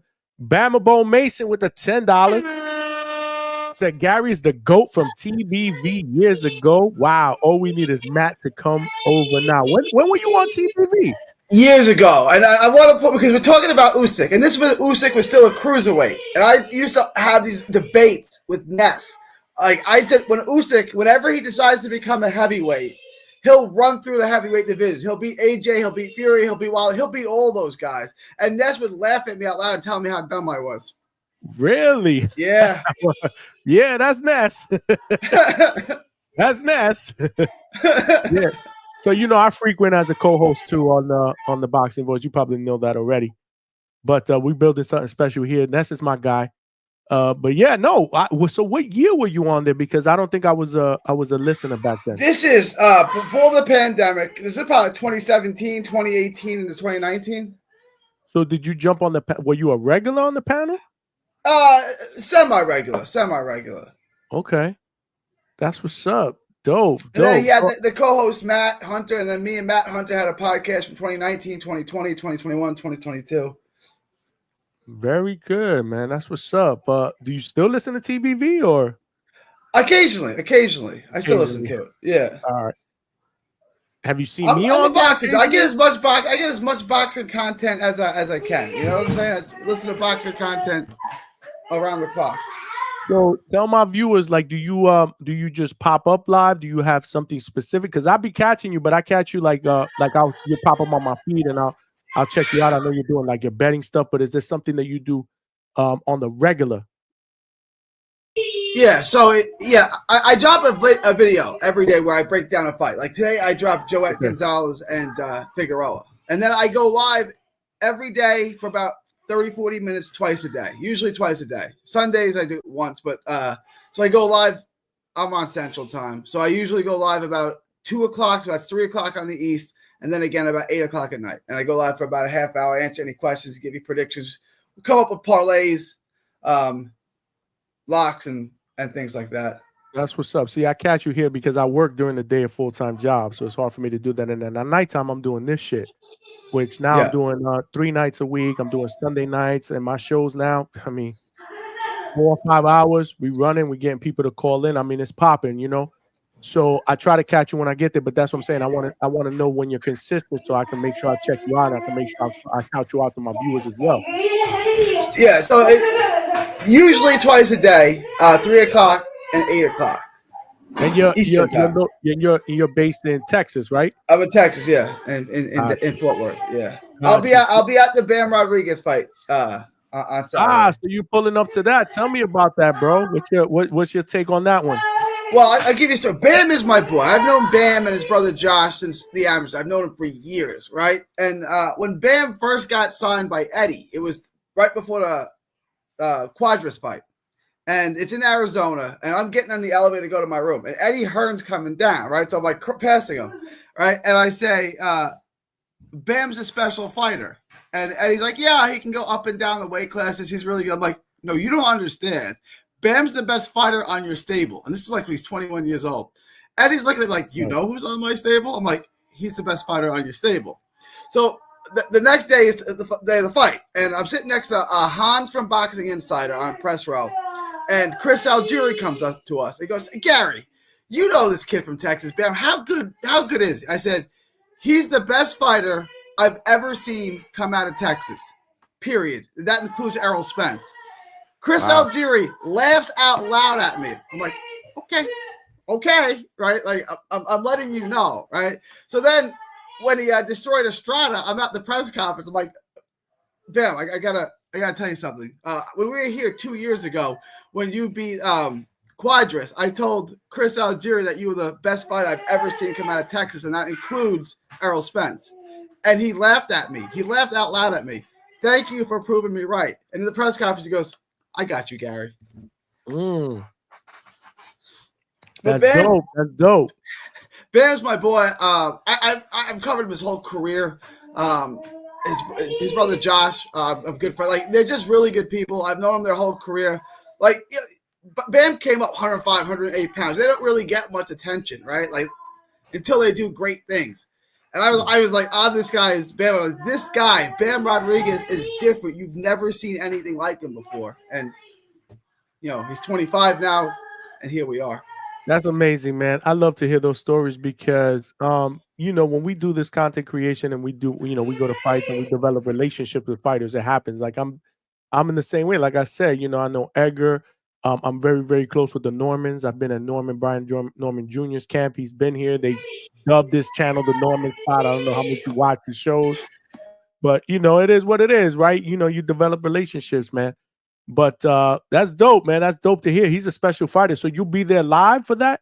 I'll be there live. I've been not his last one, but I've been live at every one of his fights going back to, I mean, where he's like 3-0, 4. He fought in Floresville, which is a little town outside of San Antonio, in a club in front of 500 people. I was at that. I've been at all of Bam's fights, like going back to the beginning. But yeah, I'll be there for sure. That's amazing, man. We got Gary from 3D Boxing. Make sure y'all follow my brother, Gary. We got Curtis Robinson with the $5. So Johnny, they say Shiraz's hand wrap was exposed. What do you think, bruh? I don't know what I'm hearing this though. I didn't see. They said he was stacking. Is this true? Yeah. There's been a story that's been out for about at least 24 to 48 hours. A lot of screenshots. Obviously, Edgar Berlanga's wife came out and she put a post out saying that her husband was cheated. There's just a lot of talk about it. I don't really, man, what can I say? Well, I will tell you tomorrow night at 9 p.m. or tonight, actually, because we're after midnight, I got legendary cutman Stitch Duran, who's also an expert hand wrapper. So he's going to be on the show, and I want him to give me his take on what he saw, right? Because they put pictures of it. So Shiraz never took his left hand wrap off. Have you seen pictures of that? I've seen that, yeah. All right, so let me show you something. Actually, make sure y'all smash that like button and help us with the visibility of the show. Subscribe to the channel. We are moving. Let me see if I can find this. I want to show you something, Gary. We got Gary from 3D Boxing here. Because Edgar's wife put something out, and there's some screenshots and all this other stuff. Let me find it. But let everybody know where they can find you, Gary. In the meantime, while I'm looking for this. Yeah, it's 3D Boxing Blog. It's on YouTube. I'm on Instagram, Twitter, 3D Boxing Blog. Follow me all on social media. Like I said, I go live usually twice a day. This week's gonna be a little different because I got Bam's press conference tomorrow, so this week will be a little different. But typically Monday through Friday, I go live at 3 o'clock and 8 o'clock, and then Saturday I go live after the fights. If there's fights in the UK, I'll go live after them. Now I'll go live after the fights in the US, and then Sunday I usually go live once a day. So Monday through Friday. At 3 and 8 Eastern, generally. Dope. Appreciate you, Curtis Robinson, my brother, with the $5. Let me show you something. Let me share my screen here. So this is an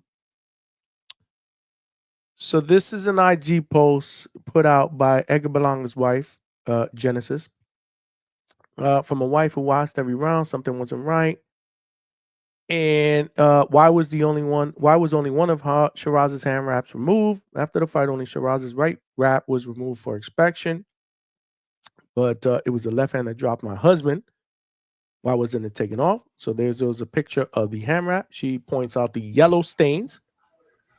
She says, cast-like wrap, something doesn't add up.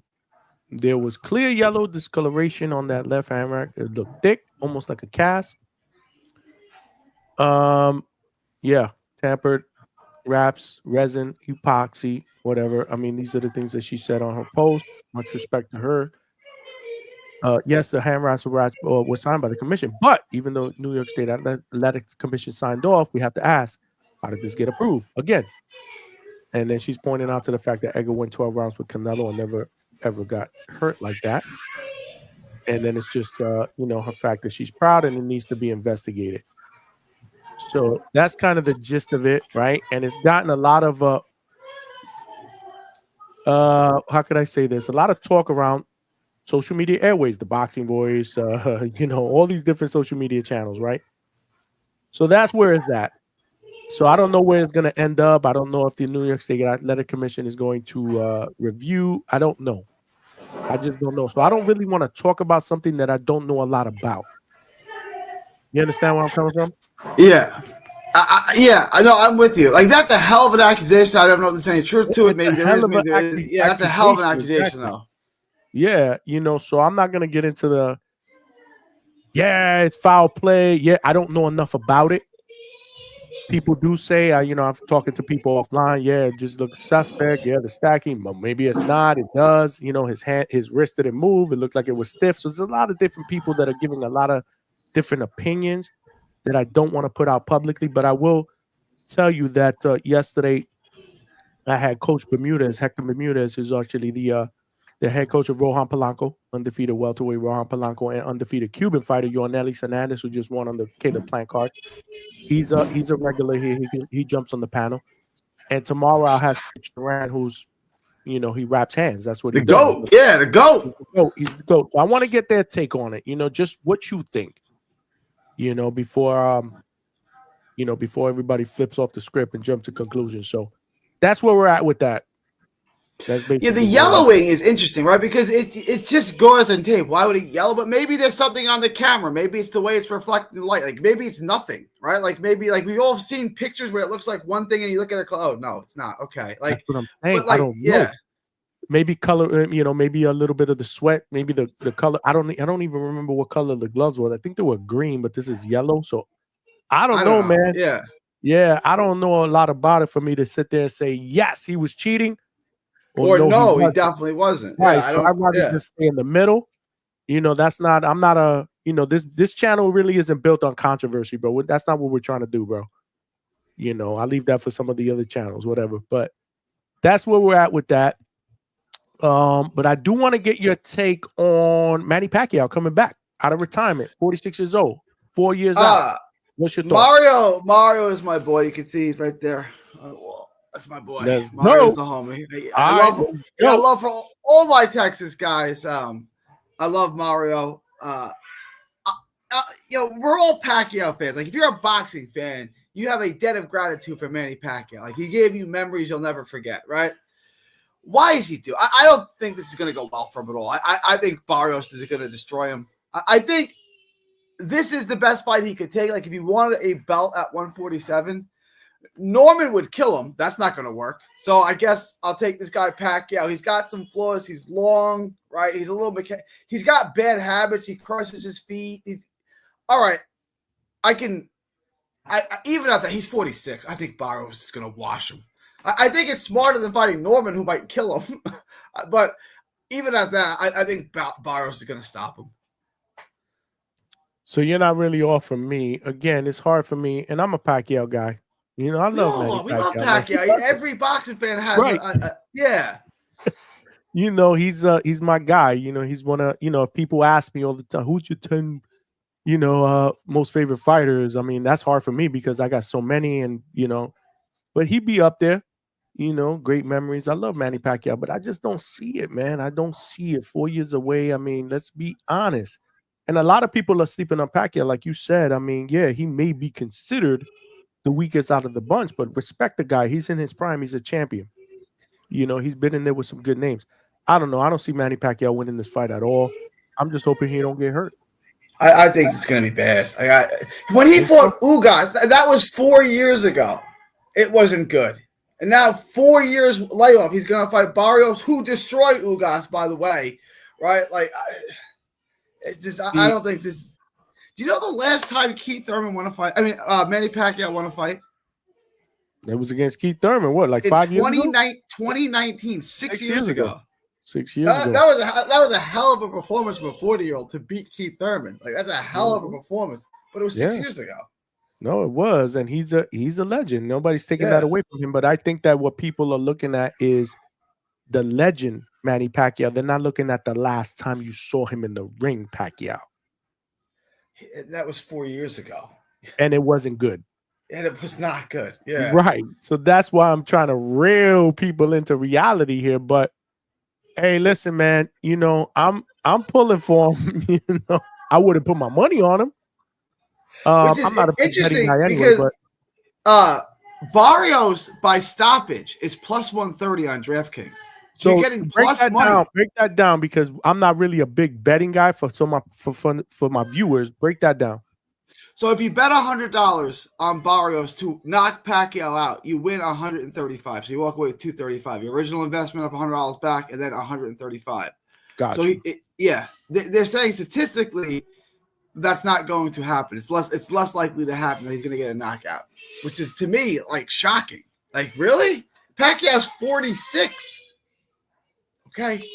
It's the status, the legendary status. Like my guy Curtis Robinson said, Thurman won the second half of that fight. And it was 6 years ago, right? So like when I'm reviewing my tape, I don't even go back to fight 6 years ago because they're irrelevant. It's 6 years ago. Manny definitely did. He definitely cooked early in that fight. Obviously, he knocked Thurman down. I get it. This is what I'm saying, though. For my viewers, I don't have an issue with what we're gonna see the first 4 rounds. My thing is, what we're gonna see if we go into the latter rounds with Manny. He relies on his foot, his footwork, his his hand speed. I don't know. I'm not buying in, but I'll be watching. You're a football fan, right? Yeah, absolutely. I want to put this in perspective. When that fight happened, when Pacquiao beat Thurman, Jaden Daniels, the Rookie of the Year, was in high school. That's how long ago that was, right? Like, I want you to think about that. Like, it's 6 years ago. That's the last time he won a fight. It's crazy. It's crazy. No, I get it, man. It's crazy. And then you look at him though, right? Because of course they're gonna show all these little clips of him shadow boxing and hitting the. He looks good, yeah, but that's different. It's completely different. And again, like different. I like Barrios. I know him well, and he's flawed. Like, I'm not being a homie here. I get all the flaws. You keeping it a buck. I appreciate that absolutely. That being said, he's 30. Pacquiao's 40. Pacquiao's old enough to be his father. And Barrios, he's not old, he's 30, but he's not a spring chicken either. He's 30. He's at the peak of his career, right? Like, yeah. And Pacquiao's old enough to be his father. It's like, this is probably not going to go well for Pacquiao. Man, I don't know. Again, man, it's gonna be good. I mean, for me, just to see, Pacquiao in the ring again and them announcing his name and legend and former how many division champ, it's gonna be dope. I just hope that once the bell rings, we don't see anything crazy, man, because it'd be a shame, to see the lasting impression of Pacquiao, getting seriously hurt. But we'll see what happens. How do you feel about the co-main? Tim Tszyu against Sebastian, the rematch. This is tough. So I picked Tszyu. I thought Tszyu was doing well before the cut. Mm-hmm. And then the cut obviously hampered him. I'm leaning towards Tszyu, but I don't have a ton of confidence in that pick. Okay.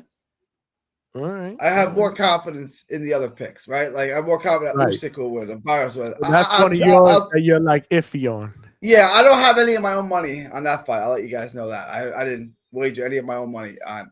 That's a 50-50 fight to me. Fedor is just. I met him at a boxing Hall of Fame event a couple of years ago. He really is that tall. I remember looking up about the elevator. I'm like, my God, you're a 154. I was going to ask you, how big is this guy in real life? He's 6'7". He looks like a basketball player. Like yeah. That's crazy, man. And he fought well. I mean, like I said, I would love, I was telling the gentleman that was here before from Australia that he was cooking the first round and a half. I'm thinking, oh yeah, all right, Tim Tszyu's doing it, and then obviously the cut on the top of the head changed the entire trajectory of the fight. But he continued to fight, and Fedor did his thing. I mean, I'm not taking anything away from him, but I gotta see them fight on a level playing field, without the cut, without the blood coming down, without hitting the blood vessel on the top of the head. Hopefully, none of that happens again, and it's a good fight. I'm looking for that's the fight. See, that's the fight on the card. Personally, that I'm looking forward to the most.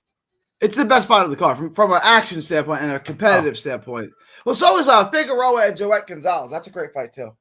No, Figueroa. Yeah, Figueroa is good. What do you see? And Pitbull against Fierro. What do you think about those two fights? Let's talk about those. Get your perspective. Let me, because Figueroa. I got to get through all my Texans first. Go to Figueroa, brother. The floor is yours, brother. Cook. I love Omar. I know Omar a lot better than I know Brandon because we're closer in age. But Omar reached a point, right, and they just fell off a cliff.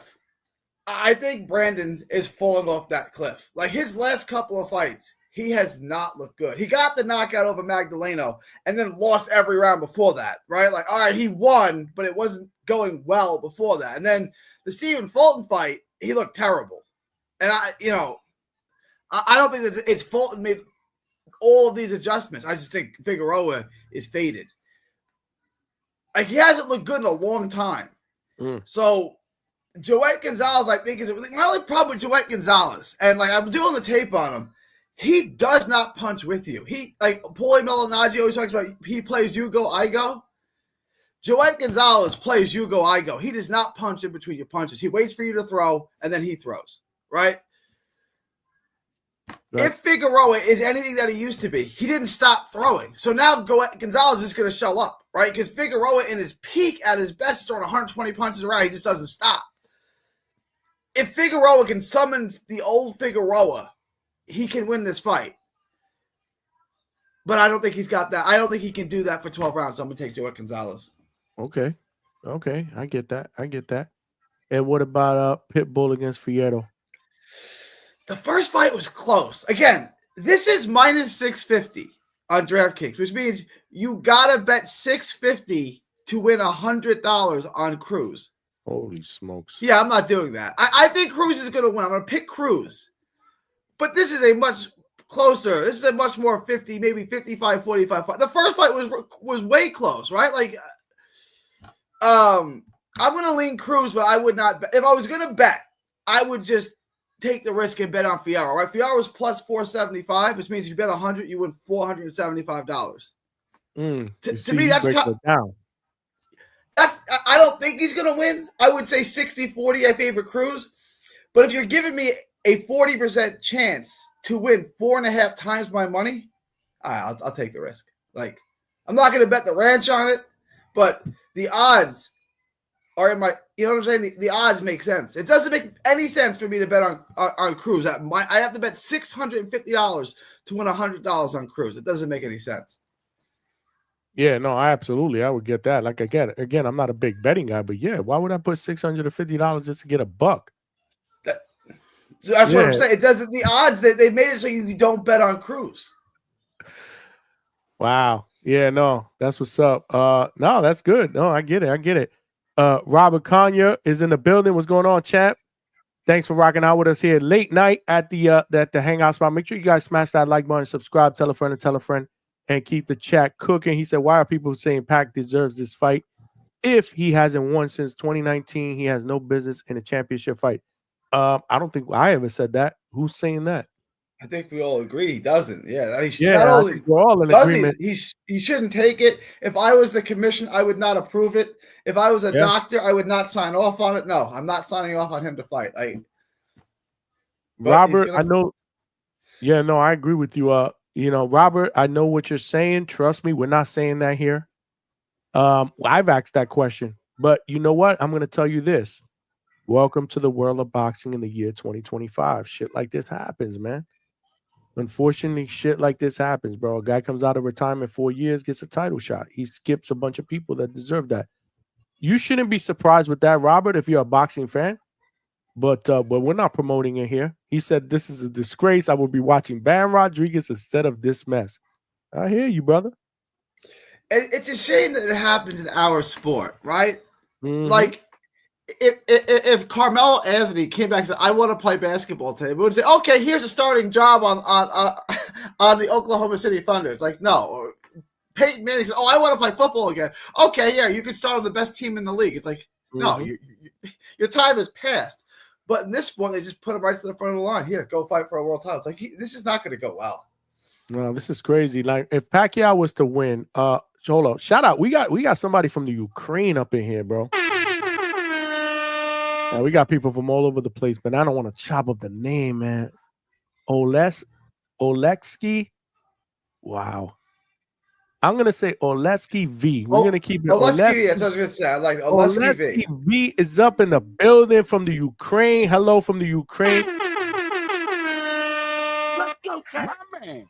Appreciate you rocking out from the Ukraine, man. We got family members. Make sure you subscribe and continue to check us out. Call in too, man. We need some callers from the Ukraine. We need some callers on this panel from the Ukraine, man, so we could break it down, man. So yeah, man, continue to hop in. I appreciate you. Welcome to the family. But yeah, man. Yeah, what the hell was I gonna say? I cut you off. I'll cut you off, Gary. Did I cut you off? No, you're good. You're good. You're good. What was I saying though? I lost my chain of thought when I saw the Ukraine shit. We're talking about Pacquiao being. Yeah, like none of us are advocating for it. It's just this is what we were dealt, man. So we got to deal with it. This is what we're dealt with. He's back. Regardless of how we feel about it, there's going to be people that are going to tune in. I mean, he's a legend. But I'm going to stick to my guns and I'm going to say that the younger guy wins. Father Time is undefeated. Hopefully he doesn't get seriously hurt. And even if he does win, like they're talking about if he potentially wins that there could be a fight with Floyd Mayweather. Do you see that in the future, Gary? No, because Floyd's not gonna do that. That's what they're saying, though. Yeah. I mean, it's all over the place. I don't know. I'm not buying into it, but I want to ask your opinion. Floyd is what, 48? I mean, can we stop? Like, can we let these people live their life? Like, Floyd's got grandchildren. He's got grandchildren. I don't know if Pacquiao does. He might, but Floyd's got grandchildren. Let him enjoy his grandchildren. Why we got to put him back in? He's a billionaire, right, or close to it. Like, let the man live. Like, why he doesn't need this? If Pacquiao wins, if somehow Pacquiao pulls this off, is he one and done? Do you think he just vacates and splits and says, you know what, I accomplished it. I'm a Hall of Famer. I just wanted to do this and split. Or does he take the challenge of a guy like Brian Norman? Or somebody else, Rolly. Or somebody put Rolly. Somebody said Rolly. Ryan Garcia, something like that, right? I mean, I would think if he beats Barrios, Barrios is flawed. Barrios is a top 5 welterweight in the world. If he beats a top 5 welterweight in the world, why would he retire? I don't know. I don't really know what to believe. I'm not even thinking ahead. I'm just throwing hypotheticals because you just don't know. Like, what is his does he want to continue to fight? Like, one thing does he still have his money? Did he blow his money? Was he good with his money? I don't know. Same here. I don't know. And honestly, I've been listening to some of his interviews. Not all of them. I haven't been listening to all of them, but some of them. And what I said earlier to my viewers on one of the callers is I have never heard anybody ask him, if you win this fight, what's next? Do you want to continue to fight? Then they may have, and I didn't hear it. Is this one and done? I want to hear his answer to that question because I want to see if we can read into what he says. I don't know. You know, I'm thinking if I had a guess, gut feeling is it'd be one and done. But you never know with these guys, man, because again, the word retirement shouldn't exist in the world of boxing. Shouldn't exist in the world of boxing. These guys retire all the time. They come back. It's just crazy. Because the money's still waiting there. Like I said, you can go, Peyton Manning couldn't go start for an NFL team right now. Pacquiao can just say, I want to fight again. He's fighting for a world title. Yeah, right to the front of the line. Why? You know what I'm saying? And, imagine if he does win. No, I think he's fighting either Rolly or Ryan Garcia next. Probably Rolly because Rolly beat Garcia, but Garcia is a bigger name, so maybe he fights Ryan. I don't know.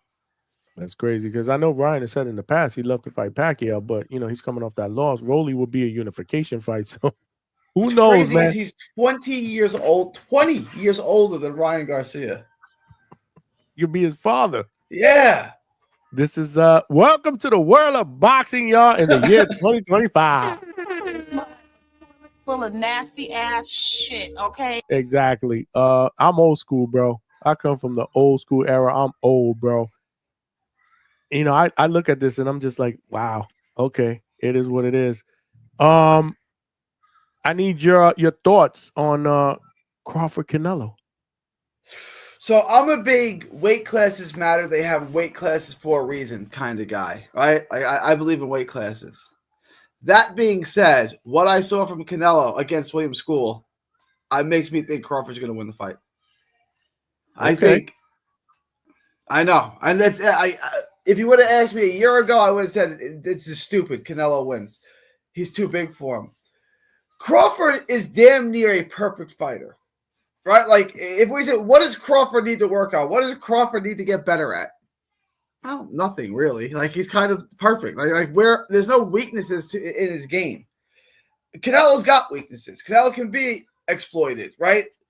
So, I don't see the explosiveness in Canelo that I saw when he was fighting, Triple G or when he was fighting Kovalev. I don't see that explosiveness anymore. So, if Crawford, who's got the longer reach, who I think is taller too, can just keep him off of him, I think Crawford could outbox him. I think Crawford wins a decision. Does again, I say this all the time on the show. This is a what have you done for me lately world. So again, the last thing that we saw was Canelo against Skull, but what about Crawford against Madrimov? How did you see that? And did you think that after that fight he'd be able to fight a guy like Canelo? I thought, and this just like my prediction of Shiraz over Berlanga had more to do with Berlanga than it did Shiraz. My prediction of Crawford over Canelo probably has more to do with Canelo. Like, let me ask you this. Do you think Crawford, and I thought Crawford edged Madrimov. I thought it was super close. I had 7-5 Crawford. I thought Crawford won the fight, but it was super close. I did too. I had Crawford winning that fight. Absolutely. That being said, do you think Crawford could beat William School? Yes. Canelo barely beat William School, right? I'm saying, yeah, the weight classes matter, but at this point, I think Canelo. I know Canelo is younger than Crawford too, but Crawford is less faded. Crawford's got more left in the gas tank than Canelo does. And like I said, Crawford's perfect. Like Crawford can sit there and win rounds against anybody. And I think Canelo is anybody. So he can I don't see what made Canelo awesome back in like 2018, 2019, 20 like I don't see that in him anymore. I don't think he's the same fighter that he was. So I think Crawford can pick him off. That's what's up, man. No, that's a good perspective of it. Do you have any concerns about the punch resistance? Because going into this fight, obviously, most people are going to say that Crawford or nobody can hurt Canelo. But maybe Canelo can hurt Crawford moving up weight classes. Does that concern you anything? For sure. And that's why I, up until the school fight, I would have picked Canelo, right? Because I would have said Canelo can win the fight on the scorecards, or he can knock Crawford out. Crawford can't knock him out. And I still said Crawford can't knock Canelo out, right? Like, but no one's picking that. I don't think, right? If you're picking Crawford, you're picking him by decision. I don't think anyone's picking Triple G fought him 3 times, could knock him out. No, right? don't get me wrong. I got a lot of viewers that are saying that Crawford's gonna stop Canelo. I can't see that. I don't even don't see it either. I want him to stay on the outside, use the ring, and be a moving. There might be times where he's got to sit in and trade with him, but then just pivot out, turn out, and start using the ring again. He's got you by 20 pounds. That's a lot, right? Like that's a lot. You don't want to. I don't want it to be in a position where Crawford's gunning for a knockout. That's not good for Crawford. If that's what it turns into. But could Canelo stop him? Yeah, and if you're taking Canelo, you're probably taking him to stop Crawford, right?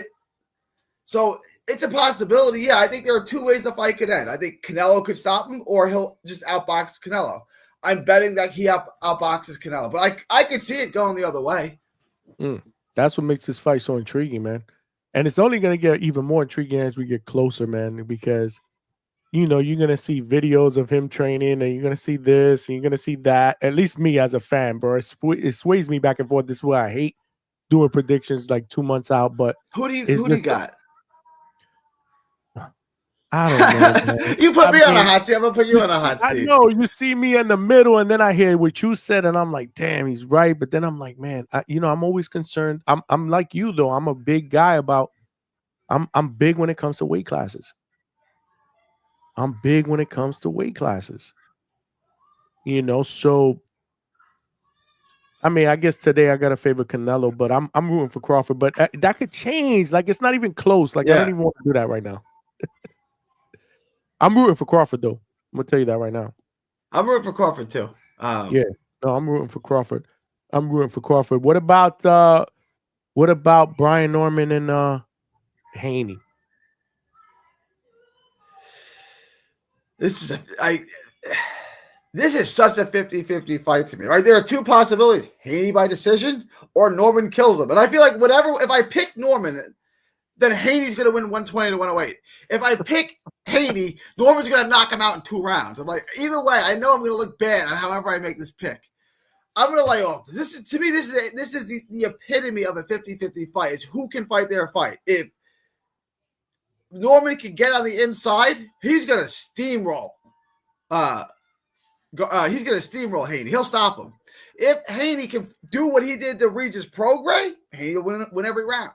I don't know. Like, this to me, I would not want to make the book on this fight because I could. If you told me Norman knocks him out in 4 rounds, I'd be like, yeah, I can see that. If you told me Haney wins 120 to 108, dominate, I'm like, all right, I can see that too. I don't know. I like the pressure fighter. Initially, when they said it, I liked Haney. Now I'm leaning towards Norman. I'll probably change my opinion 5 more times as we get closer to the fight. Right now, today, I'll say Norman, but I could change my mind.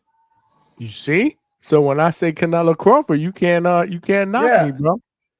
It's just way too early, man. It's way too early. Cody Robinson said Pacheco is Pacheco is a co-main event against McCumbee. That should be a pretty interesting, entertaining rap. Can we be honest? Like Pacheco's the real deal, bro.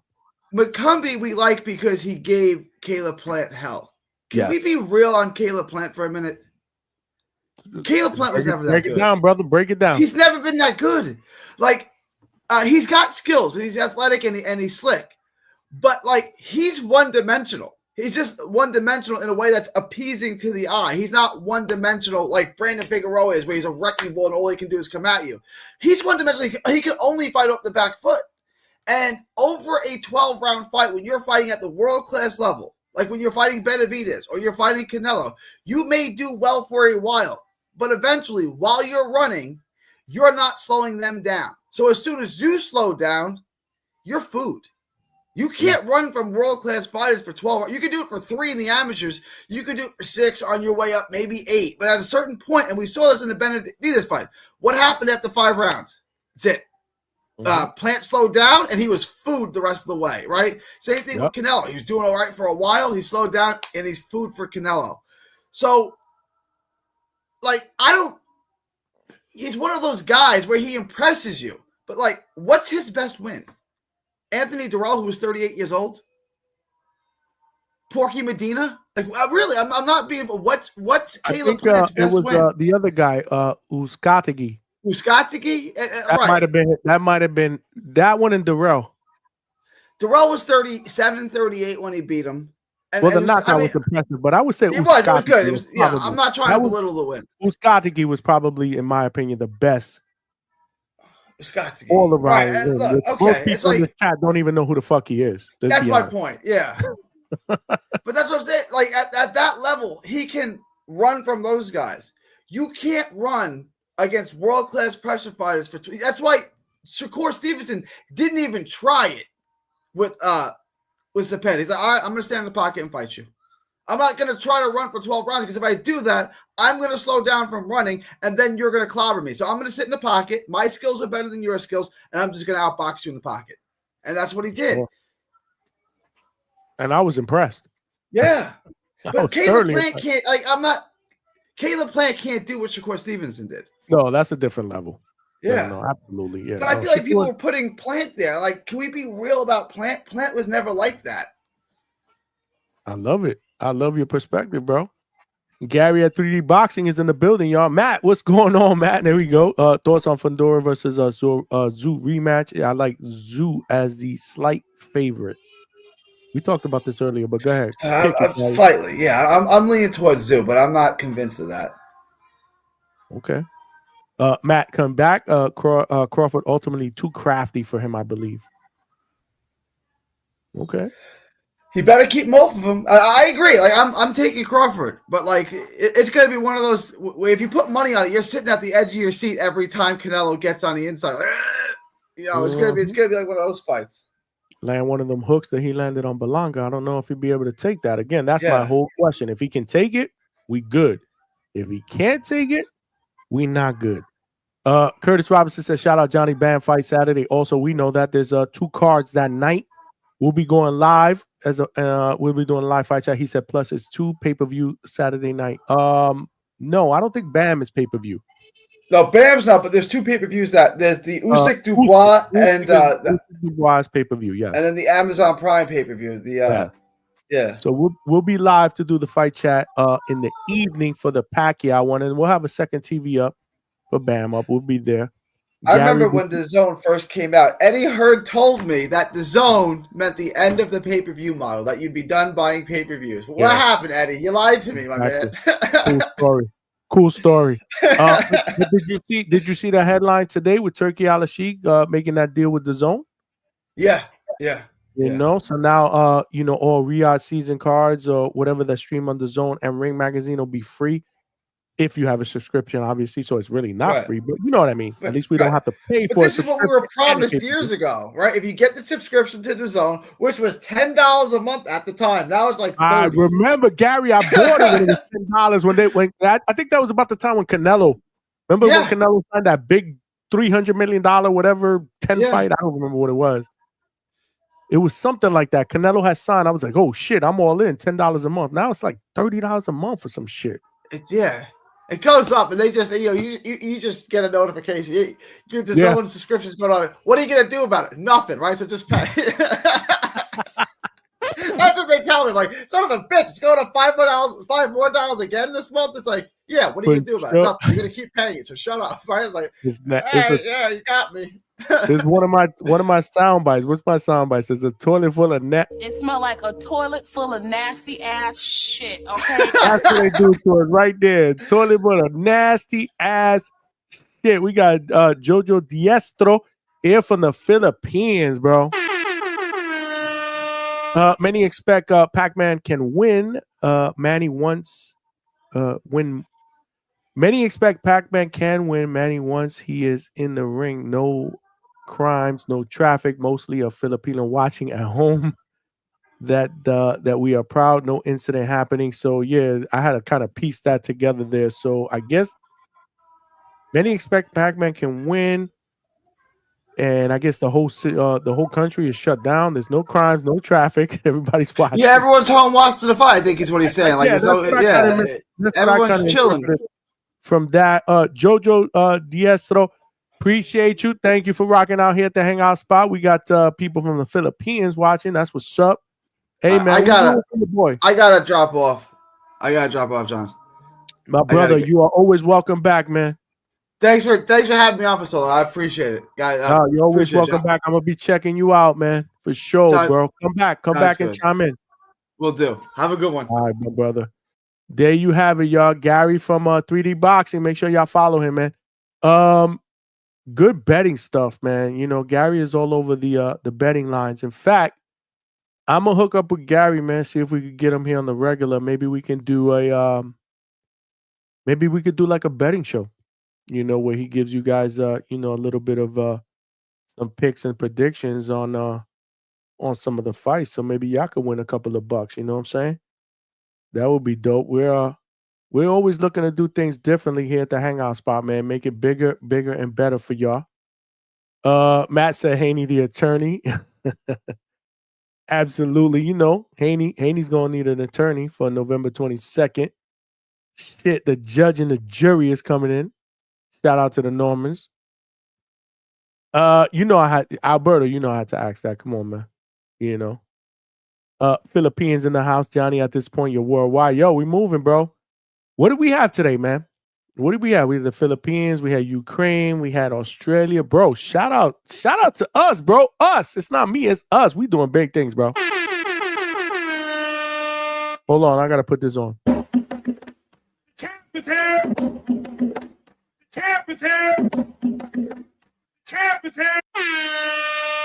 Shout out to the Hangout Spot family, man, for rocking out. Word.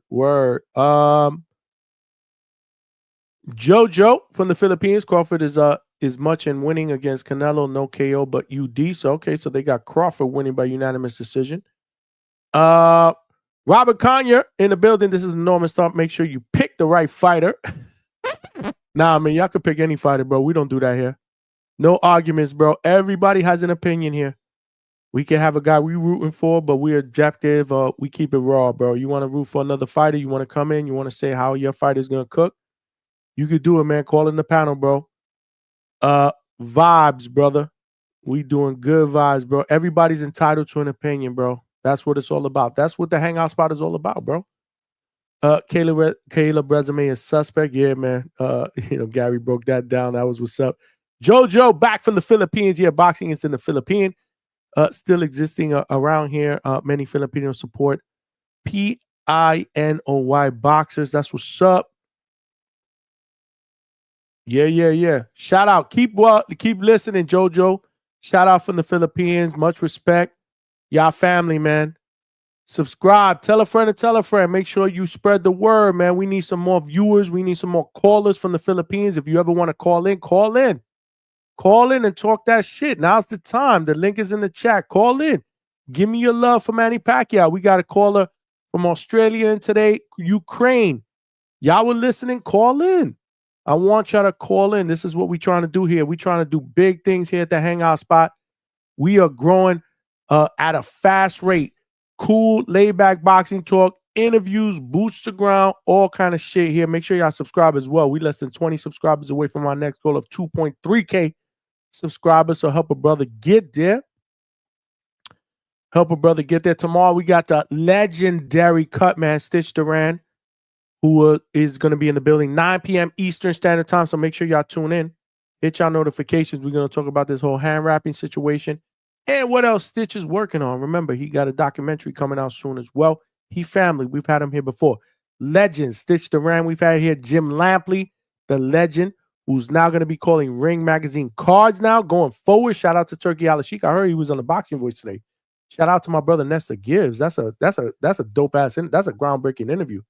That's what's up. That's what we trying to do. Big things over here at the Hangout spot as well. So, yeah, man. We trying to do some big fucking things here at the Hangout spot. Train, locomotive. Right now we're trained. We're trying to turn this bitch into the locomotive. We're going to need some more passengers. So spread the word in the Philippines, in the Ukraine, Australia. Help us get some more family members. Subscribe to the channel. We are growing. Shout out to everybody on X, man. Damn, we strong on X, bro. Only 3 streams. We strong. We got to find a way to do X spaces so my X family members can call in and voice their opinion. Most of Filipino big thanks, Pac-Man support in boxing, like Ian and Maxayo. Shout out to y'all. We love and we respect all the Filipino fighters. Call in, man. Get them to call in here too.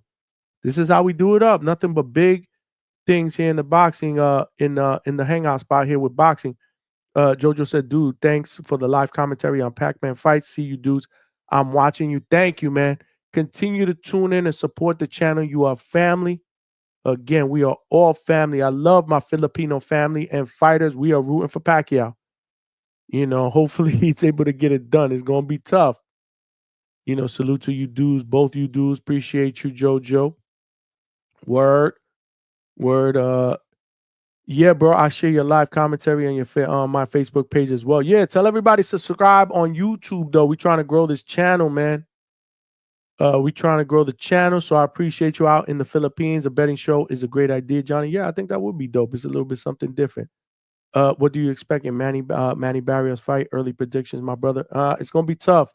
I love Manny. He's a living legend. He's one of the one of my favorite fighters that ever lived. I gotta see though, because I can't be convinced that a guy coming out of retirement in 4 years, 46 years old, is just gonna run circles around an active world champion that's 30 years old. I gotta see. Man. My heart says Manny, but I gotta pick up Barrios. But that's good because again, I've been wrong before.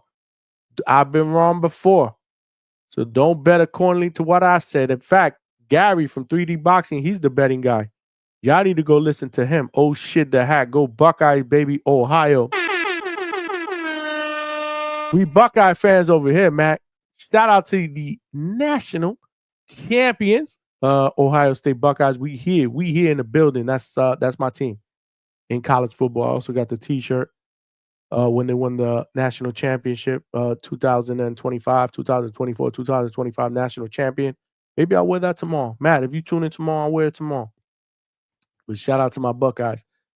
Yeah, man. Interesting, exciting weekend of boxing coming up. Great panel members today. I ain't gonna lie, we had a great show today. What we do? 4.5, 4 hours and 40 minutes. We didn't do 5 hours. We did over 5 hours yesterday. But we are back at it later on because I can't even say tonight. Kelly the Ghost Pavlik shit, of course, Ohio, baby. I'm trying to get Kelly Pavlik on the channel too, bro. Yeah, man. He my guy. I got to reach out to Kelly, man. I need a contact. Somebody get me in contact with Kelly because I love Kelly as a fighter. We got to get him on the channel, bro. Get him on the panel for a nice interview.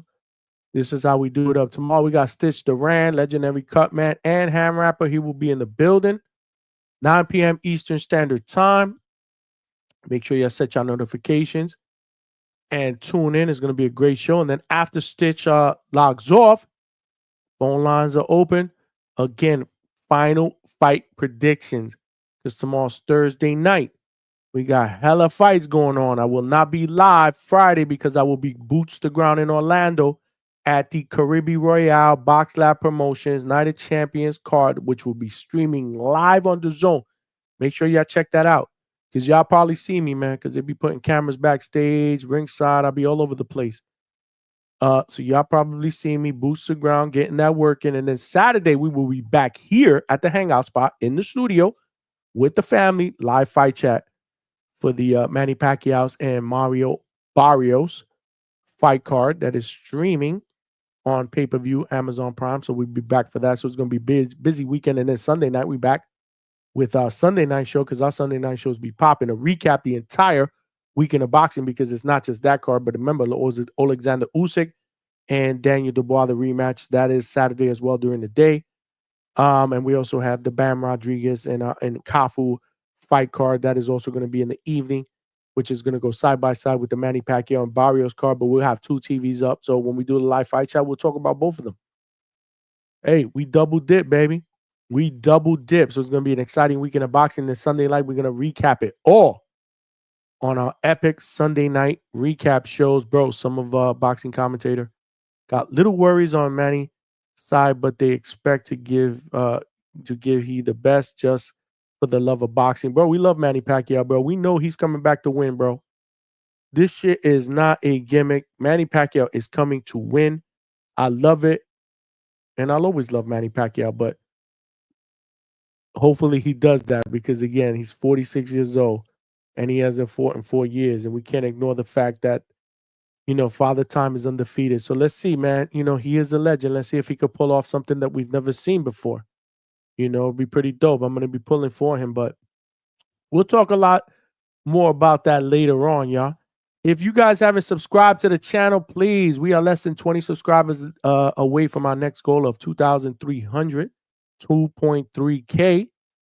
2.3K in 16 months. We are moving at a fast pace. This is what we do. Interviews, live shows, call-ins, work boots the ground. So continue to support the channel.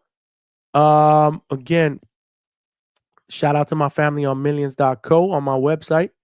If you guys want to cop a t-shirt or a hoodie, we got merchandise out at millions.co. I'm going to put that link in there as well. All sizes, both men and women's cut. Support the movement here at the Hangout Spot. This is actually the hoodie with the Hangout Spot logo here on the left-hand side. Dope. This is how we do it up, y'all. We got t-shirts, all different colors and sizes. Again, check that out. I just put the link in the chat if you guys want to get a t-shirt or a hoodie. Support, but more importantly, subscribe, man. It's free. Subscribe to the channel. It helps us grow. There are power in numbers. Shout out to my family on X that have been watching consistently.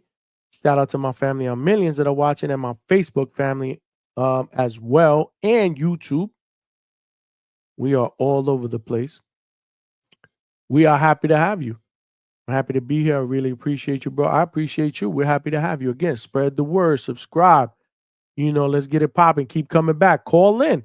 Call in the panel. Tomorrow we're going to do a call-in show after the Stitch Duran interview. Call in. Let us know what's popping out in the Philippines, I had a caller from Australia today, and we picked his brain. What's going on with some of the Australian fighters? Word on the street, Cambosas, Lee Amparo. Some of the things that are going on there. I love it. We aren't just here in the United States. We are all over the world. We're trying to build this brand big time. You know what I'm saying? I really, Alberto said, I really hope Manny doesn't get hurt on Saturday. Absolutely. We love Manny Pacquiao here, bro. We don't want that to happen. But yeah, I'm going to tap out, man. It's been a great show. Appreciate all of y'all. We are back at it tonight, 9 p.m. Eastern Standard Time. Stitch Duran will be in the building. And after that, we're going to talk some boxing. Hopefully, we'll be able to get Coach back on and break some shit down before an exciting weekend of boxing. So hope all of you, again, tune in, hit your notifications, follow, subscribe. At the end of the day, appreciate all the love and support. This is your boy Johnny signing out from the Hangout Spot Live, and I'll talk to everybody later on tonight, 9 p.m. Peace.